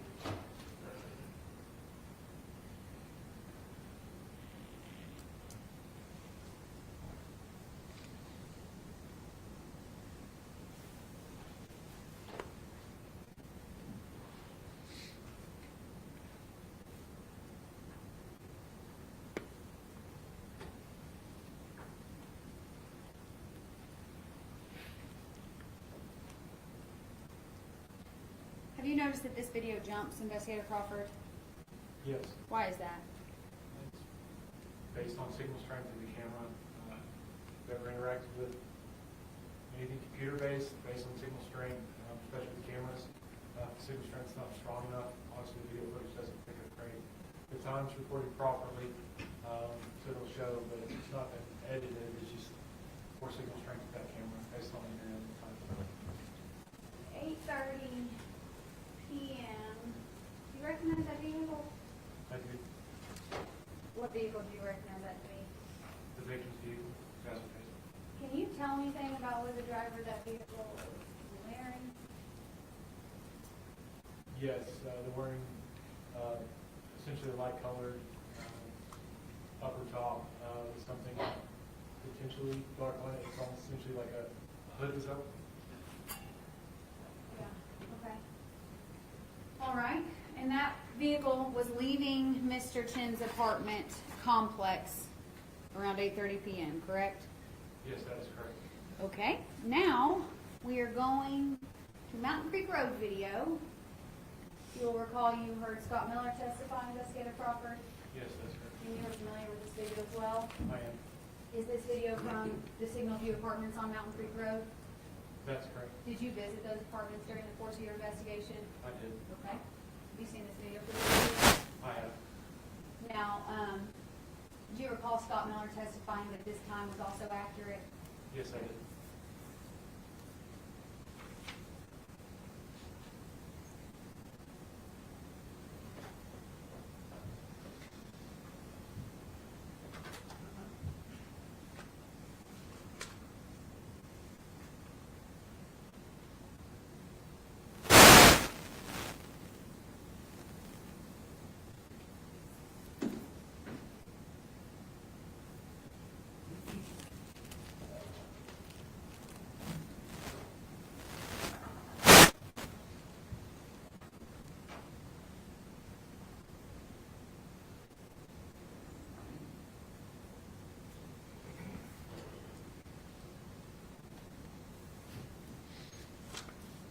That white SUV, Investigator Crawford, was that SUV going in the direction of where Jasmine Pace's vehicle was located at the Mountain Creek apartment building? Yes, that is correct. I'm going to keep playing it.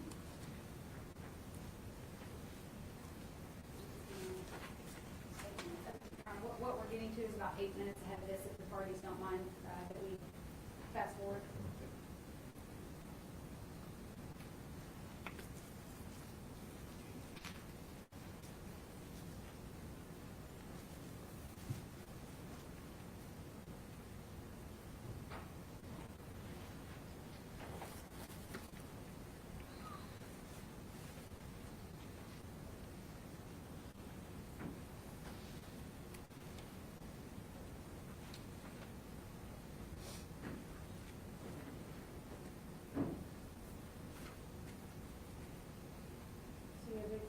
Vehicle going pretty fast down that parking lot road. That's correct. Were you able to identify what kind of vehicle that was? Yes, it appears to be a grayish tan color, like Toyota Prius. Okay, keep watching.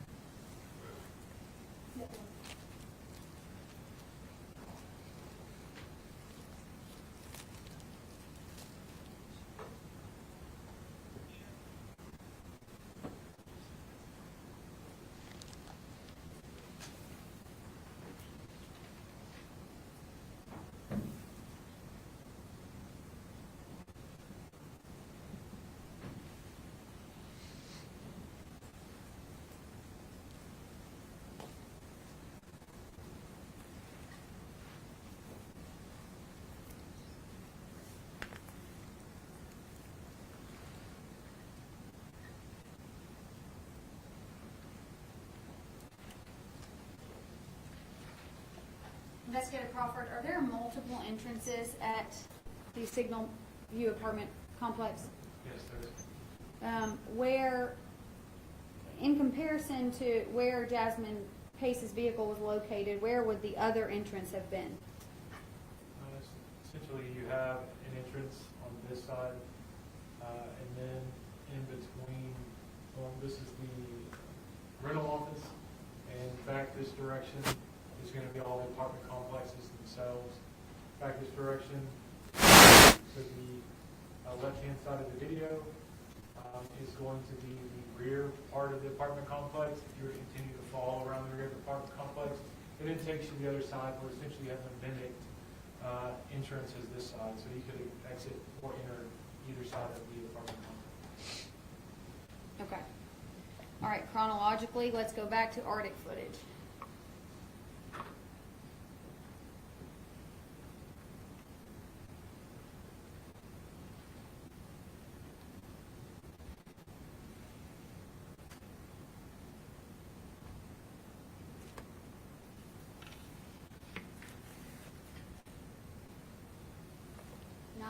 PM, 11:23:22. Yes, that's correct.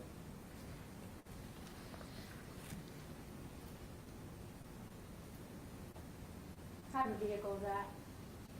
It's a Toyota Prius. What is it flashing? It's a flashers in front of? In front of 110 Fremont Street. We're going to run double speed off. Let's rewind that in normal speed.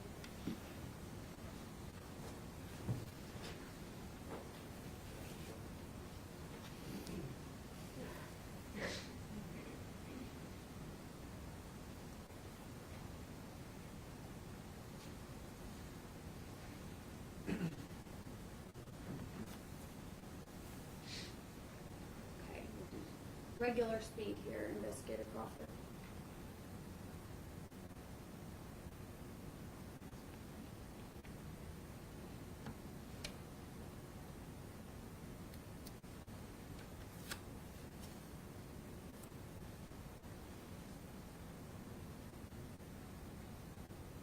What appears to be on that individual's head? You can see what appears to be a light colored hoodie, some sort of pullover top.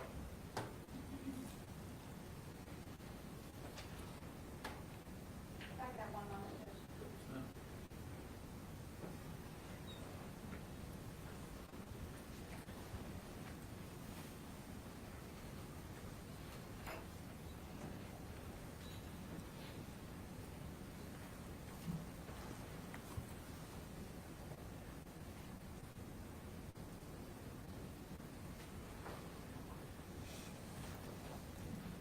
Nothing further from this witness, Your Honor.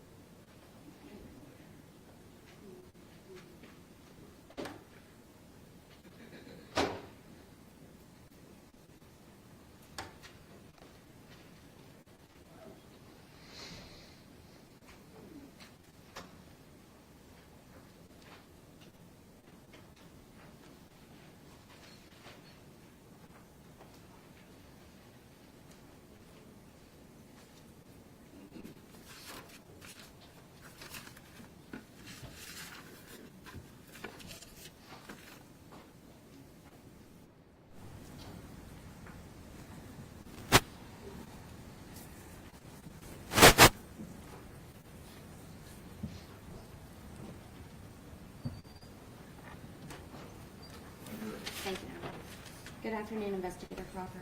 Good afternoon. We're going to start from the beginning. So, November 26th is when CPD first became involved in this case, correct? Correct. And that was in a phone call from the Pace family? Correct. They called into Chattanooga Police Dispatch where they then successfully had a call. And was that specifically related to the vehicle that we've seen? Correct. And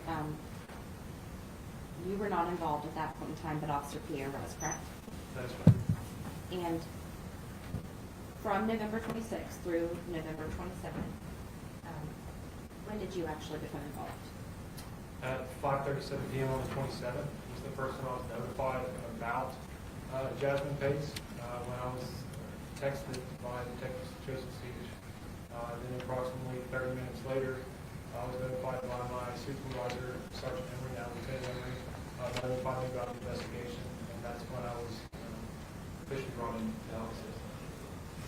So, was it your belief that Jasmine had been missing since November 23rd or the night of November 22nd? At that point, I just had a basic understanding from what I was reporting by Sergeant Henry. And from November 22nd through November 27th, CPD had not been to Mr. Chen's apartment, correct? I do not believe that's been testified to. When did you first go to Mr. Chen's apartment? First went to his apartment on the evening of the 27th. Had other officers been there prior to your appointment? Yes. And who were those officers? There was a lot. Are we talking inside his apartment or out of his apartment complex? Let's start. Are you aware of the first time that law enforcement went to Jason Chen's apartment after November 22nd, but prior to your arrival on the 27th? Yes. Who were the first officers to respond? Officer Justice, Officer Brasted, and Officer Craig. And are they all three still employed with CPD? No. Which of those officers are not involved with CPD? Officer Justice now works for the Tennessee Bureau of Investigation. And I'm pretty positive I had that interactions a little bit with Brasted and Craig and others, so we've been employed with Chattanooga Police Department. Now, when Officer Brasted and Craig and Justice, were all three of them there at the same time of the case? They did. They responded. They weren't in the same vehicle, so they responded within a few minutes of each other before they made contact with the Jasmine Pace. And when they made contact with the Pace family at Mr. Chen's home, was it your understanding that the Pace family had already been into Mr. Chen's apartment? Yes, that's correct. Did you have an opportunity to do an interview with the Pace family? I did. And you learned that information from them, that they had been in Mr. Chen's apartment, correct? Yes, that's correct. They also say that they've been in Mr. Chen's apartment in the body cam footage that's located on Officer Creighton's and Officer Brasted's body-worn camera, correct? Yes, that's correct. Have you had the opportunity to review that? Yes. What date was that interaction with Officer Creighton, Brasted, Justice, and the Pace family? It was on November 27th of 2022. And body-worn camera is something that patrol officers wear, correct? That is correct. You as an investigator do not wear that. No, I do not wear a body-worn camera. And when officers respond to calls such as this, does that body-worn camera get uploaded into one of your evidence servers? Yes, that's correct. Every video camera that records is automatically recorded, and as soon as it's docked, it automatically goes to evidence.com. The officer has no way. Essentially, when you charge the device, it begins to upload the device. So when Officer Pierre responds to the Mountain Creek Apartments, he had body-worn camera. He's a patrol officer, correct? That's correct. And it would have triggered to turn on at some point, correct? That is correct. And that would have been uploaded to evidence.com or something similar? Yes, evidence.com. And so the same is true for Officer Creighton, Officer Brasted, and Officer Justice, correct? Yes, that is correct. And you did say you had the opportunity to review their body-worn camera? Yes, I have. And if we may have this laptop, actually, I mean,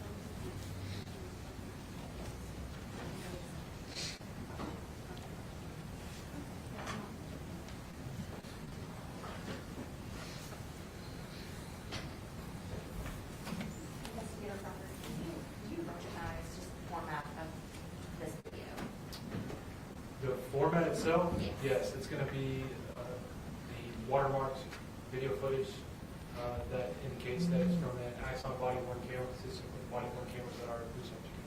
Okay, and specifically, what is the date on this, the date and time that are noted on this video? It's November 27th, 2022 at 05:27 a.m. And we've heard a lot about timing on other videos. This is an accurate time marked on this video from That's this. So correct. this would actually been taken at 5:27 in the morning. Correct. And you, at this point, do not know that this actually belongs to Officer Creighton, but you have seen this video in your case file, correct? I have reviewed his camera footage. Yeah, right. We may have to this one.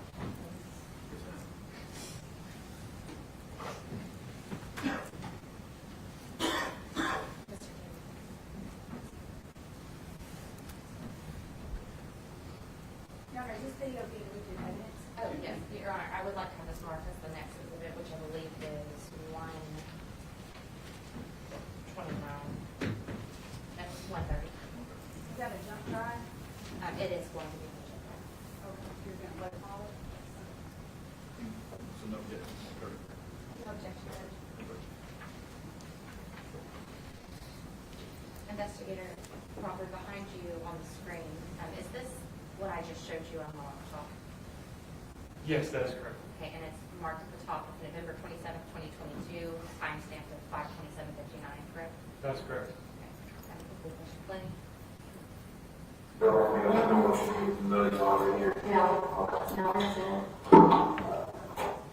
Investigator Crawford, I'm just pausing for 1 moment. Did you notice the door at the front? The one on the left-hand side of the video? Yes. Yes. And what was the number on that? 210. And it's your understanding that's Mr. Chen's apartment, correct? That is correct. Do you recognize the individual that's here in the video? That is Katrina Bean on the right-hand side. And that would be Jasmine's mother, correct? That is correct. We're going to make sure that, obviously there is no line here.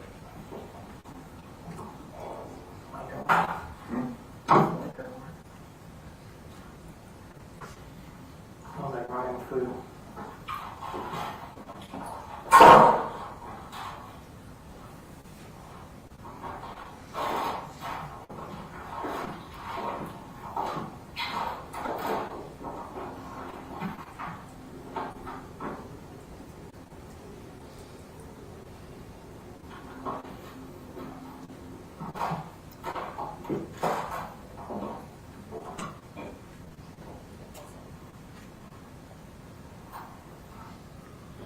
Investigator Crawford, they've done a walkthrough. I believe you described it earlier as a shotgun layout of an apartment. So they have entered in through the living room, the kitchen area, through the bathroom. Where are they now? One officer is in the single bedroom, and one officer from the view of the body camera is still standing within the bathroom area on the camera. Okay. And what is the purpose of law enforcement walking into apartments like this? Apartments like this? This specific apartment, what was the basis for going in? The basis, I did speak with some of those officers later on. One officer described, I can't recall which one, but one officer described that they were notified that family members of the victim were inside the residence, and that they had left the residence. They advised that because the door was unlocked, they entered the residence to make sure that no more family members were inside there. Was what the purpose. So at this point, they're looking for family members. Your Honor, I inside. object at this point. It's all hearsay. Okay. Well, are you offering the truth and uncertainty? Well, no, we'll move on. Okay, thank you. The officers that are inside are, who's in the bathroom at this point? I didn't see that part. Didn't see who was walking Can in. you back up? I would assume it's Braced if it's from the view of Creighton's body camera. Can you see behind you now? We're at 528.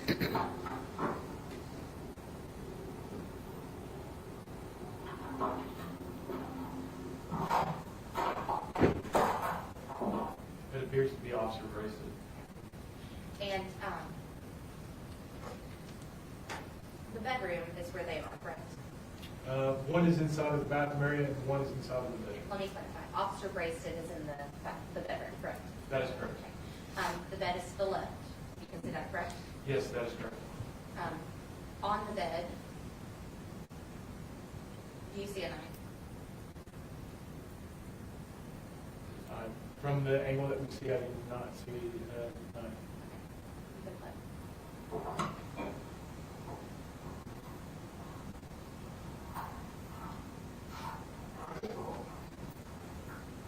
The person says, spaces, they're always covered or open. See that? Yeah. Long hair here. Prophylactics on the end table. Just the kit down here. That's definitely female.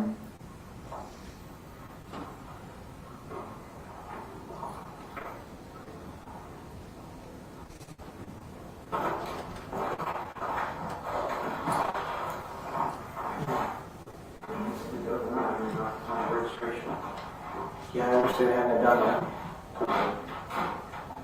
There's any pictures of him. There's her stuff.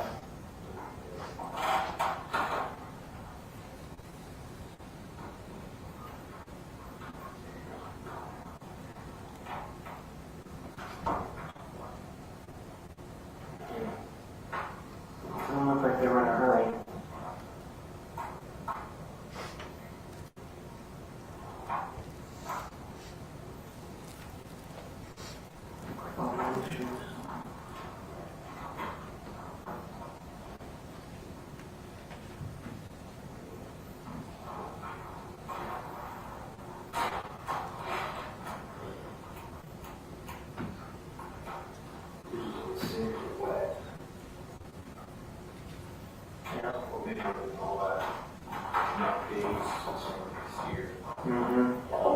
Stuff, low-ish is a driveway.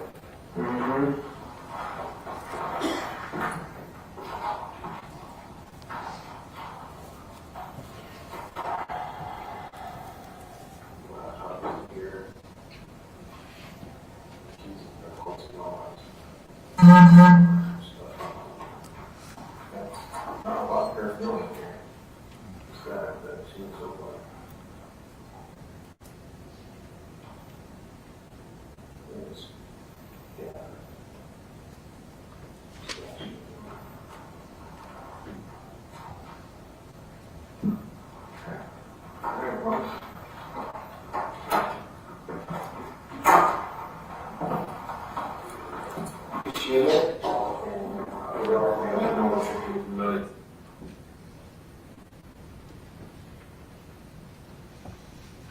Investigator Crawford, who were the parties that were left in the hallway when the officers were exiting, or could you see them?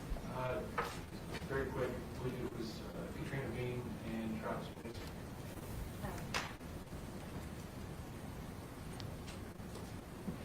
When did you do your interview with the Pace family? My first interaction with the Pace family was the Police Service Center on November 27, 2022, just after 7:30 p.m. Was that AM or PM. And so, going through, you get a phone call from, or a text, I believe you said, from Investigator Siege, 5:30 in the afternoon. That's correct. And how long, did you reach out to the Pace family and ask them to come to CPD? No, I did not. Who did? I was notified that the first notification that I received, official notification, would have been through my supervisor, Henry, at the time. He reached out and said that missing persons was needing potential assistance in an investigation. That's when he disclosed it, and I knew what he was referring to based on my interaction with Detective Siege.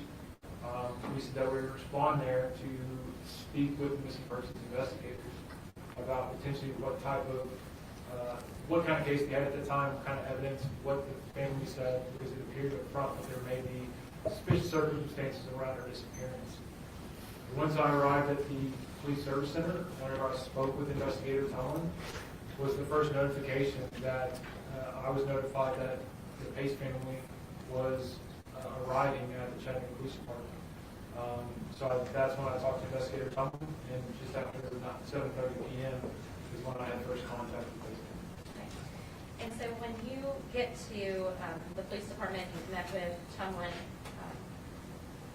had they had the missing persons department or unit, have they made any progress with attempting to locate Jasmine? I would say that there wasn't much progress in the investigation at that point. Have they conducted any other interviews with the Pace family, or was this the first one? To my knowledge, they had an interaction over the phone. I don't know the exact details of what was said. And when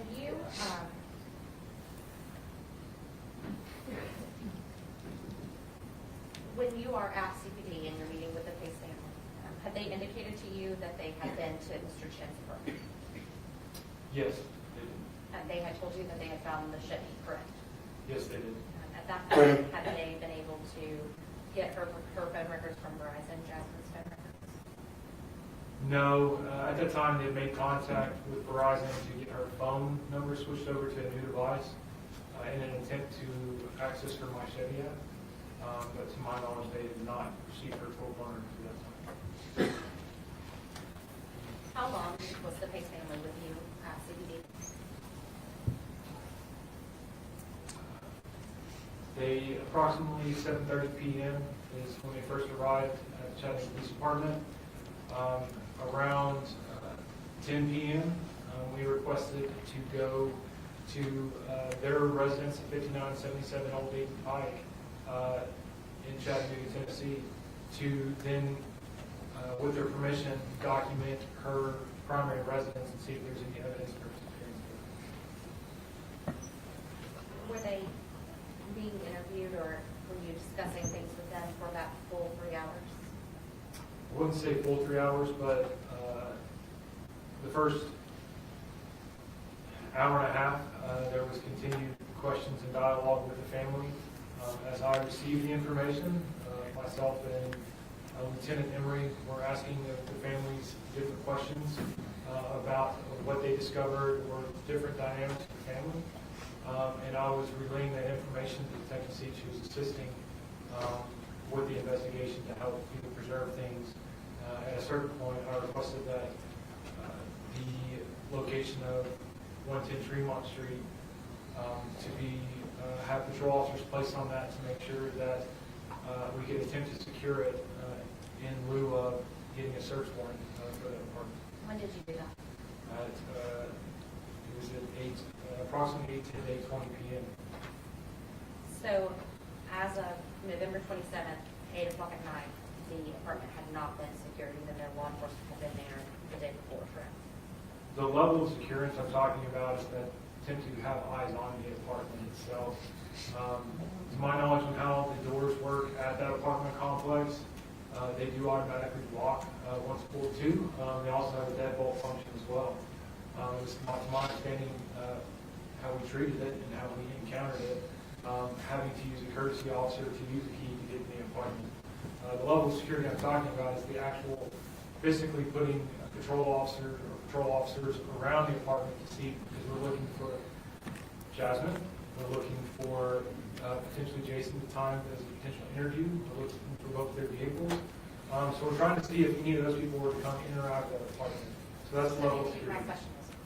My question, and that's where your property is, did CPD take any steps to actually preserve Mr. Chen's apartment after law enforcement had November 26th, other than sitting outside watching the doors? They shut the door. Okay. But we know that the Pace family had gotten in and they were not residents there, correct? Correct. So there's no crime scene tape, there's no seals that are placed by CPD, correct? No. Okay. When did you get your search warrant? The search warrant was signed off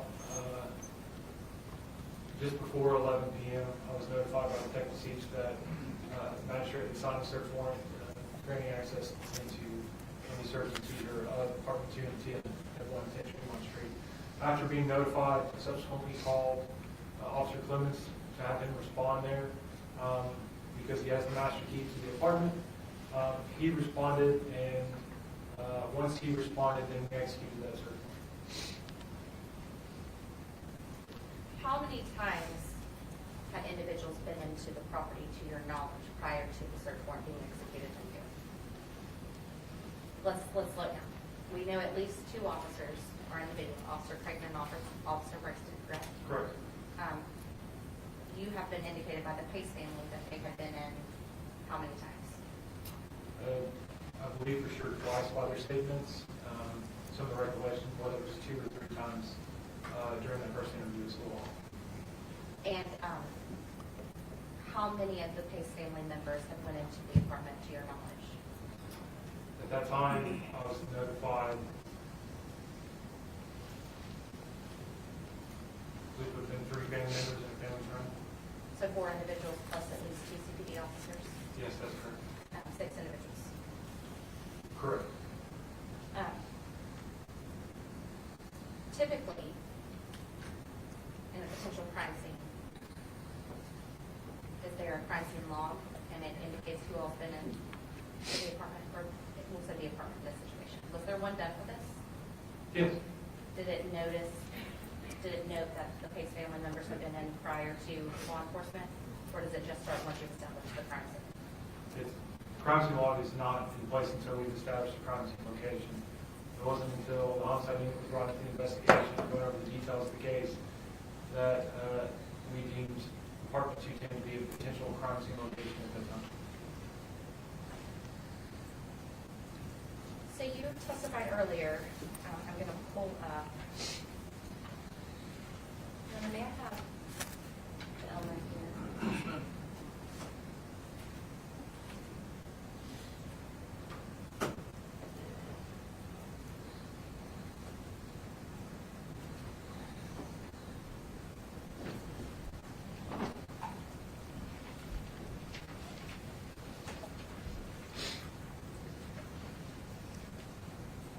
I'm going to show you what's been marked as Exhibit 42 by the state. This is as soon as you're walking into Mr. Chen's apartment, right? The right of his door. Yes, that is correct. The general had asked you when you walked into his apartment if you were able to smell marijuana. That's you correct. indicated no, correct? That's correct. At this point in time, what is now? Let's ask this. How long had it been since Mr. Chen had been in the apartment at the time that entered your search warrant? I had no idea. Now you know, correct? That's correct. Had it been at least 5 days? No. 4 or 5 days? No. How long had it been? Based on my knowledge, I believe that he essentially entered that apartment less than a few hours from his photograph. What do you base your knowledge on? Cell phone records? Does the cell phone record actually show him in the apartment or in Chattanooga? The general area of the apartment. Does it show him in actually 108 or 110 Tremont like it had for Jasmine Heights?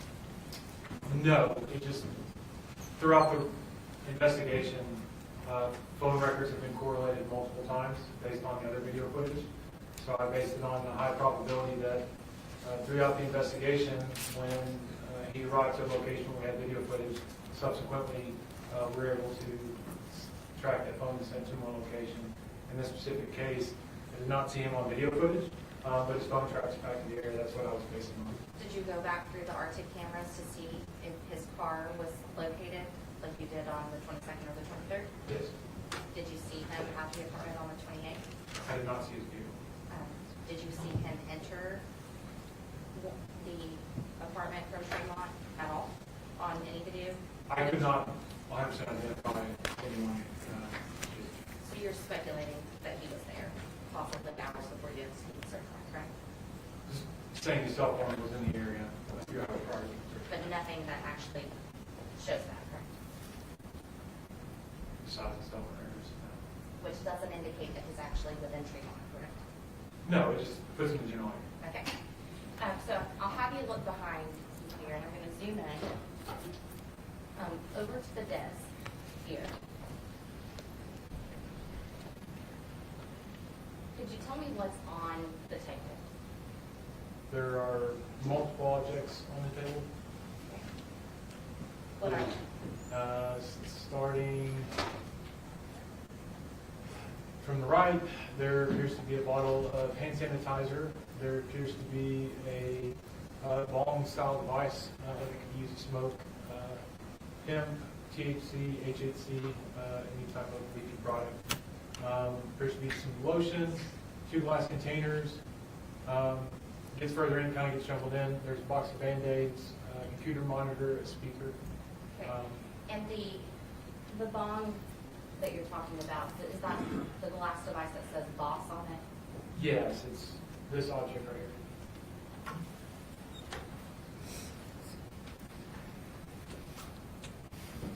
Was there any other indication of marijuana within the apartment? I did not observe, I didn't have any smell. I don't believe I observed shake. I don't recall any other signs of marijuana inside the apartment.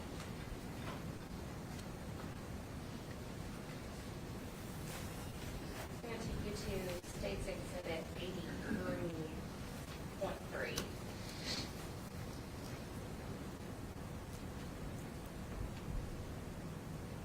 You've indicated here that these items were located at the dumpster outside of Mr. Chen's apartment, correct? Yes, that's correct. Were these items actually recovered by CPD, placed in the property? Yes. Were those items sent off for testing? These specific items, no. Do you have anything that indicates that any of these items belong to Jasmine Pace? No, we had not received testing through TBI.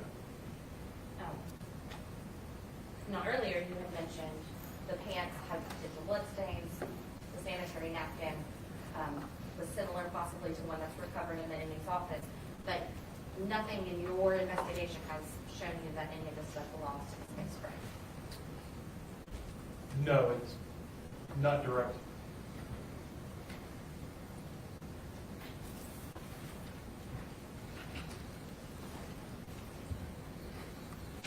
Who actually retrieved the items from outside the dumpster for CPD?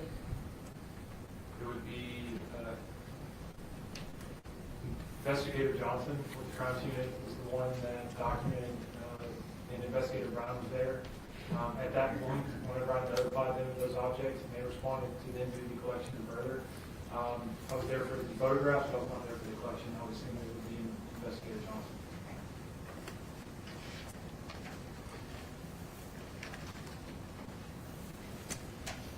We're going to go back into the apartment. What did the search firm allow for you to start off at this town? Thank you.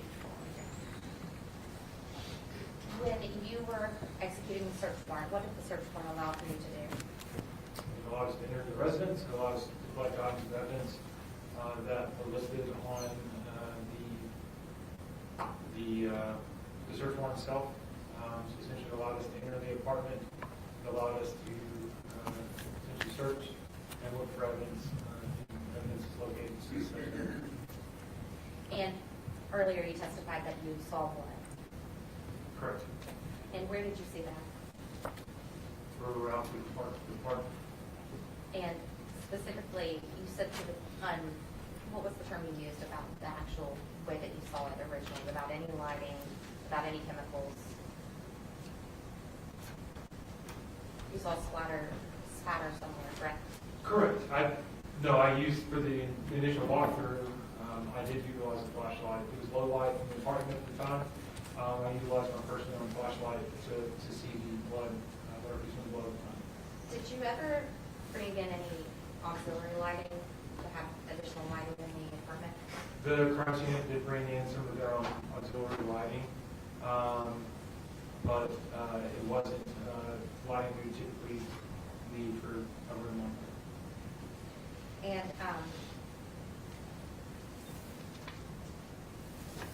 when the Blue Star was administered, it showed traces of blood in the apartment, correct? Correct.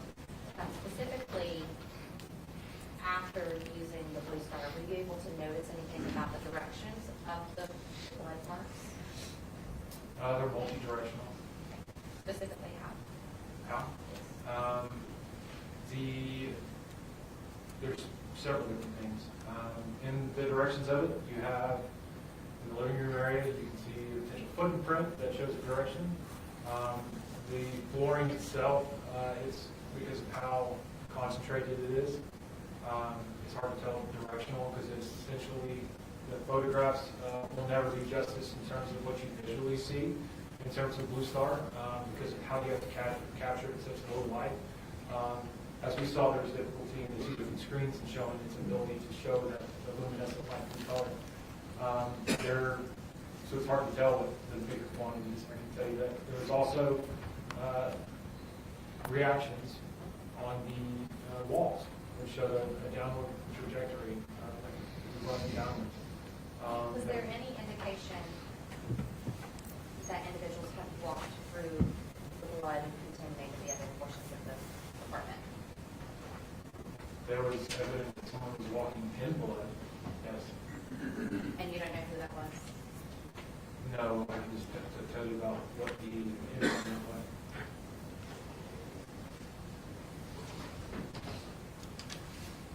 Did anything about the directionality of the testing that you have tell you anything specifically about the case? Yes. Once you completed the Blue Star, did you complete a Castle Meyer testing within the home? I requested for Castle Meyer testing to be done on specific areas throughout the apartment. Some areas were positive, some areas were negative. What is Castle Meyer testing for the benefit of the jury? Castle Meyer testing is essentially it's testing done to suspected blood. I will butcher the chemical that's used. I believe it is phenolphthalein.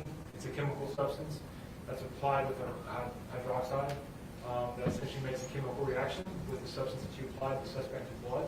If it's positive, it gives you a pink substance that shows you a presumptive positive test result.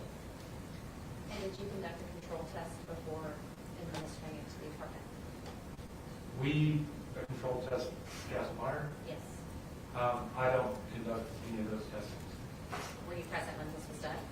I was not present for the Castle Meyer testing. I requested to be done. I get notified about different places specifically, and the Castle Meyer test wasn't done on the larger sections of suspect blood. Who did do the Castle Meyer test? I'm not sure. I was requested to the crime scene and alluded to the crime scene investigators that were there was crime scene investigator Johnson and crime scene investigator Brown. And were their reports submitted? Yes. As part of your case file? Yes. But you don't recall which of them did it? I don't recall. But somebody did do it, correct? I know that Castle Meyer testing was conducted in this.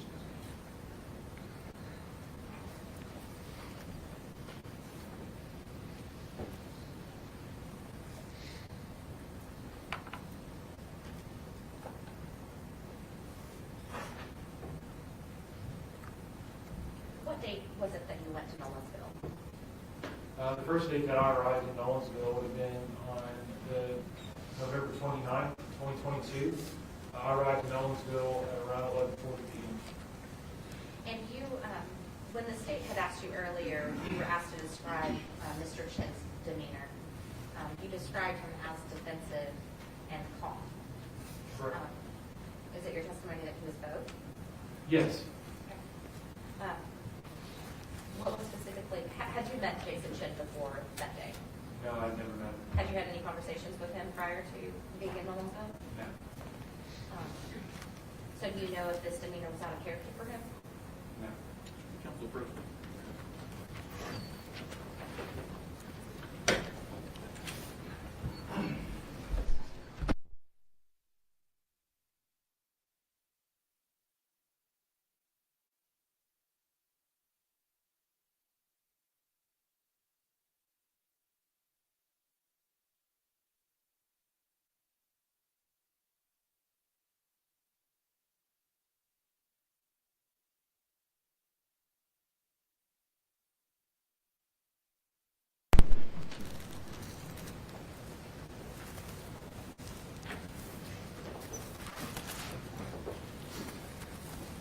And Your Honor, if I may have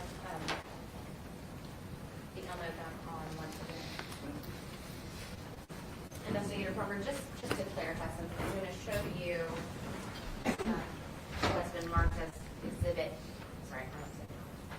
Exhibit 85. This is the photograph that you have described as Jason Chen and his father in the doorway at the Nolensville home, correct? Correct. When you were testifying earlier, you said that he was walking away. Was he trying to leave you, or was he placing his jacket on because he was living with you? We allowed him, there was inclement weather at the time that we made contact with the Chen family.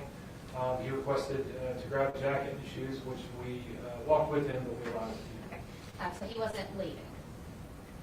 No, he wasn't walking away from the conversation. When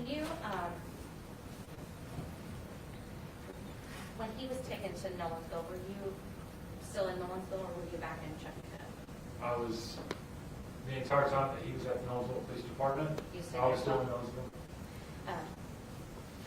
Who were the other investigators that were there with you? Detective Siege, Detective Slaughter, and Sergeant Miller. Those were the ones that responded on homicide division. And when you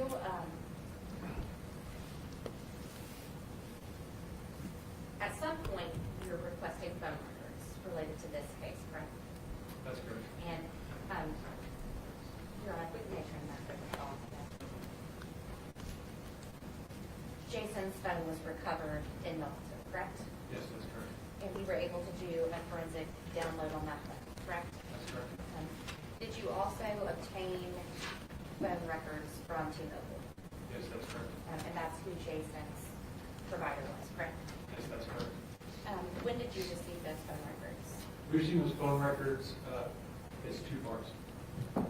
Part of the phone records is historical data, and then the other part was the real-time ping location data from T-Mobile to provide updated locations but not historical data. We started receiving his phone records on the late evening hours of the 28th, but they were only real-time ping locations and not historical data to include call records and text messages. And to clarify, you mean November 28th, the day after, or the day after search warrant? Correct. November 28th is the first part we start receiving real-time ping locations, and it's not until December 1st, around 8 o'clock in the morning, that we receive the rest of the historical data for Jason Chen's mother and T-Mobile. Now, did you receive text messages for Jason's phone? We received the call record detail with text message logs. And the text message logs would include any individual that he had been texting, correct? That were texting via certain services. I can't say any because with iMessages, you have the ability to communicate via Wi-Fi, and it's not recorded through your network. So whatever was based on his cellular provider's records, so using their towers with their service, would allow those text messages to be transmitted, because there's ways that you could essentially text via iMessage over Wi-Fi that you don't need your cell phone provider. Did you receive messages that showed that Jason and Jasmine have had a number of conversations? I did observe different things that they had conversations. In the records that you got from T-Mobile, correct? Yes, T-Mobile did indicate they had conversations. Do you recall approximately how long those conversations have been going on? From his phone Periods records? of time, yes. His phone records were only for about a week time frame, so I believe it goes back just a few days prior to her disappearance.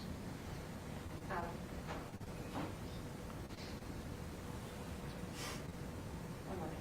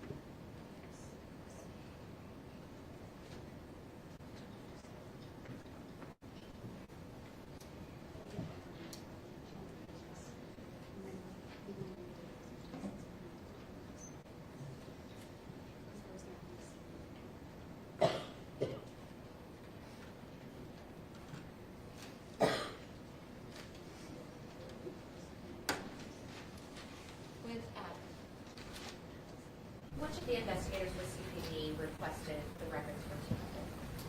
Detective Oakley in the homicide unit actually submitted the search warrant for Jason Chen records from T-Mobile. And is he still with the homicide unit within CPD? Yes, he is.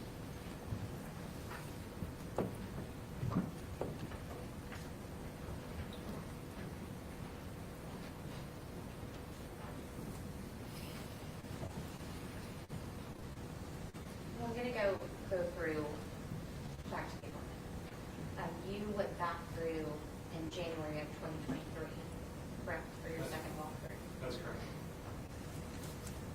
What was the purpose of that? Just because the lighting was different? I had beliefs at the time, different circumstances around the investigation, that we hadn't had potential further testing done on certain things. I was still attempting to get into other technologically related instead of reviewing video footage. I had a belief based on the photographs we were originally taking that there was a potential chance that furniture had been moved prior to my arrival at the apartment and the execution of the search warrant. I wanted to go back to see if this thing's confirmed, and also wanted to see it potentially, knowing that a lot of times when a crime like this has been committed at a location, for them to have the potential ability to rent that apartment out again, they'll do a complete renovation, which I know that sometimes, you know, ripping up hardwood floors or breaking up drywall, it could potentially deliver further evidence when somebody's shown a pattern of attempting to cover up evidence. I thought there may have been chances that further evidence may have been covered up as well. And when you went back in January, were there individuals from CSU or crime scene there with you? Yes. How many individuals were there with you when you went back? 2. Now, I know earlier you mentioned that Blue Star was done, the Castle-Meyer testing was done originally in November, correct? Are you aware if there was any additional testing that was done in January? Such as Blue Star or Castle-Meyer? Yes, or like the crystal violet, the liquid crystal violet, any of the additional testing done then? No, most of the flooring was already started to be taken up. Things had already been started to remove. So we took the larger items which showed evidence of potential blood. Now, in November, are the only testings that you're aware of being conducted by someone on your team, being either the Blue Star or the Castle-Meyer? Was there any additional testing done, such as the crystal violet, or that would have potentially caused spillover for the substance to get larger? To get larger? To spread, to run? There was no further anything applied to that apartment, to my knowledge, in terms of the testing methods. After we cleared that apartment on November 28th. And so no further testing was done on January. It was just pulling out. It's possible that the Castle-Meyer may have been performed at that time based on the fabric located on the bed. But it's a small drop of water. I'm not aware of the visual. Were you present the entire time that CSU was in the apartment in January? Or did you leave? There were times that I was speaking with management there on scene while crime scene was doing documentation. So I can't say that I watched the crime scene the entire time. Now, a few moments ago when we were talking about the Blue Star testing, you had mentioned footprints. At least one. Where was that footprint? In the living room area, on the floor. Was that the only footprint that you observed in the Blue Star testing? In the Blue Star testing, I believe that one section after it was Blue Star testing was conducted after swabs were taken of the suspected blood. We typically will take swabs of those things first for the proper collection prior to testing being done for the potential chance of dilution or anything else. So we documented, we photographed, we collected, and then Blue Star was administered. Search warrant began at 23:45 or 11:45 p.m. on November 27th. and it's not until approximately 7 a.m. the next morning when we saw her.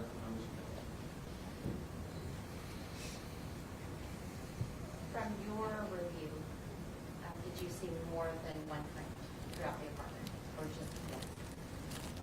I believe I at least two. Were they the same, different? They were different footprints based on that it wasn't the same one. Only thing I can tell is one had about 3/4 of what appears to be the bottom of an unchewed footprint. You could tell based on prior to the blue star being administered that it did not appear to be a footprint that was bare skin. Based on the interaction on the ground, it appeared based on the smudging that it appeared that the individual that created that footprint on the ground would have been wearing socks of some sort. And then there was another heel print, which was harder to tell based on the smudging. So I would say that there's potentially two different locations where footprints, presumably blood, was later confirmed, were there. I couldn't tell the individual. Investigator Crawford, I've known you for a long time, so, correct? Correct. In this investigation, when you were doing an interview with the patient, there was a statement that you made about doing whatever you could to solve this. Your case. objection, seriously. She's asking for the witness by his own statement. Is that correct? It is. What you're saying? I would of course say that make the truth of the matter, sir.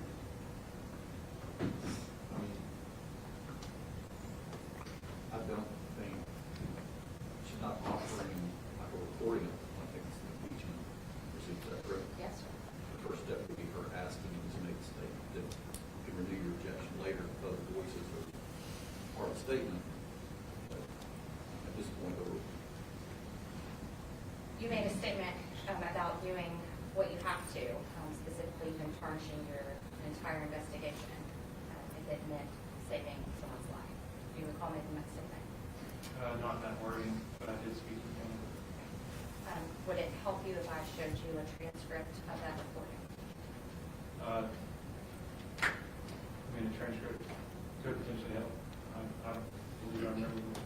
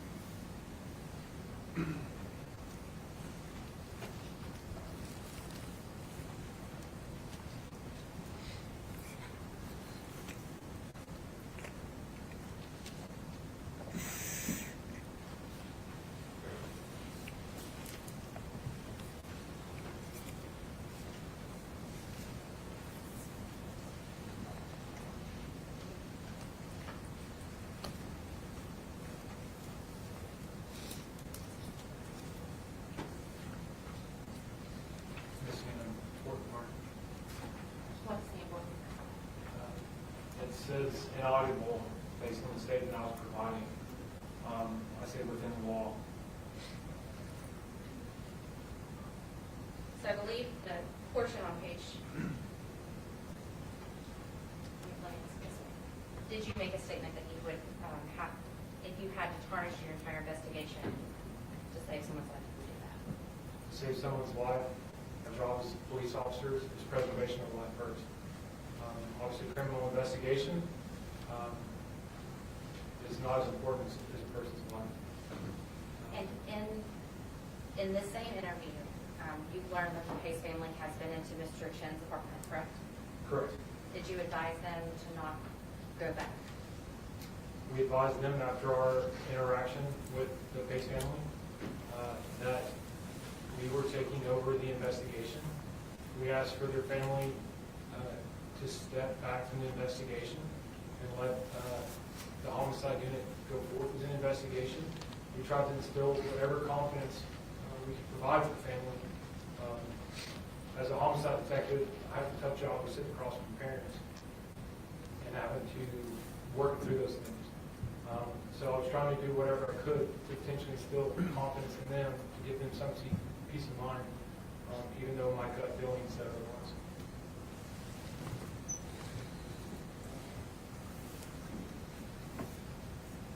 Were there errors made in this case? There's human errors and everything. Were there a lot made in this case? I don't believe so. Do you believe that the crime scene was pristine when you got there on November 28th and executed your search warrant? No, the only way a crime scene can be pristine is if we have full control of that scene from the beginning. Do you agree that there were items that were taken from Mr. Chen's apartment prior to your involvement? Yes. And those items have been recovered from where? The items, multiple locations. What all was recovered from Miss Bean's house? There were small travel makeup bag. There were the victim's identification card. There were credit cards, miscellaneous cards. There were cellular devices, an iPad, and some miscellaneous clothes. There was also folders of paperwork, binders. There was a trash bag. There was a black duffel bag, and an Xbox. And all of that was recovered from the residence of Bean, correct? That's correct. In the video that I showed you at the beginning of Officer Creighton's body cam, when the officers walked into the apartment, Jasmine Pace's identifications are there on the table, correct? That's correct. But they weren't when you went in to execute your search warrant, correct? That's correct. They were already removed from the property and at Jasmine's mother's home, correct? Correct. Is it fair to say that items have been taken from the crime scene prior to you executing your search warrant? Yes. And let me have one moment just to go through the dates.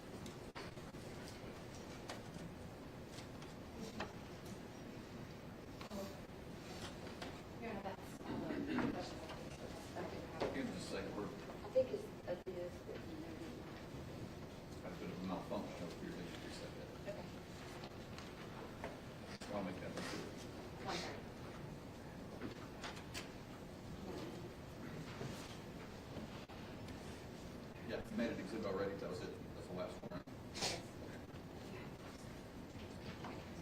Second, General, make sure we're back on the record. Okay, sure.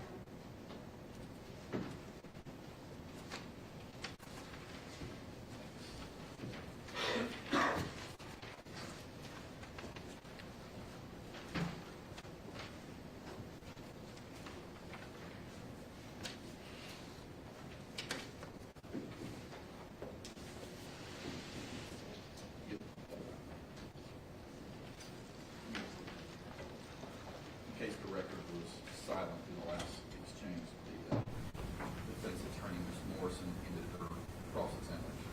Thank you. Just a couple more questions, investigator. You refreshed your recollection with your transcript. And Ms. Morrison asked you questions regarding life. Let's see. Preservation of life is first and foremost. What does that mean? Saving someone's life. Our job's not, I would say that most officers that I interact on a daily basis are first responders or medical professionals. We're there to save people, not just investigate. We put that above. Would you trespass into a building if you believed that someone was in danger in that building? I risk my life to save someone else.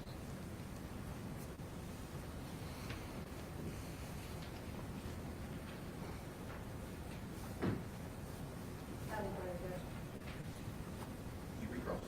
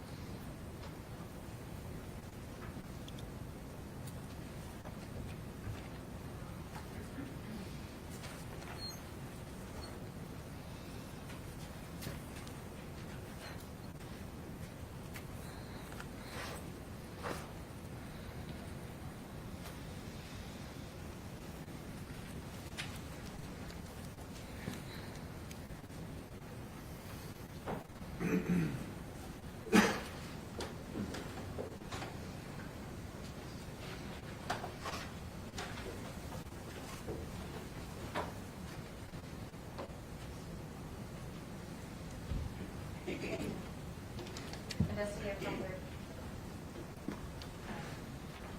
General just asked you specifically about preservation of life statement first and foremost. No one disagrees with you there, correct? Did you make, in discussing tarnishing the investigation, were there statements made about the criminal investigation potentially getting thrown out if you had to jump through hoops in order to do that preservation of life? For the continuance of the entire thing, I did say that preservation of life is first and foremost. The criminal investigation got thrown out essentially because I was going to save someone's life. That was first. But I guess what's not in the transcript, which should be in the audio, is that I stop myself and say within the law. Would you like me to play that audio?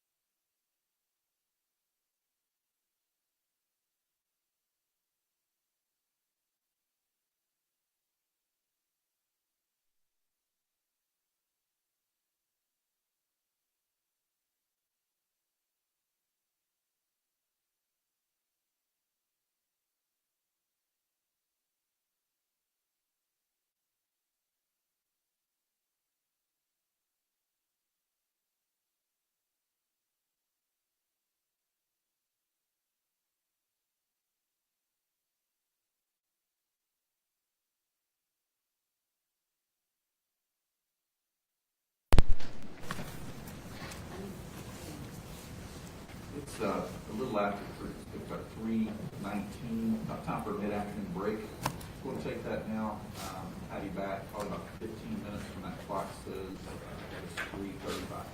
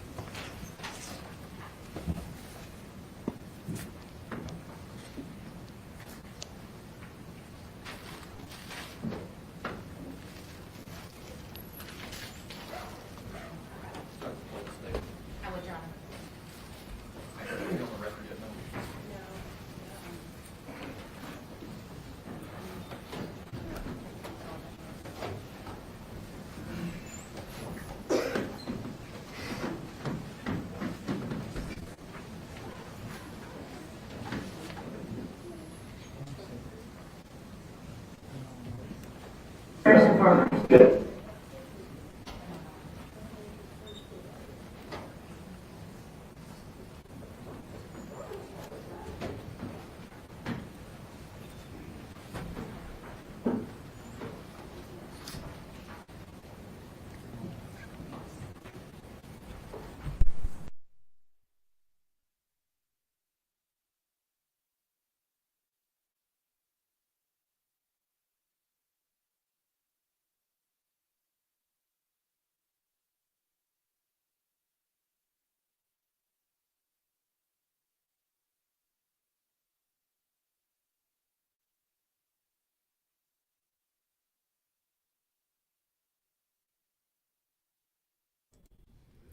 So court is now in an afternoon break. We're going to turn down that audio feed volume for you there. Actually, I'm just going to listen to what it says there. This may be them leading Jason Chen out. It is.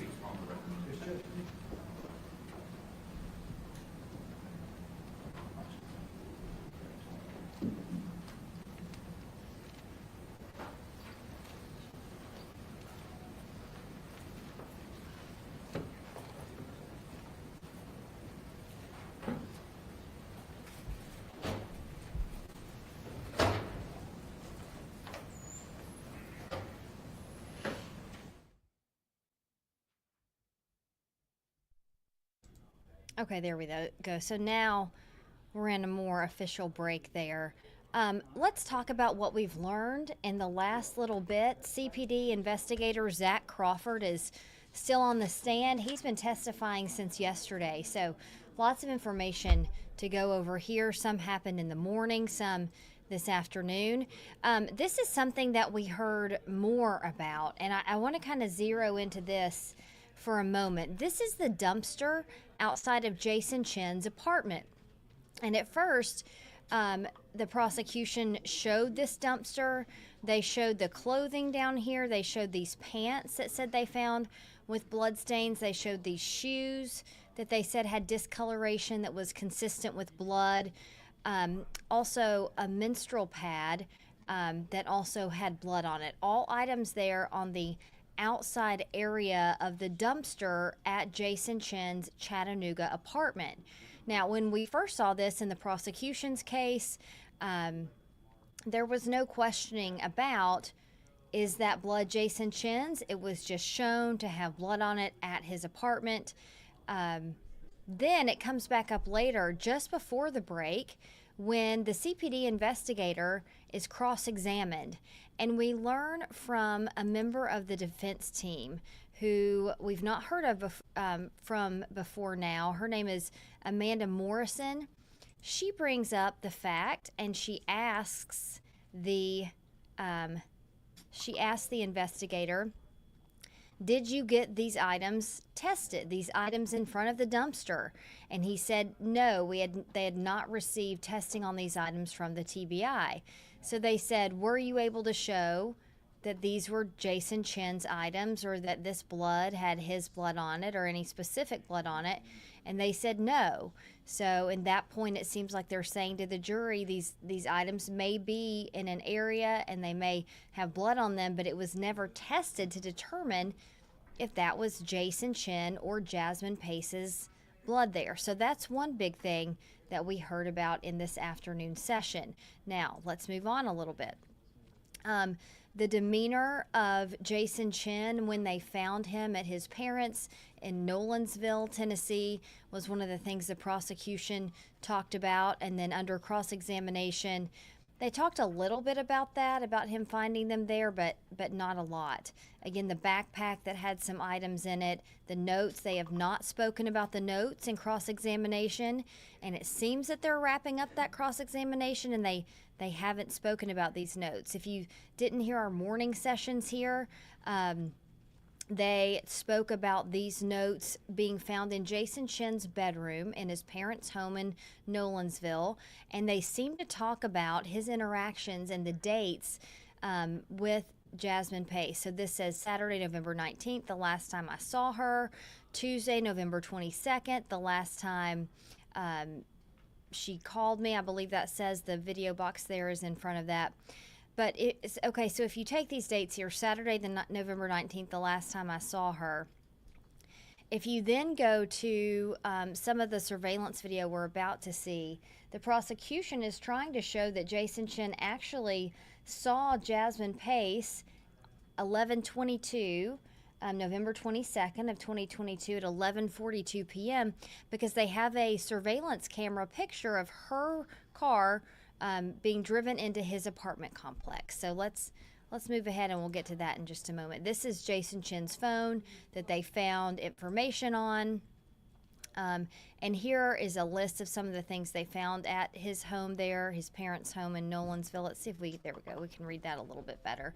An eyeglass case in that black backpack was found that had a SIM card to Jasmine Pace's cell phone, although they never found the actual phone there. And they tried to, they haven't talked about what was found on that yet, but it was found in his possession in an eyeglass case, according to the prosecution.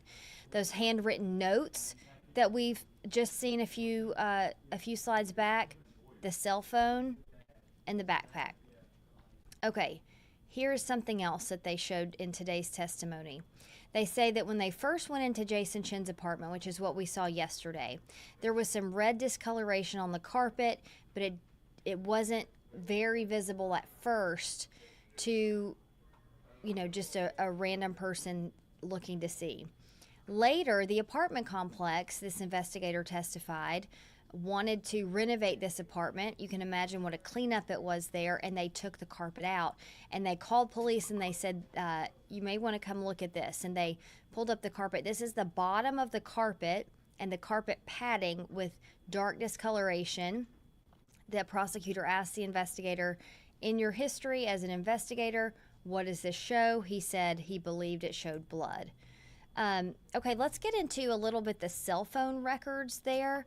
You can see that they showed a text message that went from Jason Chen's phone to Jasmine Pace's phone, and it was sent on November 23rd, 2022, the day after she was last seen.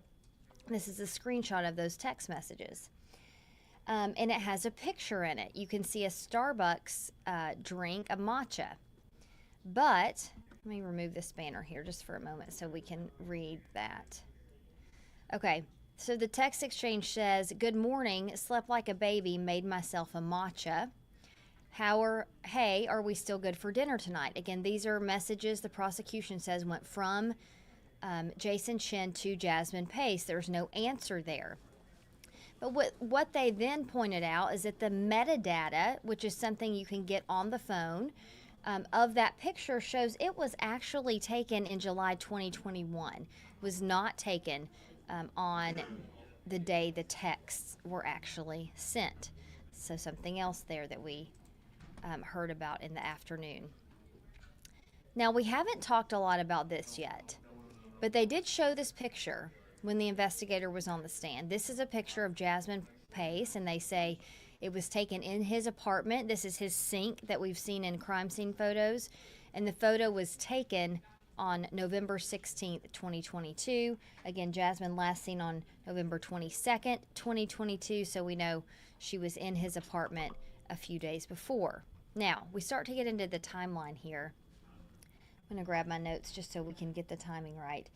So this is the picture on the right-hand side there that shows what the prosecution says is Jasmine Pace, her car, and pulling into Jason Chen's apartment on 11/22 at 11:42 p.m. They also corroborated that with the data from the My Chevy app. My Chevy is, of course, our car was a Chevrolet, and they use that to track her last movements. The picture that you see of Jason Chen, this is from a Walmart the next day, 11/23 at 10:46 a.m. At the Walmart is where he bought some cleaning supplies, and you can see him in that hat. They said that's the same hat that he was wearing when they found him and took him in for questioning at the Nolensville Police Department.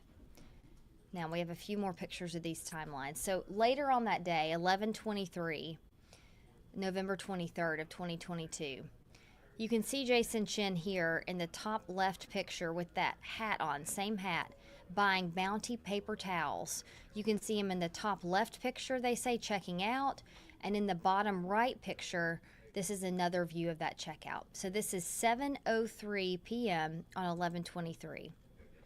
Let's remove that banner one more time so we can see this graphic. Okay, so that was 7:03 p.m. About an hour and a half later, we've gone down to 8:30 p.m.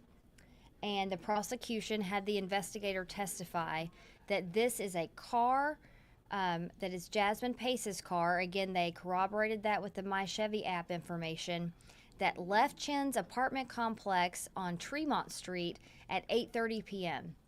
And they zeroed in to the picture of the driver here. And what they said, what they testified, they didn't ask them, is this Jason Chen in the car? They said, who appears to be driving? And they said it's a person in a light-colored hoodie. Again, this is 8:30 p.m. on that day. Then, about 10 minutes later, and we see the judge coming up, so we're going to wrap this up. Let's mute this audio for just a second. This is where the vehicle matching Paces comes into the Signal View condos at 8:41. That's where the car was later found by Jasmine Pace's mother. And then they say at 9:01 p.m., you can see a person in a hoodie. You see the person there right in the middle of your screen there with the light-colored hoodie.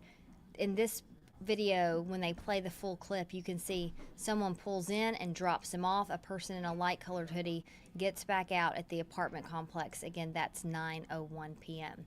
So they're meticulously going through the timeline of Jasmine Pace's car and the person they say was driving it to the last location where the Pace family later found it. Now, they were still talking to Investigator Crawford, asking him questions about the crime scene on cross-examination, a point that came up in an earlier hearing. They said, did you say that you would tarnish an investigation to save a life? And he said if it was to save a life, saving a life is more important than a criminal investigation. But they're still zeroing in on this fact. When they took the break, they were going to play some audio from that previous hearing, so we're not finished talking about that yet. Again, you can see that live camera. The jury, I do not believe, is back in the courtroom yet, so we'll keep going here just a minute as they get settled. There's nothing distinctly happening there yet. So we have a lot of information that we've learned this afternoon, even though it's just been one person testifying. You have that lead homicide investigator going over the evidence that's found in several different locations, and then the defense kind of bringing that into question about how it was located. When the Pace family went into Chen's apartment, did they mess up the crime scene, and what could come of that as far as how that evidence is seen in the jury's eyes and in the eyes of this trial. So it looks like Jason Chen is about to be brought in. There he is. So we'll go back to the court feed now. we'll be here when court wraps up in the afternoon or if they take another break. But we'll join you back in court for now.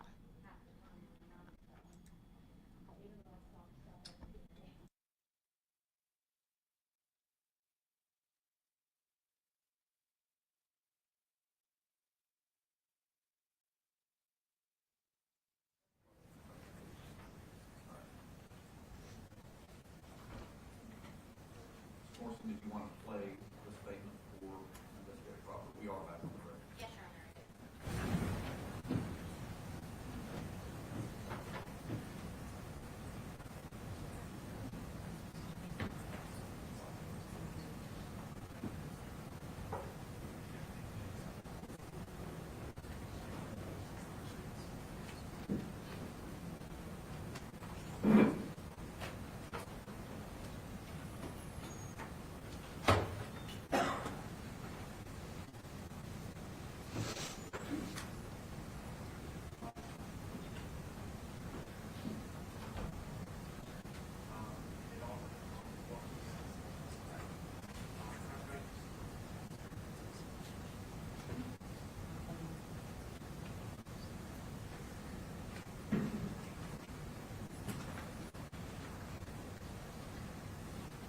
Investigator Crawford, the jury is out, so that you can listen to this based on what you state.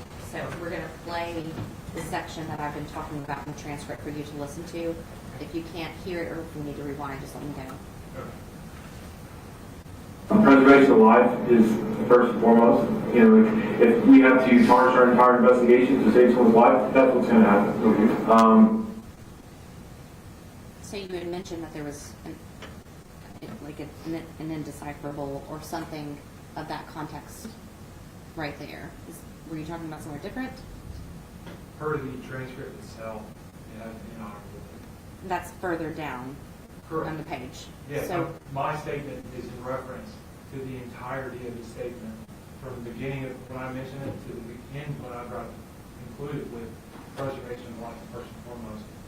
On that paper, there's an inaudible statement for the wording on that paper. would you like us to keep playing till we get to the end of that? Yes. Okay. No, we're starting over. Start it back at the preservation of life. Preservation of life is first and foremost. You know, if we have to tarnish our entire investigation to save someone's life, that's what's going to happen. And if we have to say that the criminal investigation is thrown out because we have to jump through hoops, and ultimately things happen where we basically don't pull the wall, but we skip through hoops instead of moving. I remembered it, the wording differently, but it says, of course, we're going to follow the law. Okay. You hear, of course, we're going to follow the law.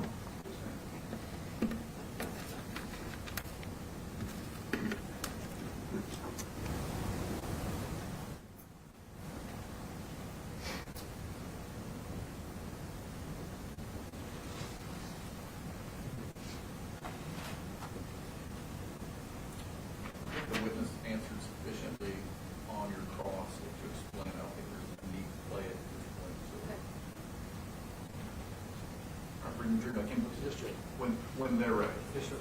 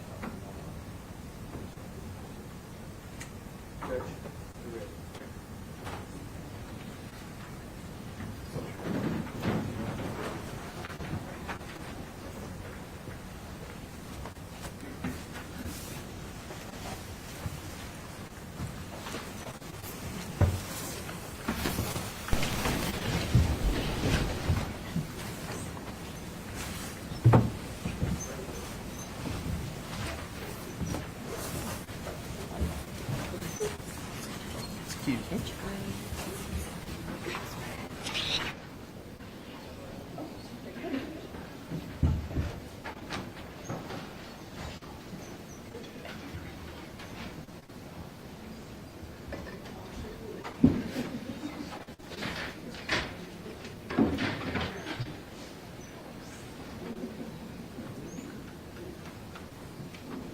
Please be seated.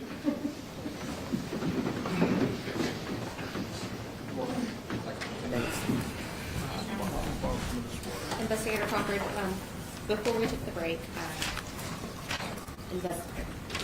General Law had talked to you about preservation of life first and foremost. And once more, did you make the statement, if you have... Let me hear the question first, and then maybe. If you have to tarnish the entire investigation to save someone's life, that's what's going to happen. Objection asked and answered. No further questions. You read the rest. No, Your Honor. Does the jury have any questions for Investigator Crawford?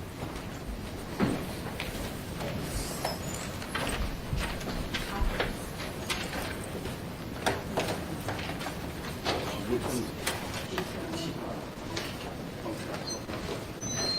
can keep writing. I'm ready.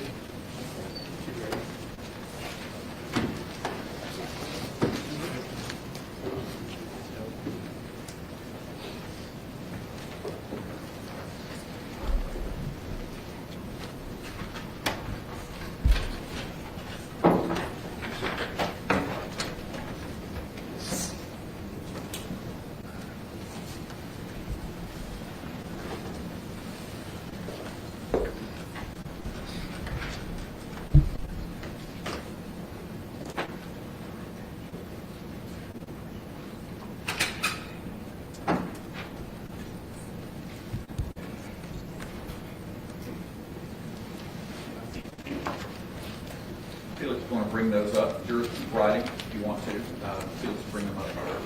So, Rick, counsel first.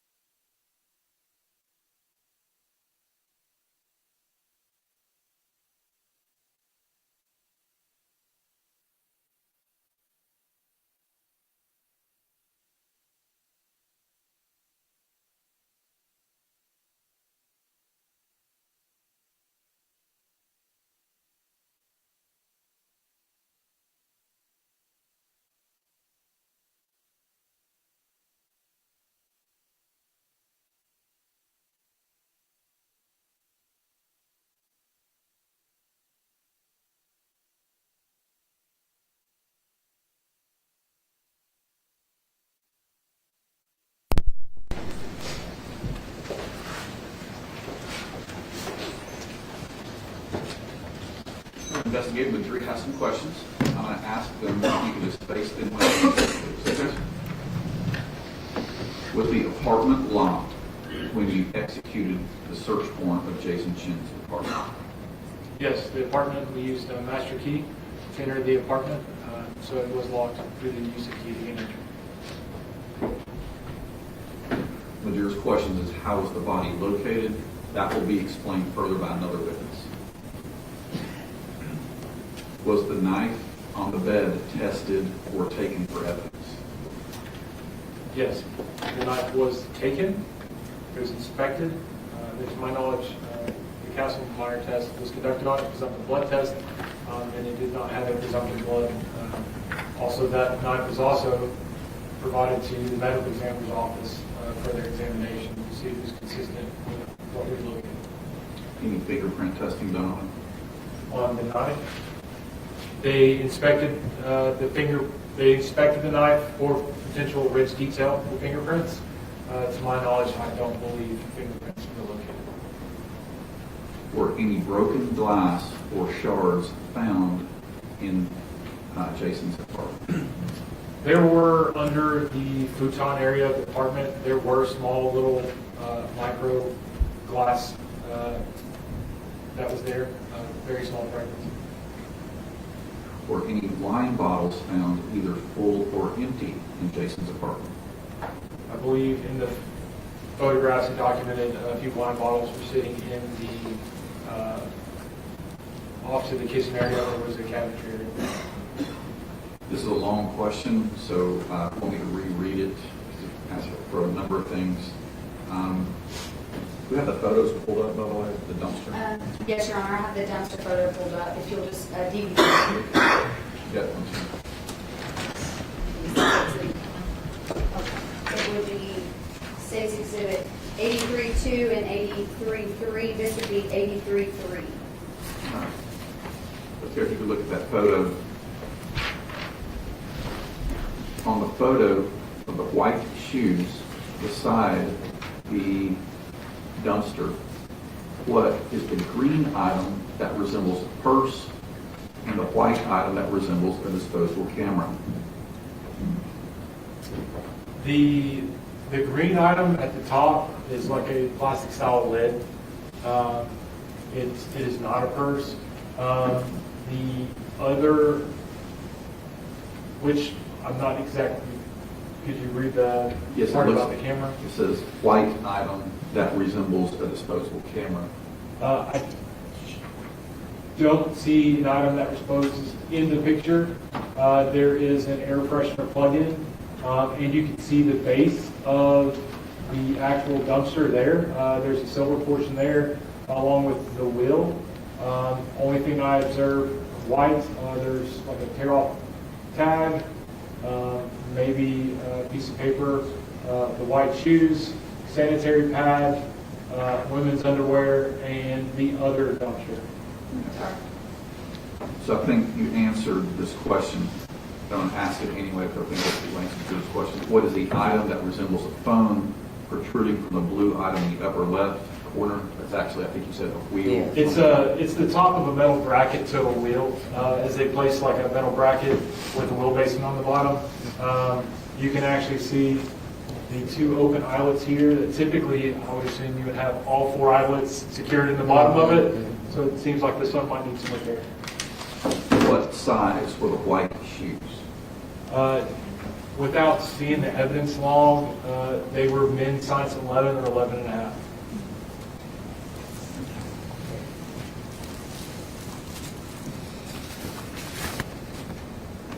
Do you have the photograph of Jasmine in the defense department pulled up? Yes, Your Honor. So just give me a second to pull it up.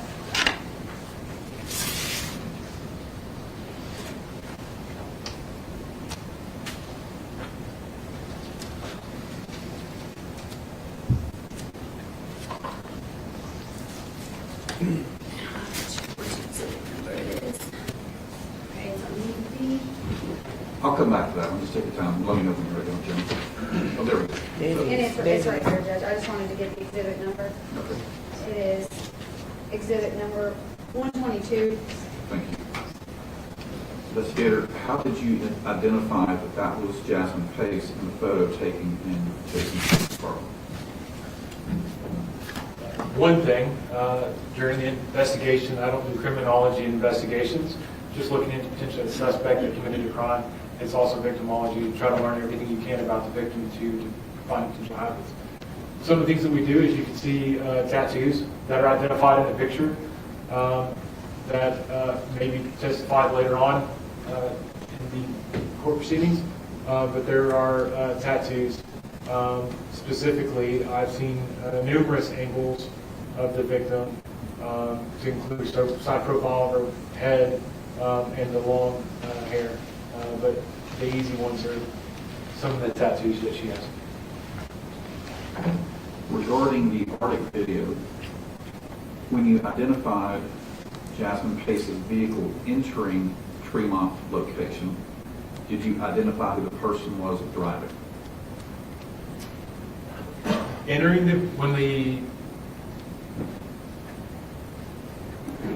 could you read it one more time? Yes.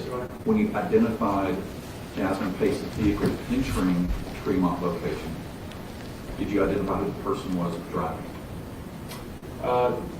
We didn't have video footage of actual to see exact confirmation of who was driving the vehicle at the time. We did have evidence that showed that she left her parents' house at a specific time, and from that evidence, we know that based on the My Chevy app, the way that data is reported is that as soon as that vehicle turns on, it reports a location and time, and that trip continues until it comes to its final destination. In the My Chevy app, it shows one stop, and it being the final stop at 110 Tremont Street. So from the time that vehicle starts at 5977 Old Dayton Pike in Chattanooga, Tennessee, and has that approximate 20-minute time frame where it drives to 110 Tremont Street, it doesn't stop. So based on that knowledge, we felt that Jasmine Pace was in possession of the vehicle based on her leaving the house, the car starting, going to the apartment. Once it was at the apartment, the car shuts off, and her cell phone coincides with that as well, the records.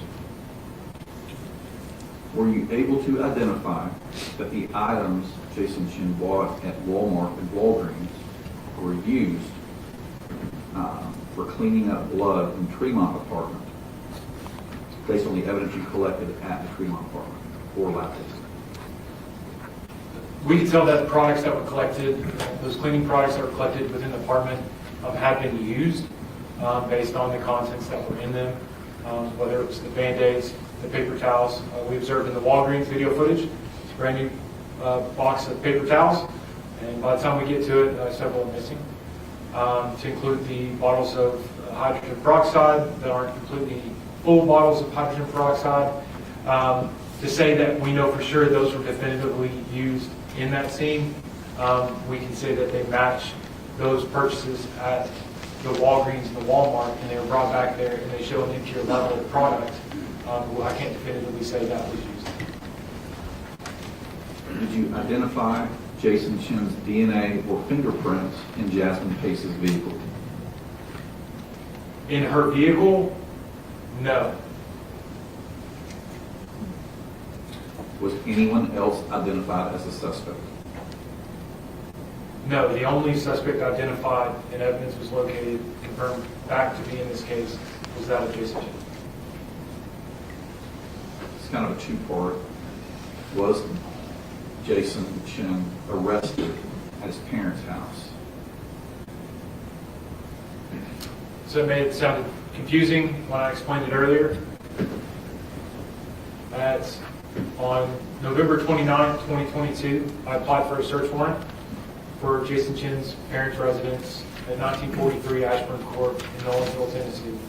Directly following that, I met with the district attorney's office and spoke with them about the evidence that I had in the case and about proceeding forward. We talked about the probable cause that we had in the case for potential arrest.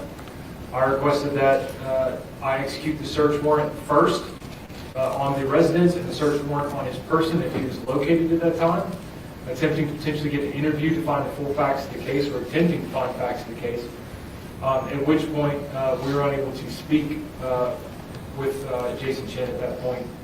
Mr. Jason Chen was detained at Nolensville Police Department, where he was detained at his home, brought back to Nolensville Police Department, where a search warrant was executed on his person. After that search warrant was executed, we collected that evidence.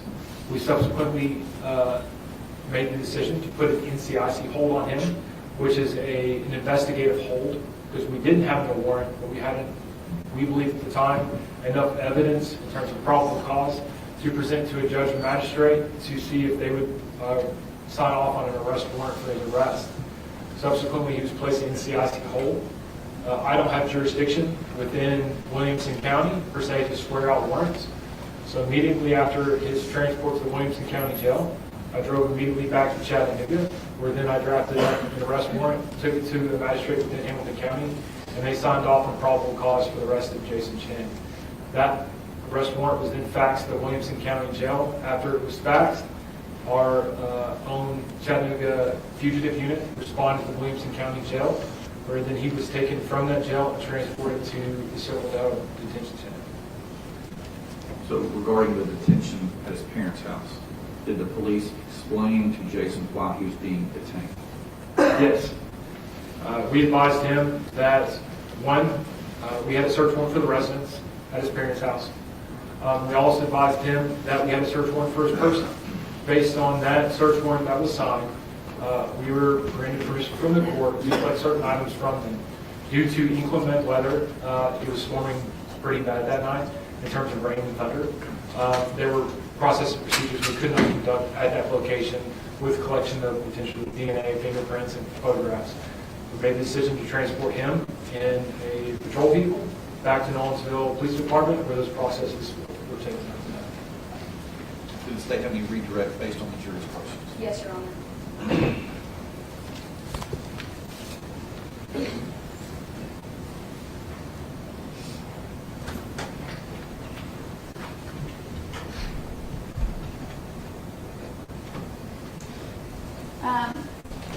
Investigator Crawford, you were asked both by Ms. Morrison and now the jury about this photo. Do you recall what size shoes those are?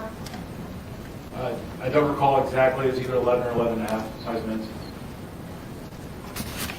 But they would be notated in our evidence law.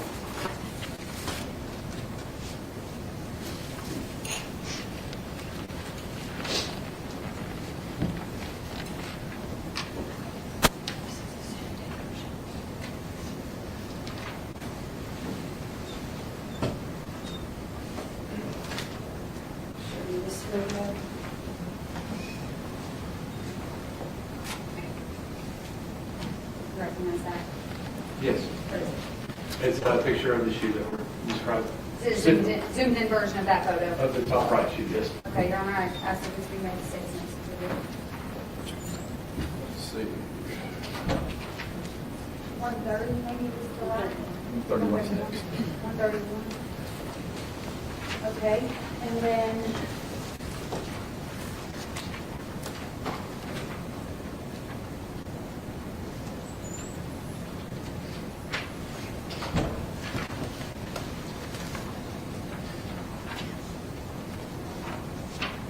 do you recognize what's in that photo? Yes. What is that photo of? This is a zoomed-in photograph from the overhead kiosk camera from the Walmart video footage that we observed earlier. Between the two cameras is the kiosk video that looks directly down. Your Honor, I'd ask this be made 132. 32. Can we go to prosecution laptop? Yes, ma'am.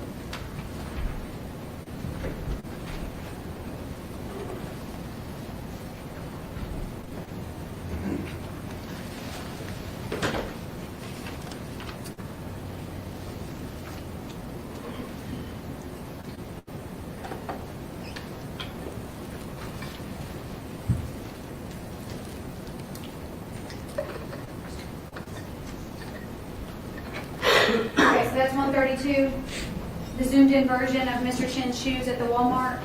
Yes, that is correct. Okay, and 131, the zoomed in shoe of the shoe next to the garbage dumpster.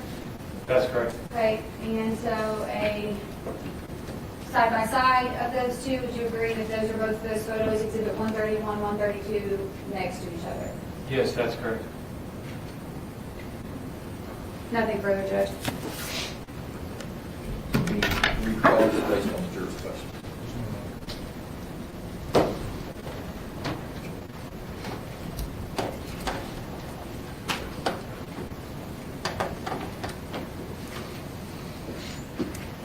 Investigator Crawford, based on what the state has put up behind you here, was there any testing done to confirm that those are in fact the same shoes?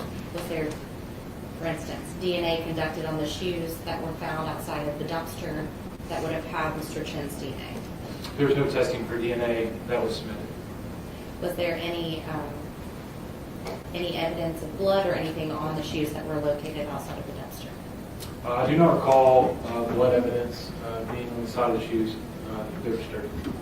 So as of today, there's nothing definitively you have that shows that the shoes outside of the dumpster and the shoes on the picture on Mr. Chen's feet are the same, correct? I would just say that they have consistent color markings on the shoes that you can observe in the video footage, but I don't have definitive DNA evidence. Thank you. Redirect. No, you don't. Thank you, Investigator Crawford. Thank you, Your Honor.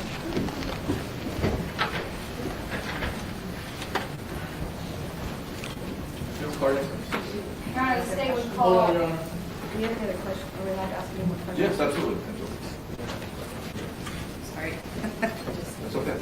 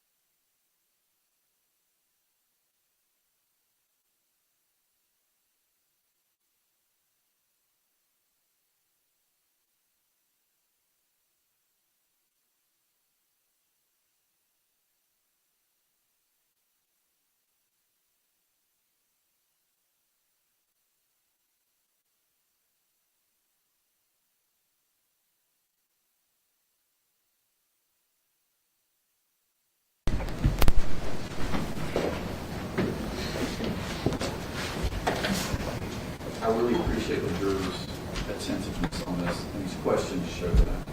After this is over, I'll let you know the reason why I like letting jurors ask questions, but I'm very glad that you're attentive in asking relevant questions. Our detective. Let's see. The receipt from Walmart shows asparagus. The video shows no asparagus was purchased. You can see the defendant type in a produce number. Was this investigated further, and if so, relevant to the case? We did investigate it further. Upon discovering the phone records of the victims and Jason Chen's phone records go to Walmart, is what led me to that Walmart to potentially see what interactions and stuff happened there. Once we go there, we watch the video footage of Jason Chen come in. We then track him to where a purchase is made, at which point it was relevant in terms of what items that he did buy. We did observe on video that 2 different items were entered in as produce, asparagus, which obviously were not asparagus. It did not have relevancy in terms of the rest of the investigation other than theft was committed. It was reported to Walmart. Loss prevention was there. They decided, based on finding out at the time that the video was collected, that he was in custody on a murder. They decided at that time they didn't want to go further with the theft charge. Both of these deal with the video of the vehicles outside of Tremont. There is a person walking into Tremont location after a Chevy vehicle was seen entering the parking lot. Did you identify who the person was on the Arctic video? Try to answer this question properly. I believe you're referring to the first time that the Chevy vehicle comes into the parking lot area. The only camera that we had close enough to identify a face where anyone could identify without having prior knowledge of an individual was located at one of the exits. It was a personally owned camera by a resident there. They had a ring-style camera affixed to a door. So it would capture one of the exits. The apartment itself didn't have its own camera system. So we had to rely upon other cameras in the area, such as we attempted to get cameras from regions. They were not very popular. We did not get that video. In terms of they did not preserve it and the video was lost. We recovered camera footage from the other side of the apartments, but it only picks up motion and it didn't actually capture the entrance. The entrance itself, we couldn't identify. There's a few, obviously it's a multi-story apartment complex. There's multiple people coming in at different times. The specific time you're talking about when the Chevy vehicle first pulls in and someone walks in, I think it's just after. I did not identify that person. Were you able to identify the driver of the Prius that we saw in the video earlier? No. I was attempting to identify who it was. At first, I believed it potentially to be an associate or family member. After further review of the video footage, it appears to be some sort of ride share. I was unable to completely verify. There is indication inside of Jason Chen's forensic download of his cell phone that there is metadata associated with that device, that the rideshare Lyft was activated around the exact same time that the vehicle pulls in 500 Mountain Creek Road. It's actually identified via the name Lyft and it's zip share, which is how their online communicates because they incorporated Lyft zip share into their company.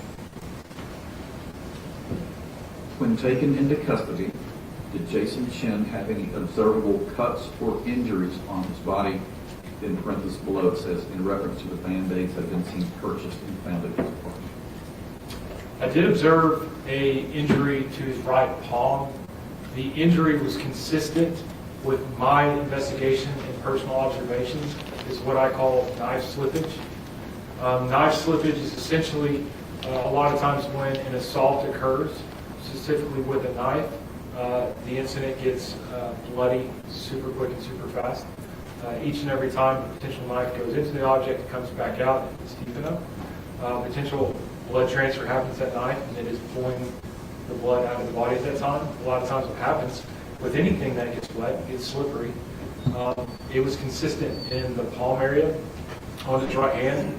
There was a small section in his palm that appeared to be a 1.5 inch section that it was an injury that had been healing. To me, it was consistent with a what we call knife slippage. A lot of times when someone's holding a knife and they protrude it into something, or if it were to be pulled away, essentially a lot of times the knife is pulled out or they slip across and you get a small cut there. The only other indication of potential injuries to Mr. Chen that we observed in the documentation when we took photographs is he had little tiny minor cuts on the tops of his feet, which we did document because typically on the tops of your feet is not a normal place to injure something. Typically if you injure on your feet, you step on something or run into it. There were small injuries, but no physical bruises. To my knowledge, no major trauma or anything like that other than the palms and the top of the feet. It's a long question, but it might be very simple answer.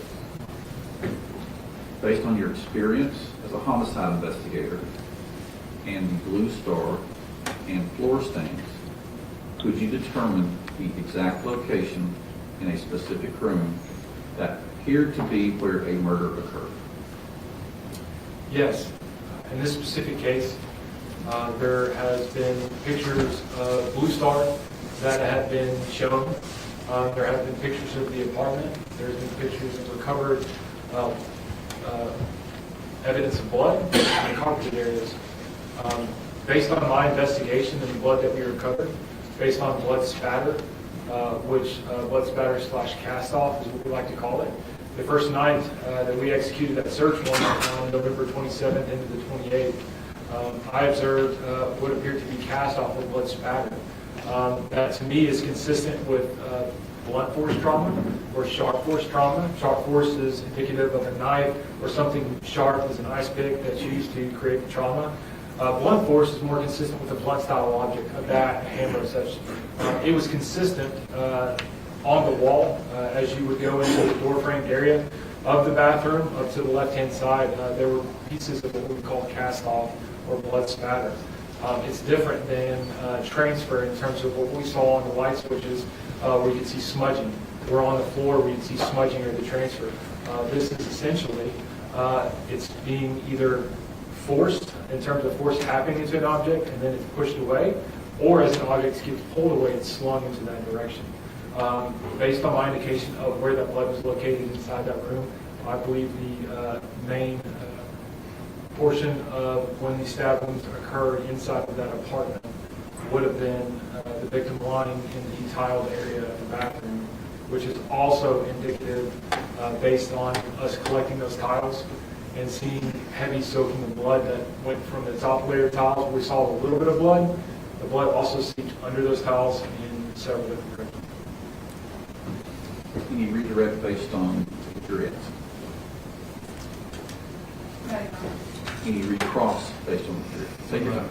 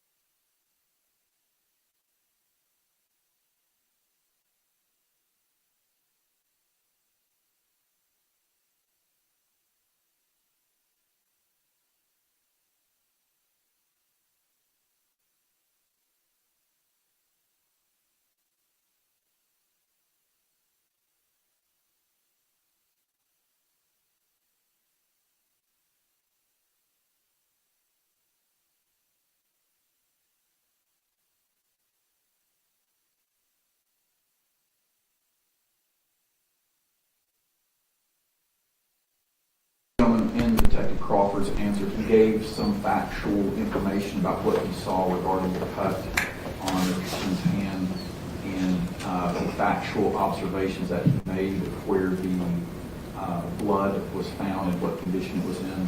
However, he did give some opinions in that this witness has not been qualified as an expert in those types of matters. It requires expert testimony to give an opinion.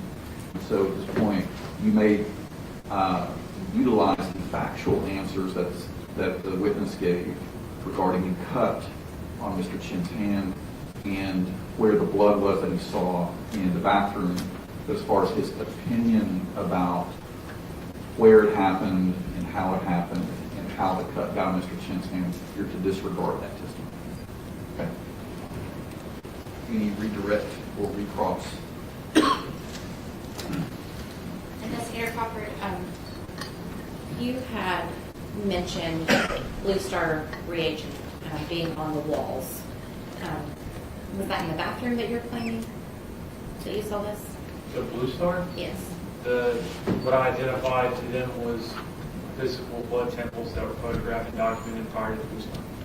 So in the exhibits that we've seen previously, is it fair to say that it has been shown in the bathroom floor, the bathroom sink, but we've not seen any photographs of anything on the wall at this point, correct? Yes. And you've mentioned that reagent showing up in the bathroom area. Are you indicating that you don't believe anything happened in the bedroom? The question was asked where I believe the incident occurred. My belief is that based on the blood, obviously a body was put into that room based on out of the heavy blood loss that was there. But I believe that the assault began or occurred inside of the bathroom. Thank you. Redirect. No, Your Honor. Any other questions from the jury? Investigator Crawford, you may sit down. Thank you, ma'am. Our next witness.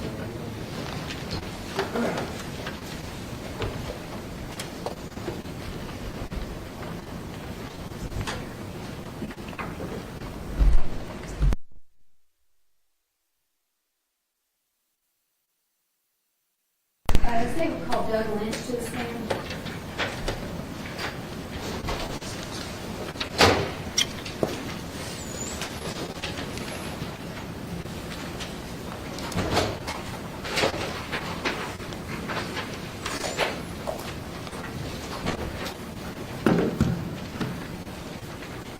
DVD, Your Honor, if it's not already connected.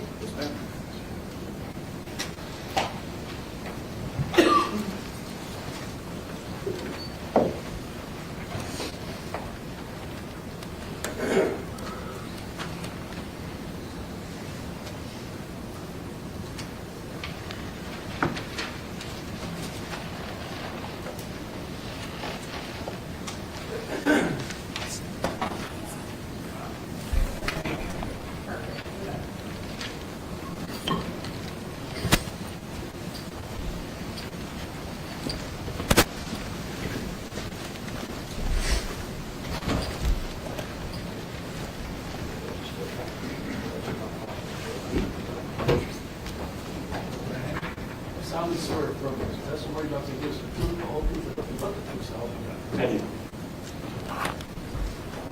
Mr. Lynch, thank you for being here. Can you state your full name for the court's record? Douglas Lynch. Okay, and Mr. Lynch, are you from Chattanooga? For the last 4 years, yes. Okay, do you have family? Yes, we do. Did you live in Chattanooga in November of 2022? Yes, ma'am. Can you tell the jury where you lived in November of 2022? Yes, ma'am. We lived at 110 Tremont in apartment 100. Okay, so 110 Tremont is an apartment building.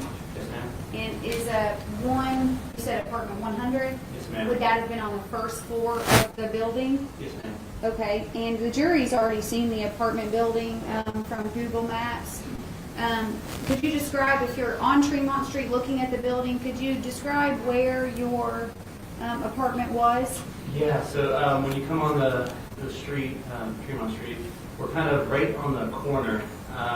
It's almost underground a little bit. It's right next to the place where you would park on the other side, where it says, do not park 417 right here. Okay.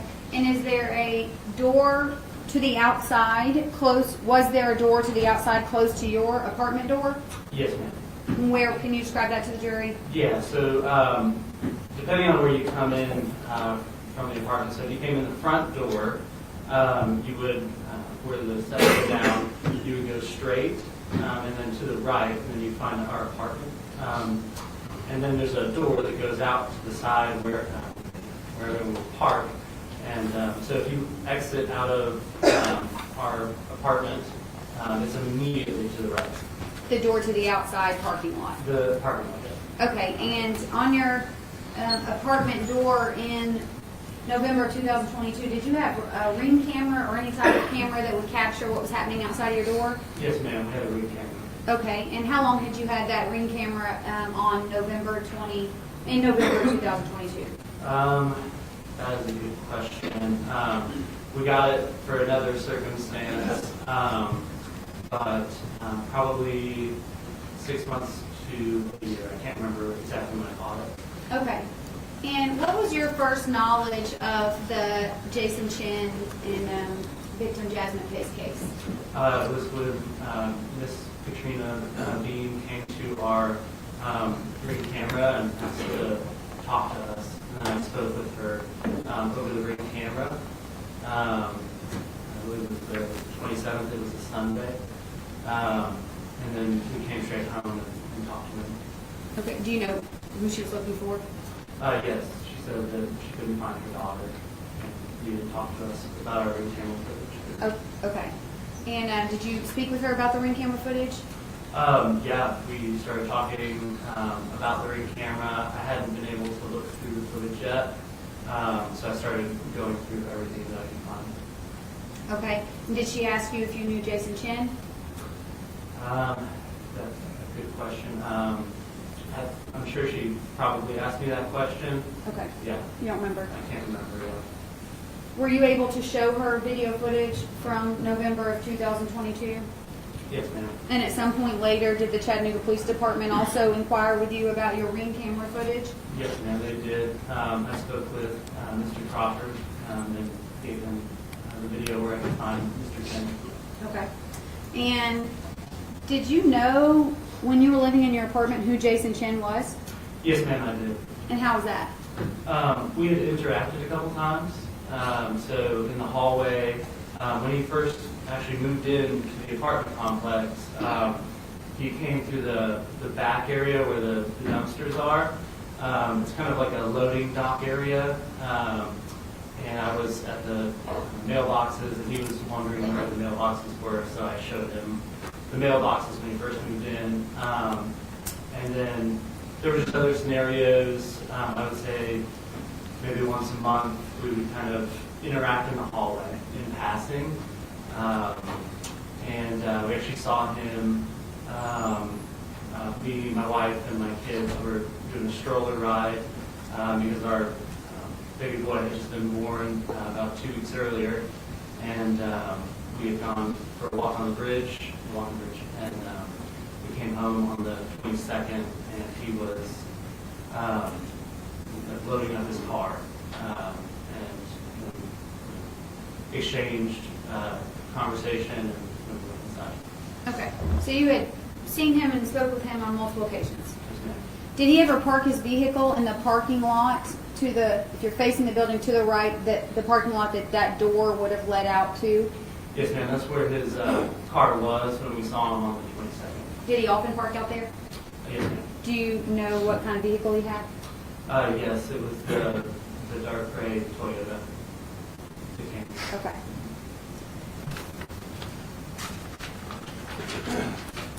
Do you recall how many videos you turned over to the Chattanooga Police Department? I believe there were around 6, Okay. and there were others that Mr. Weiss asked for. Okay, Mr. Weiss came to see you? No, he actually sent personal investigator to our home that was super aggressive and gave me a subpoena, and he got the videos. Okay. But you turned 6 over to the Chattanooga Police Department that they had identified and needed for their investigation. That's correct. Have you, I'm going to let you look at that jump drive. Have you seen that jump drive? Yes, ma'am. Does it say Lynch on one side? Yes, ma'am. And are those your initials on the other? What is on this jump drive? The 6 videos. Are these an accurate representation of the videos from your Ring camera as they looked in November of 2022? Yes, ma'am, they are. Your Honor, I've asked that this be taken into consideration. 133.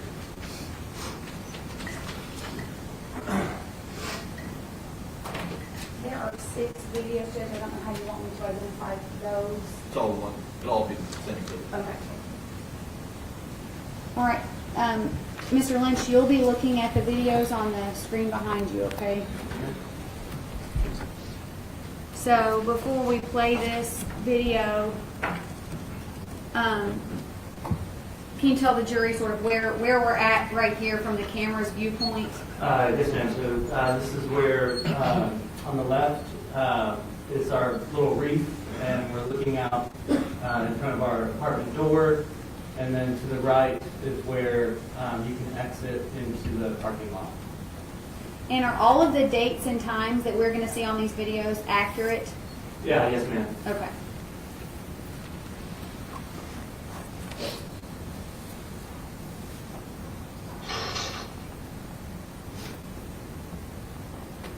Did you recognize that person, Mr. Lynch? Yes, ma'am. That's Jason Chen.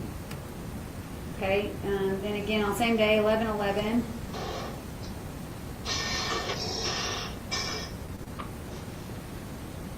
Do you recognize that person? Yes, ma'am. Who is it? Jason Chen.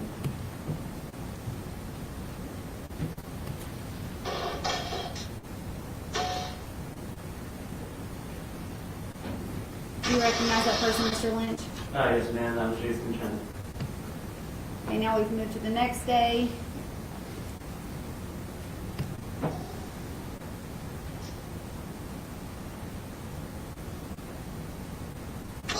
Do you recognize that person? Yes, ma'am. That was Mr. Chen. And did you recognize a black backpack that he was carrying? Yes. Had you ever seen him with a black backpack before? From what I can remember, I can't remember if he wore the backpack often. I can only remember it from this video. Okay. Mm-hmm. All right, now we're at 11/23/2022. Is that correct? Yes, ma'am. And the time would be correct. So I hate military time, but is that 8:26? That is 8:26. Okay. Mm-hmm. All right.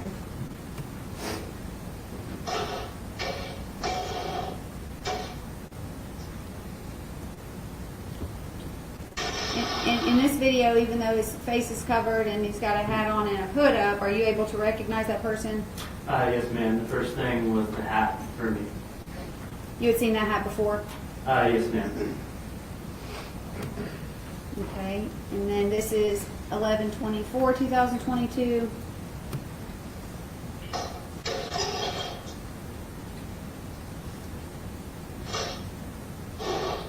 Who do you recognize that person to be? That's Mr. Chen. Okay, I'm going to go back to 11/23. I want to ask you one more question.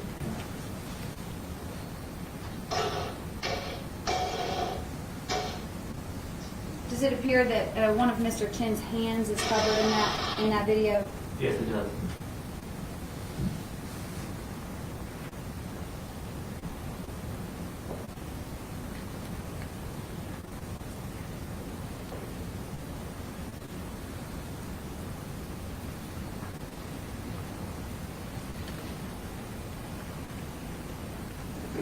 Nothing further from this witness, Judge.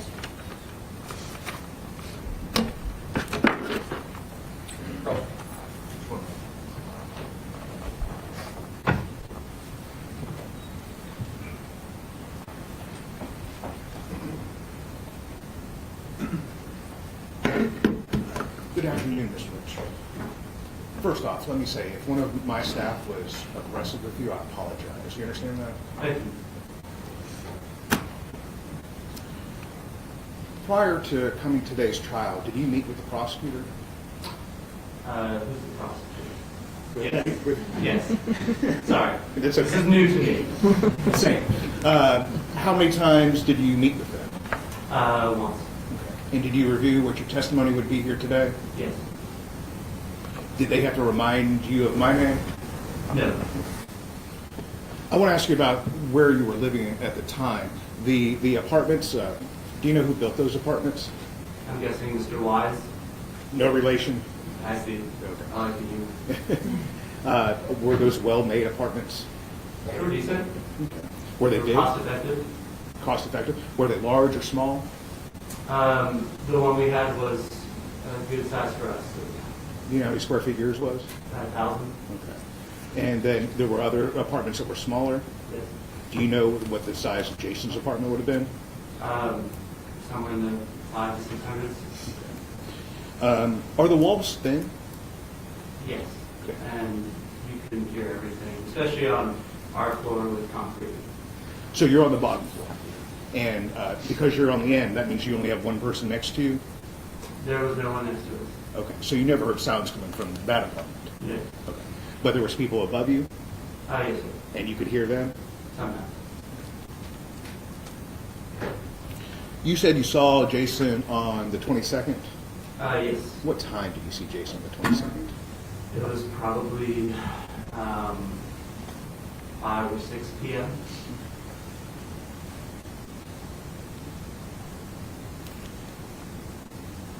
You provided a bunch of your Ring cameras to the state? Yes. And you also gave them to me, right? Mm-hmm. And you provided all the Ring camera videos that you had? Yes. On the night of November 22nd, or in the early mornings of November 23rd, did you hear anything coming from Jason's apartment? No. Our son was 2 weeks old, and we had 3 sound machines throughout the apartment. Those don't go away either. Yeah.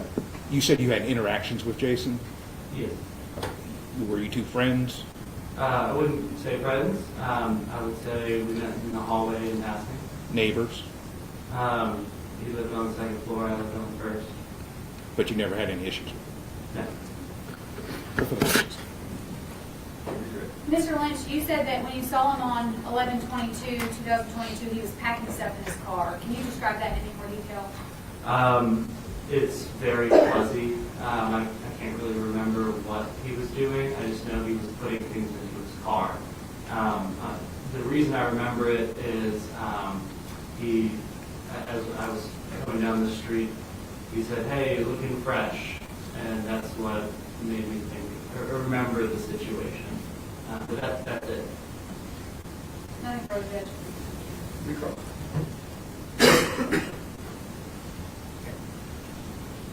Just so I understand, that was paying you a compliment? Yes. No further questions. Thank you. Do you have any questions for Mr. Lynch?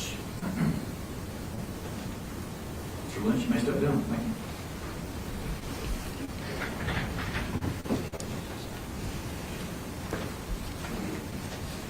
Original recording is yours. State will call Detective Stephen Bulkley to the stand.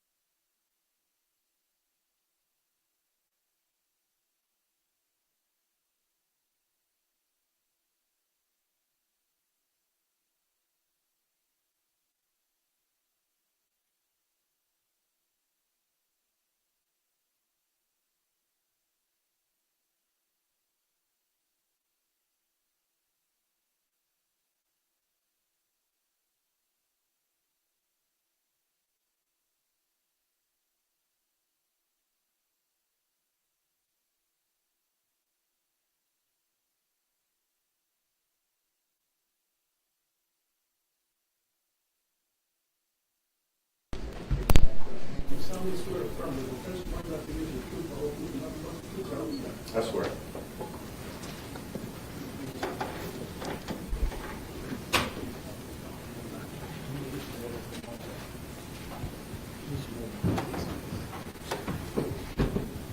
Detective Bulkley, will you state your full name for the court's record? You've been through this before.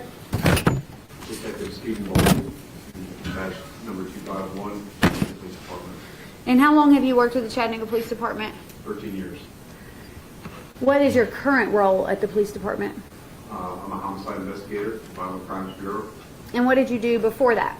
Prior to that, I was a field training officer for 4 years, and a patrol officer prior to that for approximately 8 years total. So when did you begin your career in the homicide division? In April of 2020. Okay, so going on 5 years. At some point, did you become involved in the investigation into Jason Chen? That's correct. And can you explain to the jury what that involvement was initially? Sure. So my understanding is that the homicide division was notified of the case possibly on November 27th of 22. I responded the morning of the 28th to assist Detective Crawford, who was assigned to work the case. At the time, it was established to be a missing persons case with suspicious circumstances, and so we were working it as a potential homicide. As a teammate, we routinely respond to assist each other with investigations, and so I responded for that reason. Would you say this investigation was an all hands on deck approach? Yes, I would say so. Were you involved in the drafting of any search warrants in this case? I was. And what was that? The first search warrant that I wrote was a T-Mobile phone records search warrant for the defendant's phone records, Jason Chen. Did you issue that search warrant to T-Mobile for Mr. Chen's phone records? Yes, ma'am. I obtained that on the 28th, and I submitted it to T-Mobile on the 28th of November 22. You got it the same day? I obtained it. I swore it out in front of the magistrate, and I submitted it to T-Mobile on the same day, the 28th of November 22. And were they able to return Mr. Chen's records to you? So I did not obtain the records until the morning of December 1st of 2022. But you did, in fact, obtain Mr. Chen's phone records? I did, yes.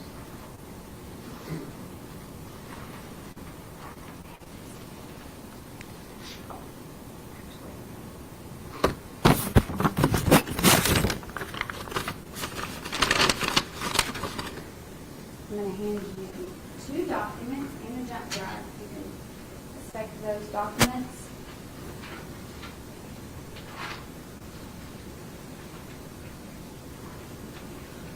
Do you recognize those documents?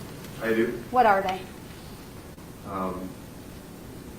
So this first document here, which says T-Mobile timing advance request form, I submitted this to T-Mobile the day after I submitted the initial search warrant, submitted on November 29th of 22.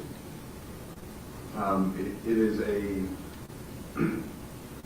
T-Mobile requires a payment for receipt of certain records, in this case, timing advance records.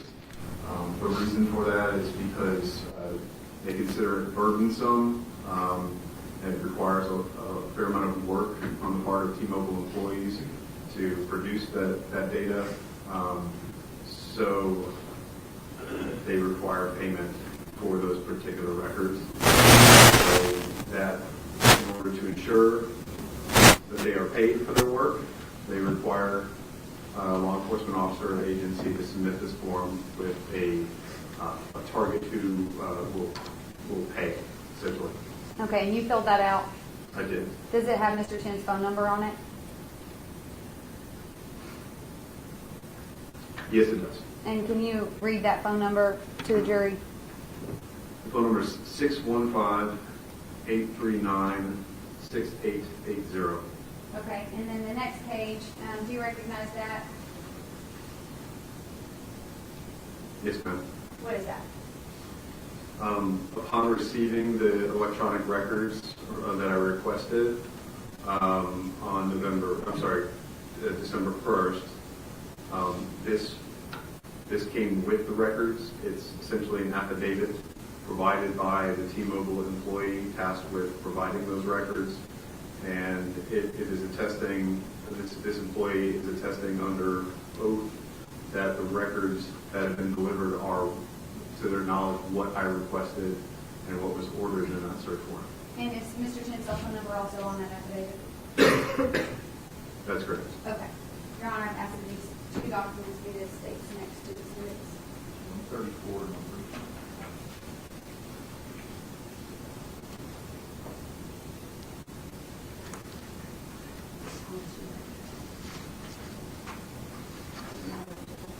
All right, and this jump drive, have you seen that before? Yes, ma'am. Are those the T-Mobile records that you received from T-Mobile related to Jason Chen's cell phone? Yes, ma'am. And did you initial that jump drive to show that it is those T-Mobile records on it? I did. Your Honor, I ask that this be admitted as the state's next exhibit. Okay. Based on phone records like this, is law enforcement able to go back and look at a subject's location data? Oftentimes, yes. And in this case, were these phone records used to determine Jason Chen's location on or around the week of November 22nd, 23rd, 2022? They were. And were you in communication with Investigator Crawford during this time period? I was. Were you keeping him up to date on what you were doing? Absolutely. Did you let him know that you got the T-Mobile records back from T-Mobile? Within about 30 seconds. And at that point in time, did you or he begin to look for the location data? I immediately transmitted those records to Detective Crawford, and I may have, well, Detective Crawford for sure, so that he could begin plugging those into the records processing, program that we use. Okay. And at this point, to be clear, had Jasmine Pace been found? No. Okay. And based on those records, did Investigator Crawford instruct you or others to head towards a certain location? We began to formulate a plan, yes, at that point, based on what he saw in those records. Based on what he saw in those phone records, at some point, and I'll let you explain this to the jury, did you end up on Suck Creek Road? Yes, ma'am. Can you explain that process to the jury, that day, and who you were with? Yes, ma'am. So when Detective Crawford and I believe Detective Jason Gunn also may have been working on this, when we plugged the phone records into CellHawk, which is the program that we commonly use for plotting location data and et cetera,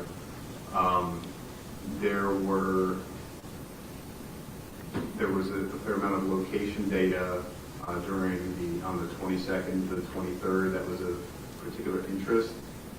I recall that the timing advance records, which are more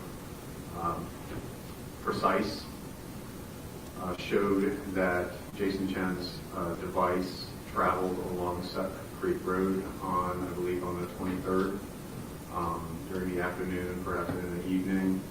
I believe there were maybe two that showed up at two different times during that day along Suck Creek Road, in between, I think it's Signal Mountain Boulevard and Prentice Cooper on that stretch there, which parallels the river.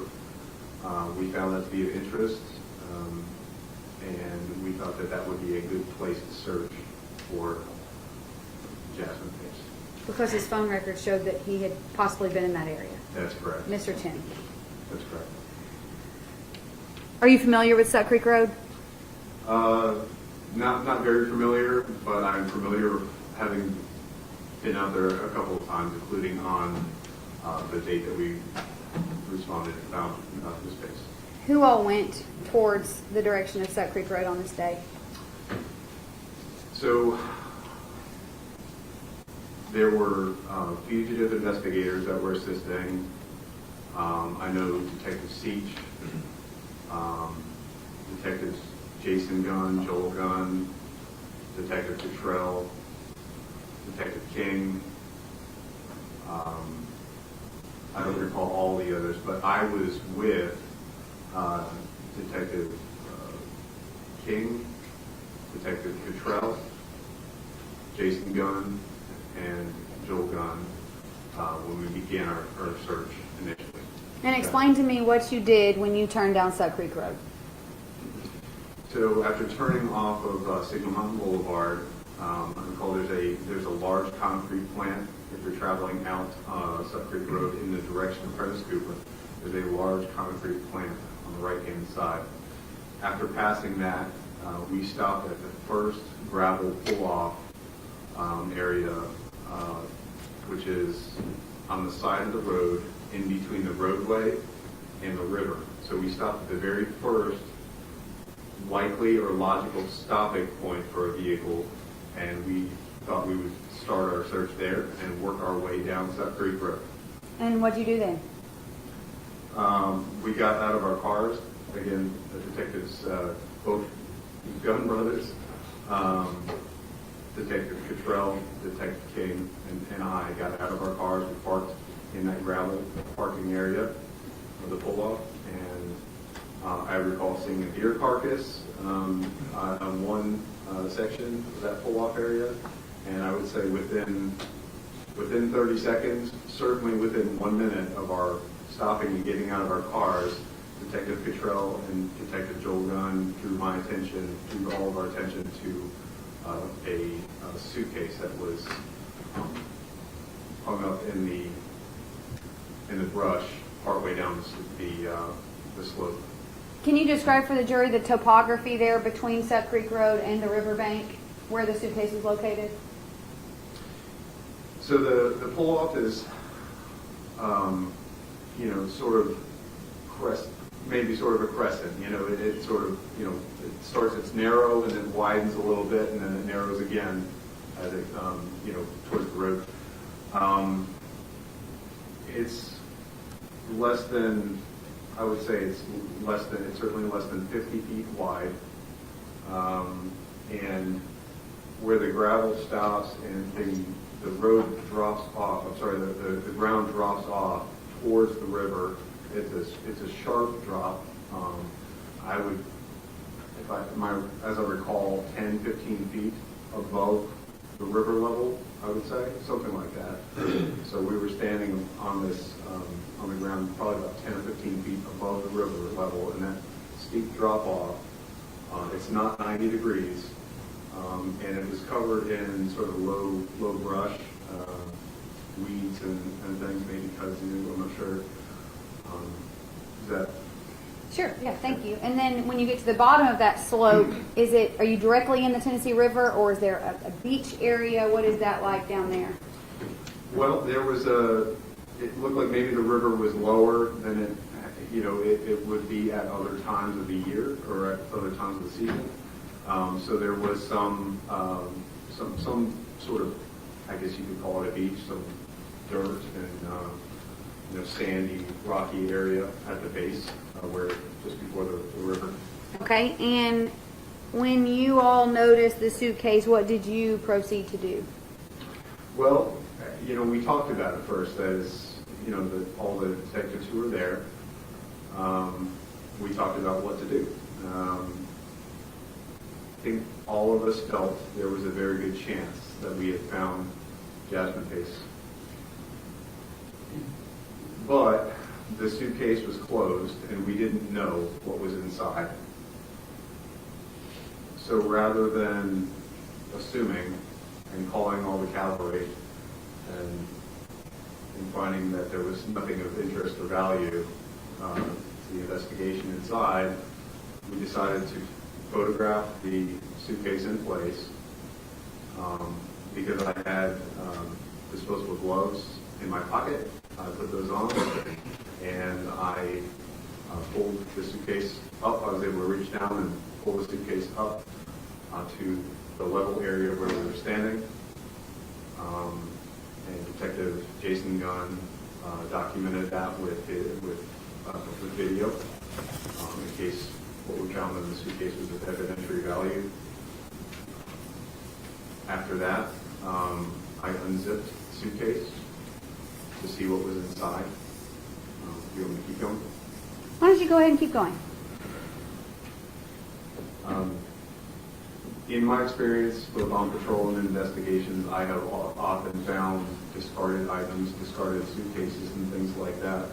I have seen animals disposed of in suitcases and things like that. And so I didn't want to assume anything. We didn't want to assume anything. So when I unzipped the suitcase and saw a black trash bag inside, I was not able to identify the contents of that trash bag. So because I had gloves on, I placed my hand on various parts of that trash bag and its contents, and I could feel what was consistent with a human head, shoulders, and a torso. At that point, we were even more certain that we had found Jasmine's face, but certainly that we had found a body. So at that point, did you back off and call others? At that point, we did not touch the suitcase or its contents anymore. We notified supervision, we notified our crime scene unit, and we notified the Hamilton County Medical Examiner. And we secured that scene until they arrived. Did the Hamilton County Medical Examiner come to that scene? Yes, ma'am. Were you present when he was there? I was.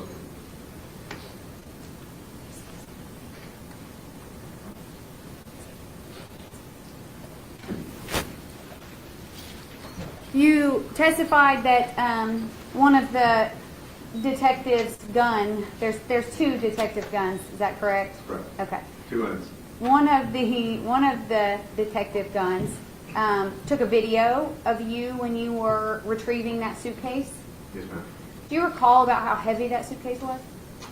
It took some effort to pull it up, so it wasn't beyond my ability, but it was heavy enough. It was substantial. Okay. And have you seen that video since that video was taken? Yes, ma'am, I have. Have you seen the suicide? Yes. It was on the thumb drive. If I recall, that is video that Detective Jason Gunn took when we were checking that suitcase, pulling it up and checking it. Are you depicted in this video? Yes, ma'am. And is it an accurate representation of what happened on that day in November 2022? Yes. Okay. Your Honor, I'd ask that this be state's next exhibit. 137. Detective Oakley, I'm going to show you this video on the screen behind you.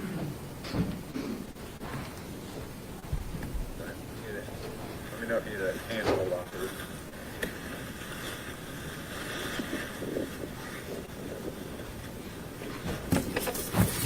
That looks new. Yep, it does. Sir, that's you. Yes, ma'am.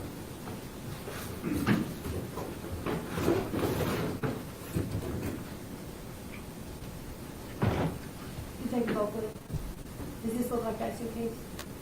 That is consistent with it.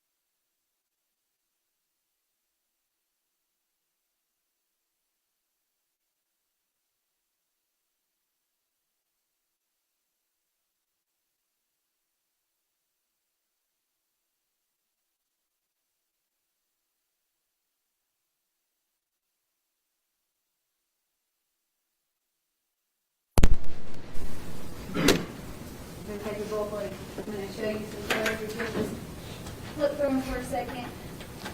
1, 2, 3, 4, 5, 6 photos.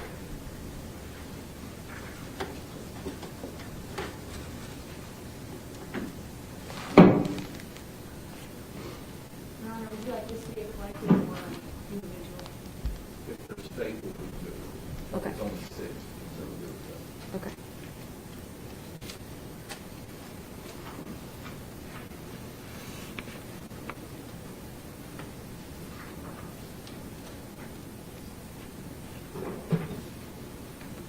You recognize those photos? Yes, ma'am. And Detective Oakley, you testified that you in fact opened the photos, didn't you? I did.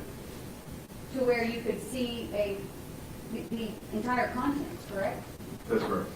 And that is when you reached down to feel what was inside of the black packages, the back package. That's correct. Okay. Your Honor, I'd ask that you please do 6 next to it. To make it collective description staple. Yes, I'll go ahead and say that so we don't lose it. Yes.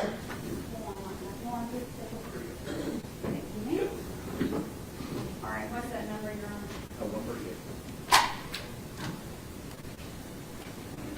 And to be clear, is this what the scene looked like on that day when Miss Pace's body was found?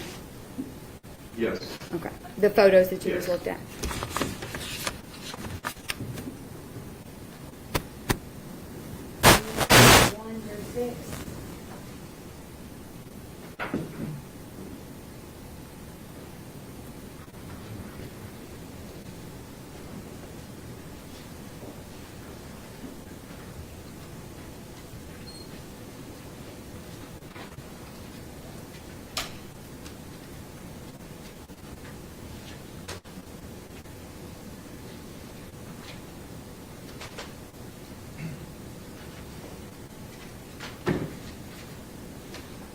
I'm going to show you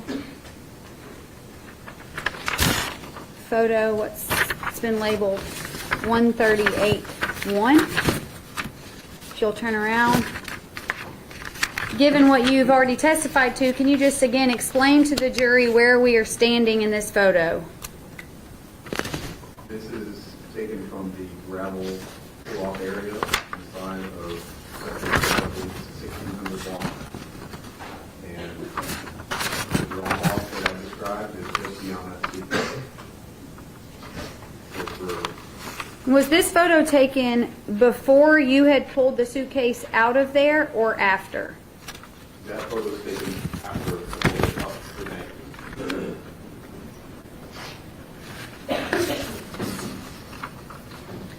From the point of view of the camera, would we be close to the pull-off where the vehicles would have been? Yes, I believe standing in the gravel area or just next to it. Okay. 138-2. Now, from this point of view, can you explain to the jury where we're at? To the left of the gray suitcase, the ground drops off towards the river. To the right of the suitcase is the gravel parking area. And that's where those are our crime scene vehicles, which are parked parallel to Suck Creek Road.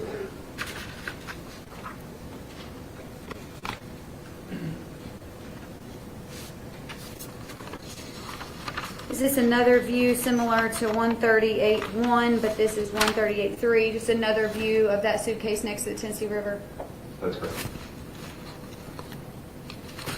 138-4, explain to the jury where we're at now. Now you can sort of see more of the road. That's the gravel pull-off area inside of 1600 Suck Creek Road, which I described as narrower and getting wider and then tapering back again on the other side of the pull-off. And that's where we parked when we found Jasmine facing front. 138-5. That's the black trash bag that I observed inside the suitcase, and that is the trash bag that I felt with my gloved hand when we were investigating.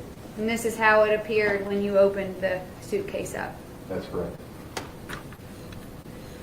And 138-6. Is this what you saw when you opened the suitcase? Yes, ma'am. And can you describe, you testified to feeling what you believe was a human head. That's correct. Can you, based on your memory, which I know this was 2 years ago, can you let the jury know where you felt what you believed was a shoulders or a human head? Yeah, I remember it very well. The left side of the photo is, that side is closer to the river. The right side is closer to the roadway where we parked our vehicles. And I used my right hand to touch the right side of this trash bag, and that is where I felt the head and the shoulders here in the bottom right-hand corner, the shoulders and torso. Would this be the area you're talking about? Yes, ma'am. Okay.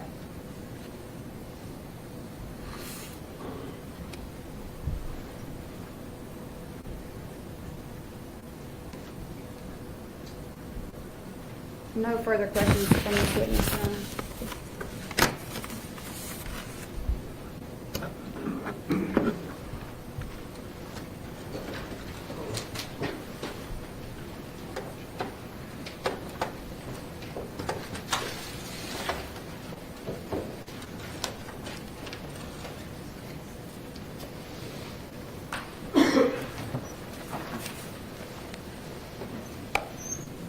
Investigator Bulkley, my name is Amanda Morrison. I have a few questions for you.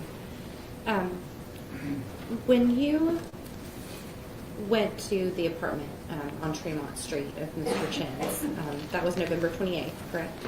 Yes, ma'am. Had you had any involvement with the investigation up to or prior to going to the apartment for Mr. Chen? No. While you were there, did you conduct interviews with various neighbors? I did. And how many neighbors roughly did you speak with there at Tremont Apartments?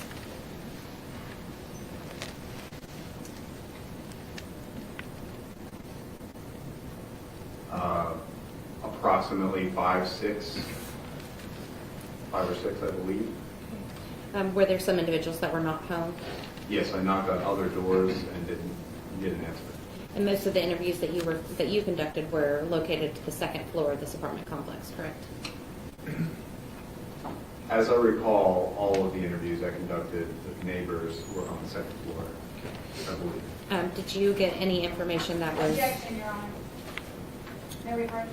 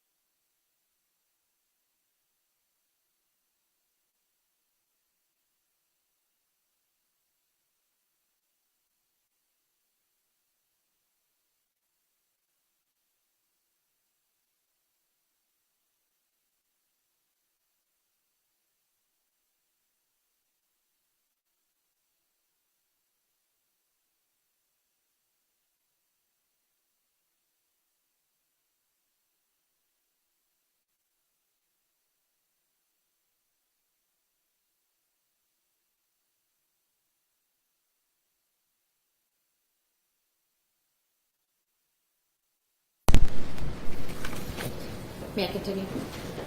Investigator Bulkley, on November 28th, the question I had asked was there are some individuals that did not answer when you knocked, correct? Have you conducted any interviews since November 28th with any persons at the Tremont Apartments? I have not personally, no. When you got the records from T-Mobile, did you review those?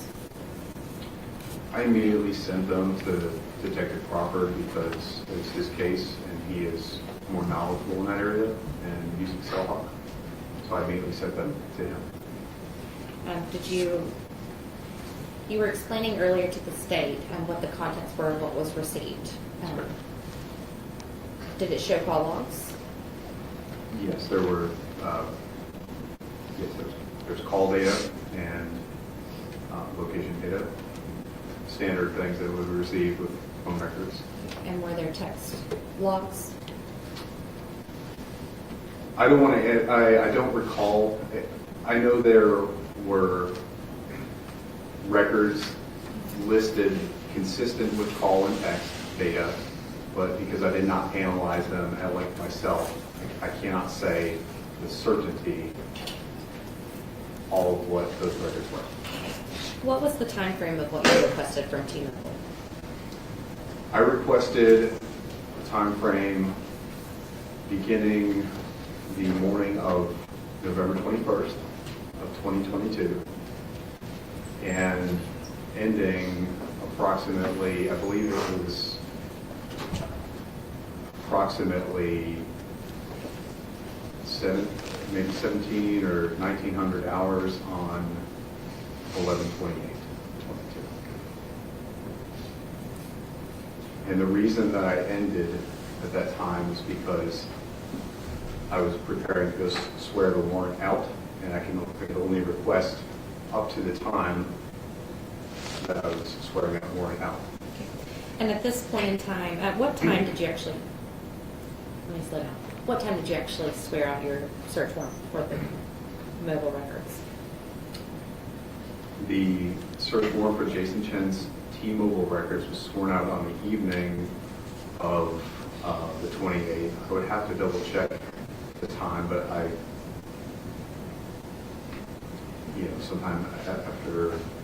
sometime certainly after 6 p.m. or 1800, I would have to verify, give you an exact time. Were you present with the interview of the Pace family? No, not that I recall.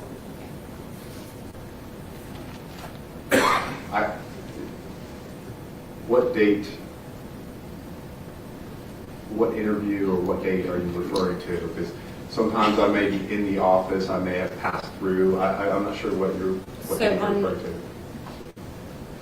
to. My question is, on November 27th, it's been testified that there has been an interview conducted at CPD. Were you present for that? No, ma'am, I was not. Your first involvement is really when the search warrant is executed at Mr. Chen's apartment, correct? Yes, on November 28th? On Tremont Street. I responded approximately 9:30, I believe. a.m. So you get to the apartment that morning. Throughout the day, you're working on this case, correct? Yes. And then the evening, you swear out the T-Mobile search warrant. That's correct.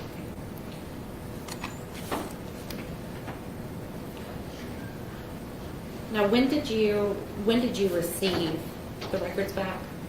Did you say December 1? Yes, ma'am. What time of day was that? It was, I believe, 9:09 a.m. It was shortly after 9 o'clock a.m. on December 1st of 22.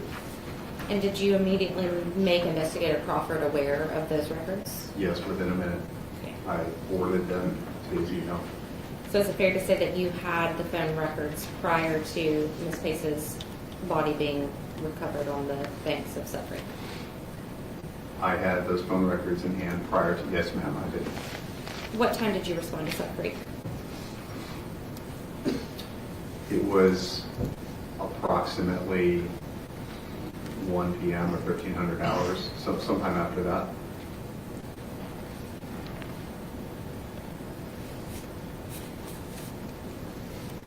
Other than you, the Gunn brothers, Investigator Cottrell, and Investigator King, do you recall anyone else from homicide being present with you?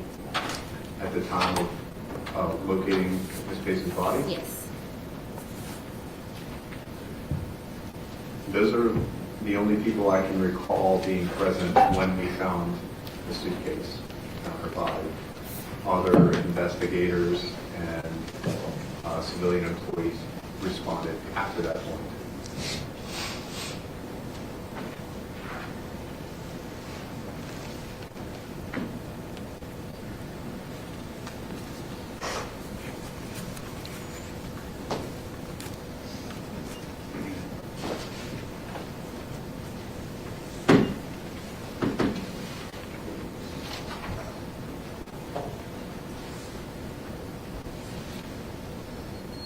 Now the Mr. Chen's phone records, is that something separate than what would be received through Cellebrite? What you received from T-Mobile? Can you repeat the question? Yes. So, Cellebrite. Cellebrite, yeah. That is separate from what you've received through T-Mobile, correct? That's correct. Cellebrite is a program through which we can look at phone downloads. One of the things that Cellebrite does is enables us to view the contents of an actual device, physical device like a cell phone. That had nothing to do with my search warrant. I submitted a search warrant for phone records, electronic data. Okay. And so that would be something for the benefit of the jury. If what you're requesting is separate than what a forensic download would be, correct? That's correct. Were you present for a forensic download of Mr. Chen's phone? No, ma'am. Do you know who did the forensic download? I don't.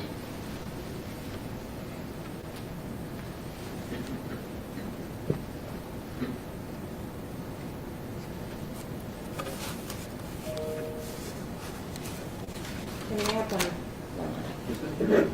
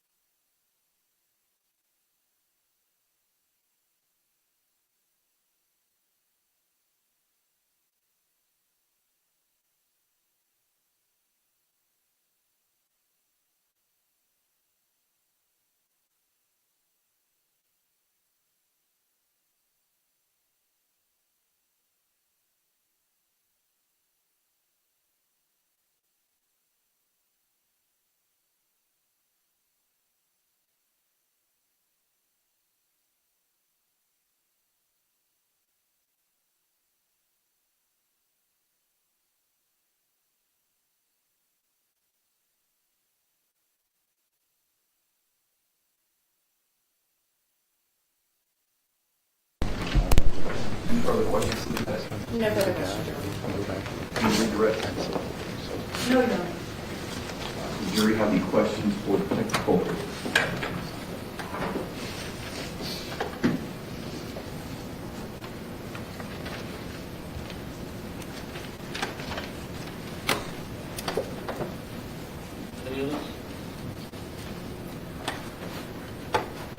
Councilor Firth?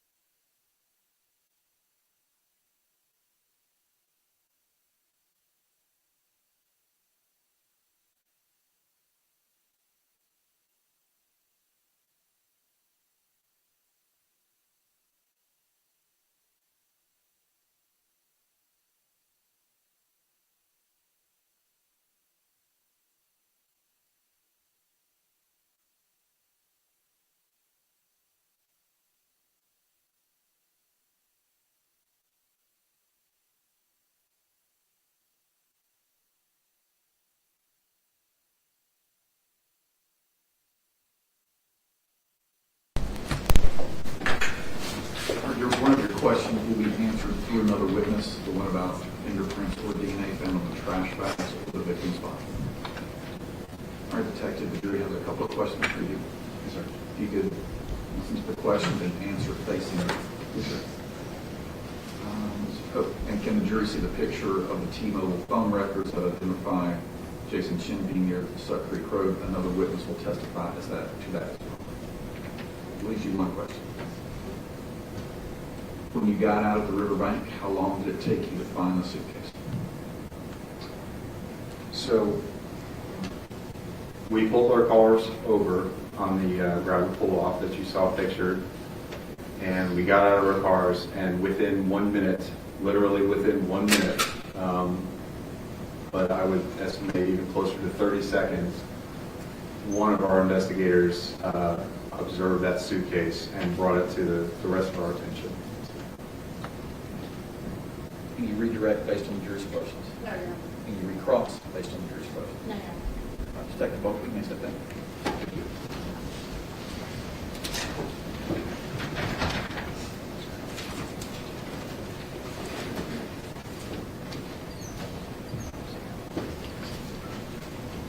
Ladies and gentlemen, we've reached the point where the next witness will take us rather than start and stop at 5:35, we're going to take our evening break.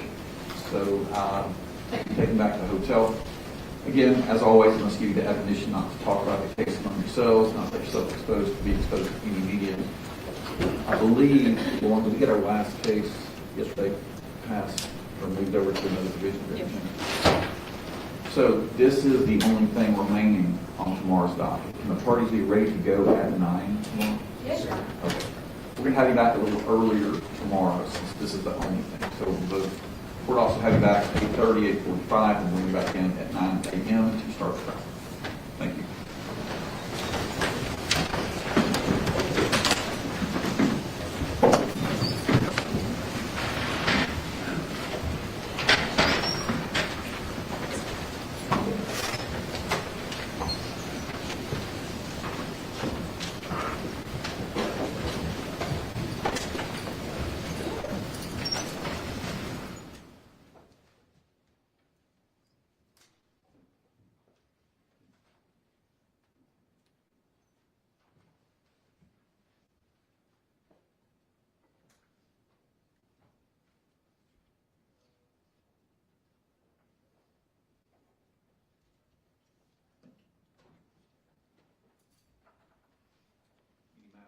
Brought up before we adjourn for the evening.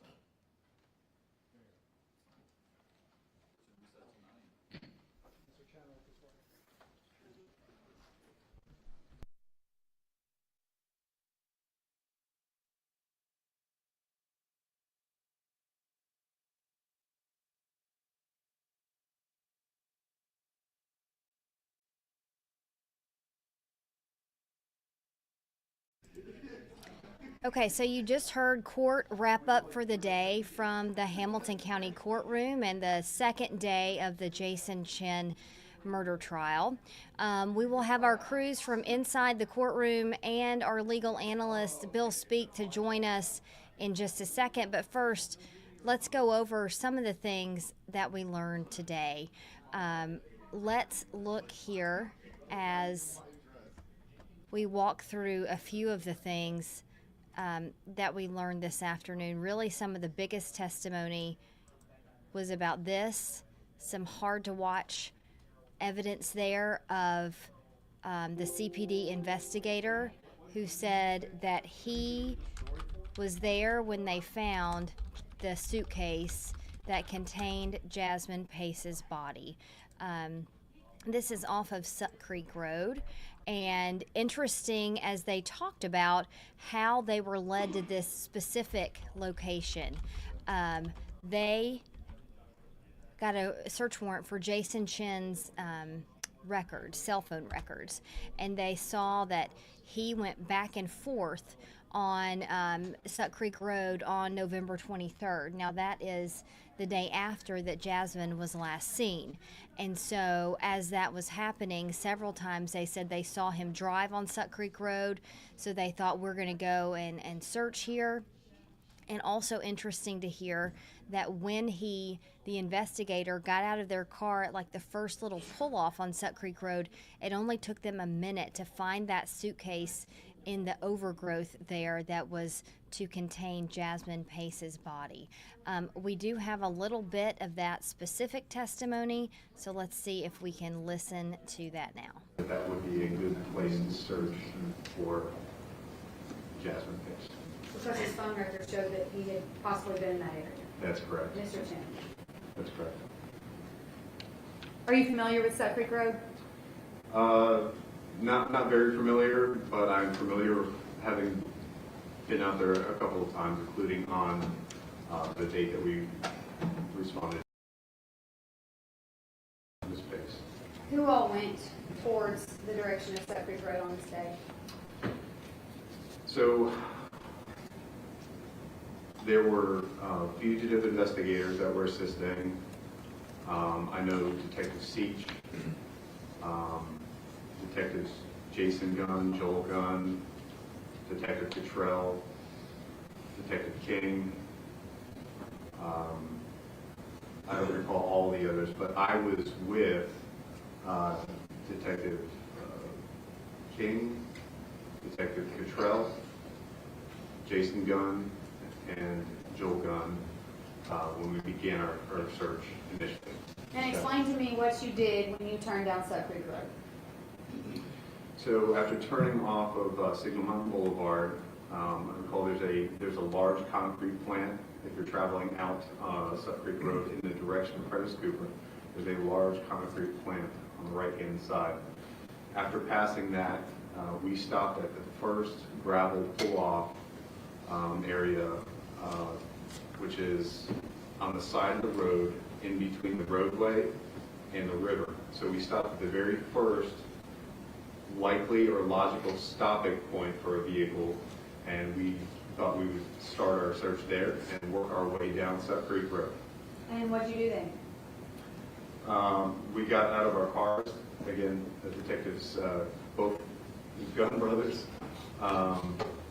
Detective Cottrell, Detective King, and I got out of our cars. We parked in that gravel parking area of the pull-off, and I recall seeing a deer carcass on one section of that pull-off area, and I would say within 30 seconds, certainly within 1 minute of our stopping and getting out of our cars, Detective Cottrell and Detective Joel Gunn drew all of our attention to a suitcase that was hung up in the brush partway down the slope.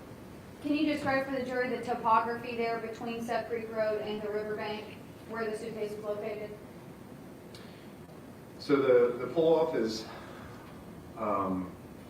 sort of maybe sort of a crescent. It sort of, it starts, it's narrow and then widens a little bit, and then it narrows again as it, towards the road. It's less than, I would say it's certainly less than 50 feet wide. And where the gravel stops and the road drops off, the ground drops off towards the river, it's a sharp drop. I would, as I recall, 10, 15 feet above the river level, I would say, something like that. So we were standing on this, on the ground, probably about 10 or 15 feet above the river level, and that steep drop off. It's not 90 degrees, and it was covered in sort of low brush, weeds and things, maybe kudzu, I'm not sure. Is that? Sure, yeah, thank you. And then when you get to the bottom of that slope, are you directly in the Tennessee River, or is there a beach area? What is that like down there? Well, it looked like maybe the river was lower than it would be at other times of the year or at other times of the season. So there was some sort of, I guess you could call it a beach, some dirt and sandy, rocky area at the base, where just before the river. Okay. I'm going to pause him there. That's CPD investigator Steve Bulkley. I'm going to bring in News Channel 9's Mary Beth Mangrum. She has joined us now. Mary Beth, we are re-listening to some of the testimony there of the investigator who found the suitcase that contained Jasmine Pace's body. And I know that you noticed some things about the family members in the courtroom as this testimony was going on. Help us understand what was happening in the courtroom during that part. Right, Latricia. Well, right before the video played of them recovering that suitcase, I did notice several members of Jasmine Pace's family exiting the courtroom. I noticed Katrina Bean leaving, as well as Travis Pace. Both of them just, I truly can't imagine this is the outcome that none of her family wanted. And, today in court, that was something that they sort of had to go through again. And you could really see the level of emotion that video brought to the courtroom, not just for her parents, but also for her friends and extended family there. And what about Jason Chen? I know that you're facing his back most of the time. He's facing the front of the courtroom, and then the courtroom seating is behind him. Have we seen him give any sort of indication of emotion at all? Now, I haven't seen his face directly myself, given where I'm sat in the courtroom, but I have noticed during the videos of the ring camera footage, I noticed that Mr. Chen had his head down for that. It was bowed. And then also, it seemed like that suitcase video, again, he did have his head bowed. And as he was exiting the courtroom today, I did notice a very solemn look on his face. He did turn around to where I could see that, and it was very, very still, his face was. Yes. Bill Speak is joining us now. Bill, we're going to add you in here as well. Thanks All for your righty. time again today. Absolutely. We were just going through some of the testimony of the investigator that found Jasmine Pace's body inside that suitcase, all because of those cell phone records. And Bill, as you and I have spoken, cell phone records becoming a big part of this case.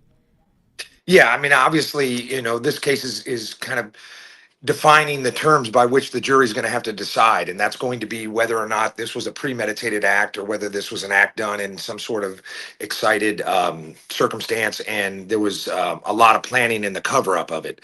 The cell phones and all of those issues that lead to what the mindset of Mr. Chen was at the time of this happening, and shortly before and shortly after, are all going to be used in argument to make either side's persuasive argument at the end of the trial and closing arguments.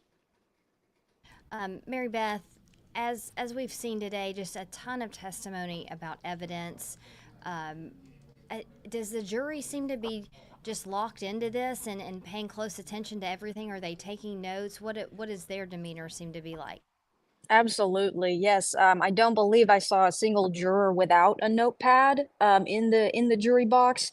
And also, one thing that Judge Boyd Patterson said, he actually commended the jury for the insightful questions that they had been asking. And he did say that he will later explain why he likes to ask the jury, why he likes to allow the jury to ask questions in trials.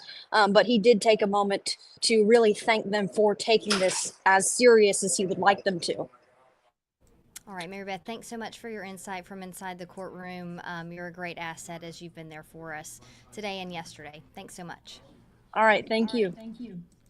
And Bill, I did want to ask you, how common is it for judges to allow jurors to directly ask questions of the witnesses? Extremely uncommon. It's allowed by law. I've been practicing law and doing criminal trial work for 25 years.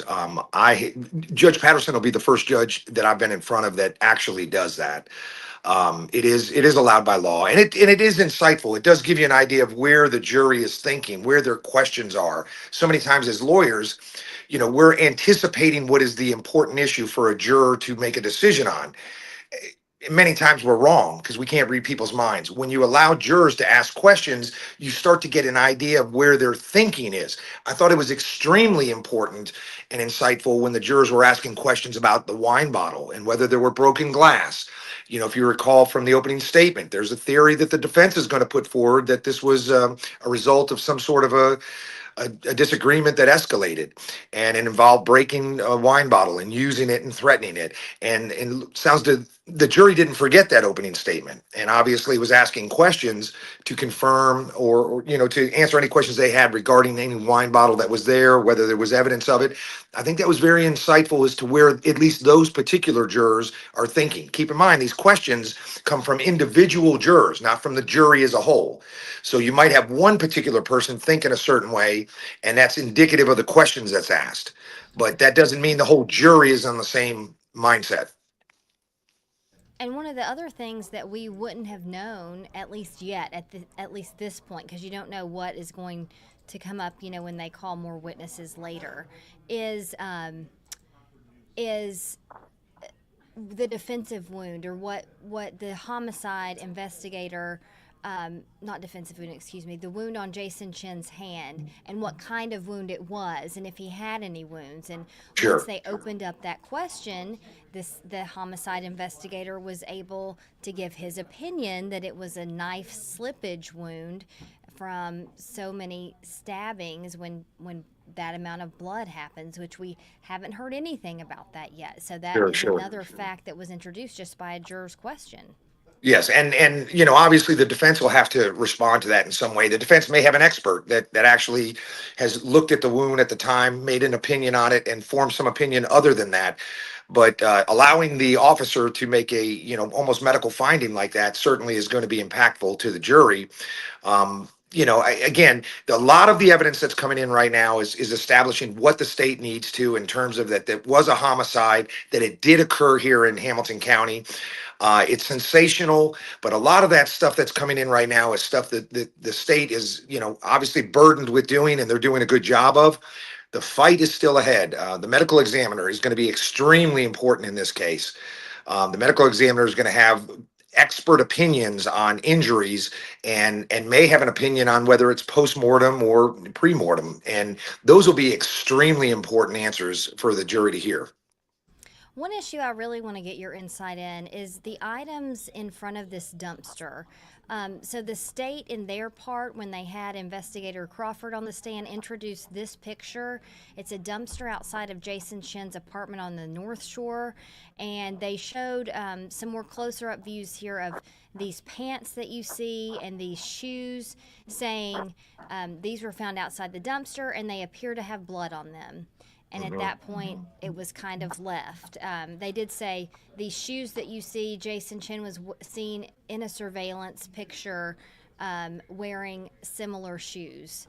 So later, when cross-examination begins, the defense asks, did you send those off for testing? Did they show any blood of Jasmine Pace? And the investigator said, we don't have testing from these items. Why would the prosecution show this picture and put these items up that they say appear to have blood if they aren't sure that it was Jasmine Pace's blood, because they don't have the findings from the crime lab? Yeah, there's a theory that the state is going to be operating with that may not be fully revealed at this point. It is the state came into this trial having to show that there was a homicide that took place at this location. To establish that, they weren't sure that the defense was going to come out and admit that he was involved in the slaying. So, they were going to have to establish a homicide at this location, and showing things like this would have been in their plan to establish that the homicide took place here. The dumpster, here's some what looks like bloody clothes. And, obviously the defense did an effective job of cross-examining. If it is going to be purported to be part of evidence in the trial or in your case in chief, then there ought to be testing to corroborate it. And so the state not testing it may have been a slip, but at the end of the day, we understand there's a killing. We understand that he took extensive measures to cover it up. We're going to keep reverting back and looking for little pieces of evidence that show planning and motive and things like that prior to the killing. That's what this case will hinge on. Some of this stuff is bulk evidence on things that the jury is already well aware of, that she was killed by him at that location. Good point there. And then this is another thing that came from a juror question. They said, are you sure those are Jason Chen shoes, or what size are those shoes? And they put up these two pictures, one from the surveillance video, one from the picture of the shoe by the dumpster, showing they were similar, but again, they weren't tested to be exactly the same shoe. And he said, we didn't send those off for testing. So and not every little piece of evidence is important, but what the defense does in a situation like this is try to poke little holes into the investigation to show some question that maybe the investigation could have been handled better. And that opens up argument down the road for more important things that you want to get in front of the jury. The next thing I want to talk to you about here is the timeline that they kind of established today. So they showed lots of different surveillance footage. This is the first picture that they showed. Jasmine, what they believe was Jasmine Pace driving her car and pulling into Chen's apartment complex on the 22nd late evening. And then after a few other things, they show him, this is him at the Walgreens the next day, 7:03 p.m. Yep, buying those Bounty paper towels you can see in that top left picture there. Yep. And then as you get here, I'm going to pull that banner down so we can see. There we go.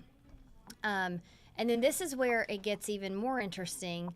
seeing Pace's car, or a car they kept calling it that looked similar to Pace's, leaving Chen's apartment complex on the 23rd at 8:30 p.m. And they kept pointing to who's driving the car. It's someone in a light hoodie. So again, they can't definitively say, right, this is Jason Chen. They're just putting these two little pieces out there for the jury. And then this one, vehicle matching Pace's at the Signal View condos at 8:41 p.m.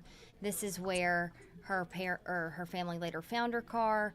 And then 9:01, a person in a hoodie dropped off at Chen's apartment complex. You can see that light hoodie there. And then when you get to the next line of questioning, here's a picture of him on that same day wearing a light colored hoodie.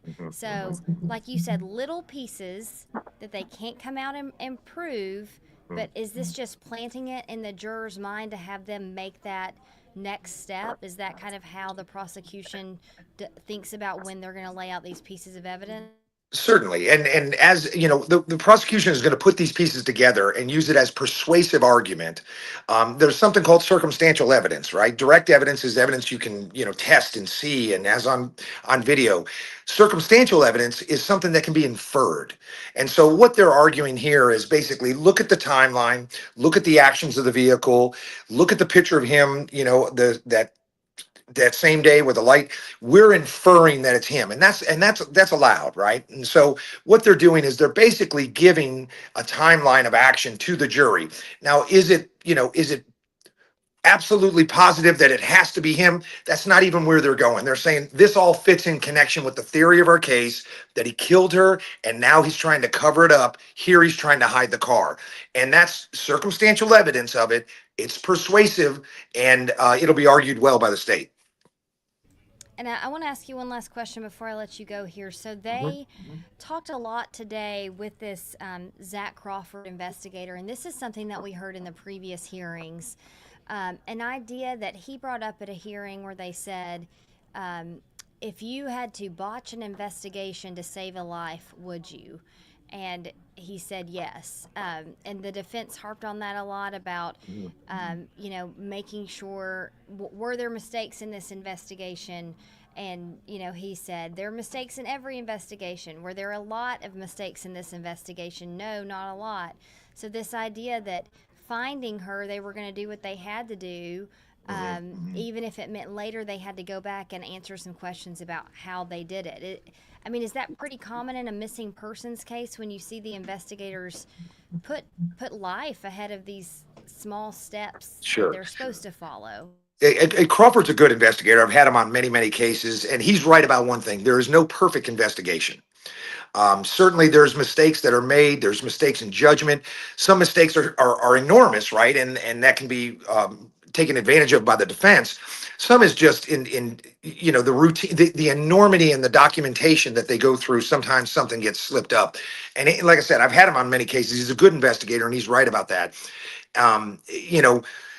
Would you save a life would you ruin an investigation to save a life? I would interpret that as, he would save that life and not worry about protocol if it meant saving a life. And I think most people could relate to that. Now, you could interpret it another way. I know him. I know probably what he meant. And so I understand that statement. He's right. There is no perfect investigation. Under a microscope in these trials, every step those investigators took, and that's what you see in the line of questioning and then the cross-examination here. Bill, thanks so much. We covered a lot of ground today, and we'll be back tomorrow when they call some more investigators to the stand and maybe the medical examiner. So we'll see if that plays out tomorrow. We look forward to it then. Okay. Okay. Thanks, Bill, so much. We're going to wrap up our coverage here on day 2 of the Jason Chen murder trial. I do want to show you we have lots of background and different things that you can go and look for if you're interested in more of the testimony from the very beginning of this trial. This is our News Channel 9 YouTube page. We have lots of the testimony put together in little snippets, both by person and by subject matter. You can see there. Here's a video. Surveillance footage reveals where Jason Chen went in the day after Jasmine Pace was last seen. We also have the opening statements from yesterday, a detailed detailed look at the crime scene and some of the details from Katrina Bean, Jasmine Pace's mother, as she was the first to testify. So more information there if you're not done looking into this case yet. We will join you back here tomorrow just before 9 a.m. as court resumes for day 3. For now, thanks so much for joining us in the News Channel 9 Stream Center and our coverage of the murder of Jasmine Pace.